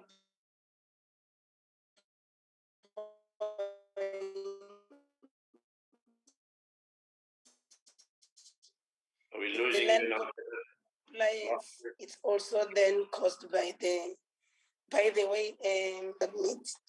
And then, Honorable Singh. I say we lost you for a while. We lost you for a while. We lost you for a while. Okay, okay. Can you hear me now? My apologies for this. So that's the issue, but let's then, can you hear me, colleagues?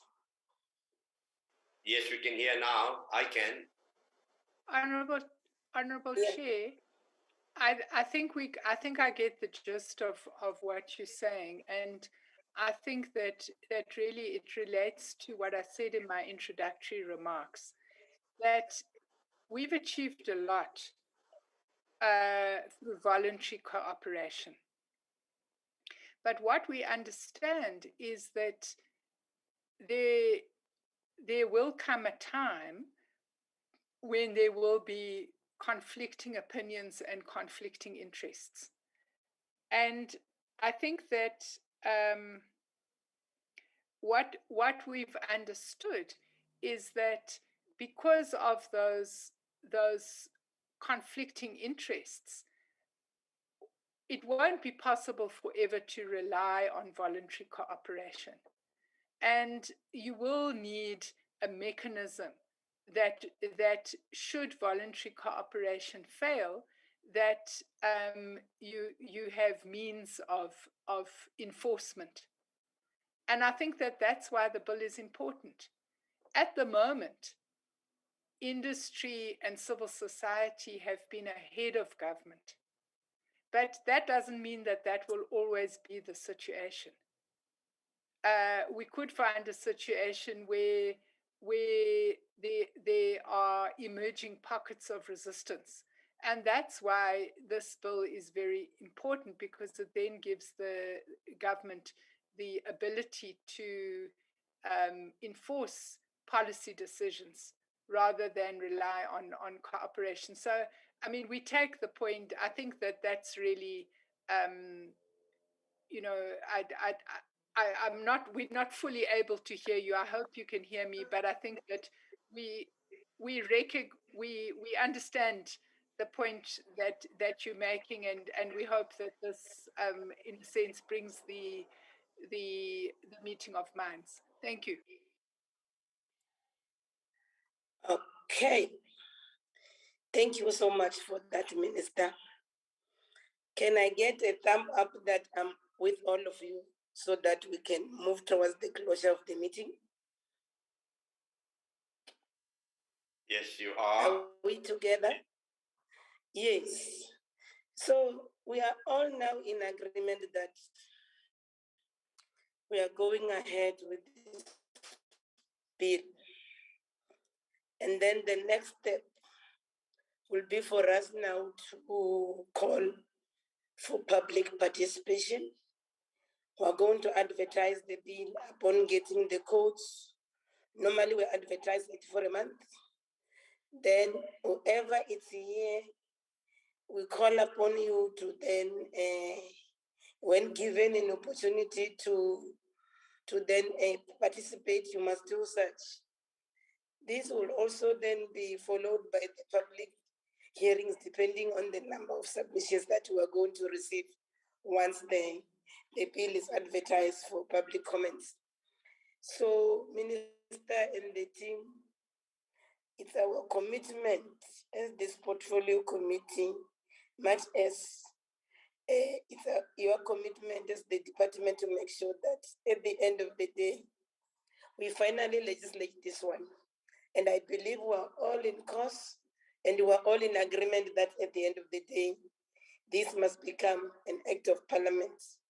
Having said that, I think I must thank my colleagues in particular. They've been seated here since morning. They are still all here, including everybody who has been in the meeting, to thank you also for your interest on this matter. Then we can then adjourn this meeting on this note that I wish you a very fulfilling weekend till we meet again next week on Tuesday. Thank you, Minister and the team. Thank you, everybody who's in the meeting. Thank you, dear colleagues. Thank you, Chair. Thank you, Minister. Bye. Bye. Thank you, Chair. I'd Mr.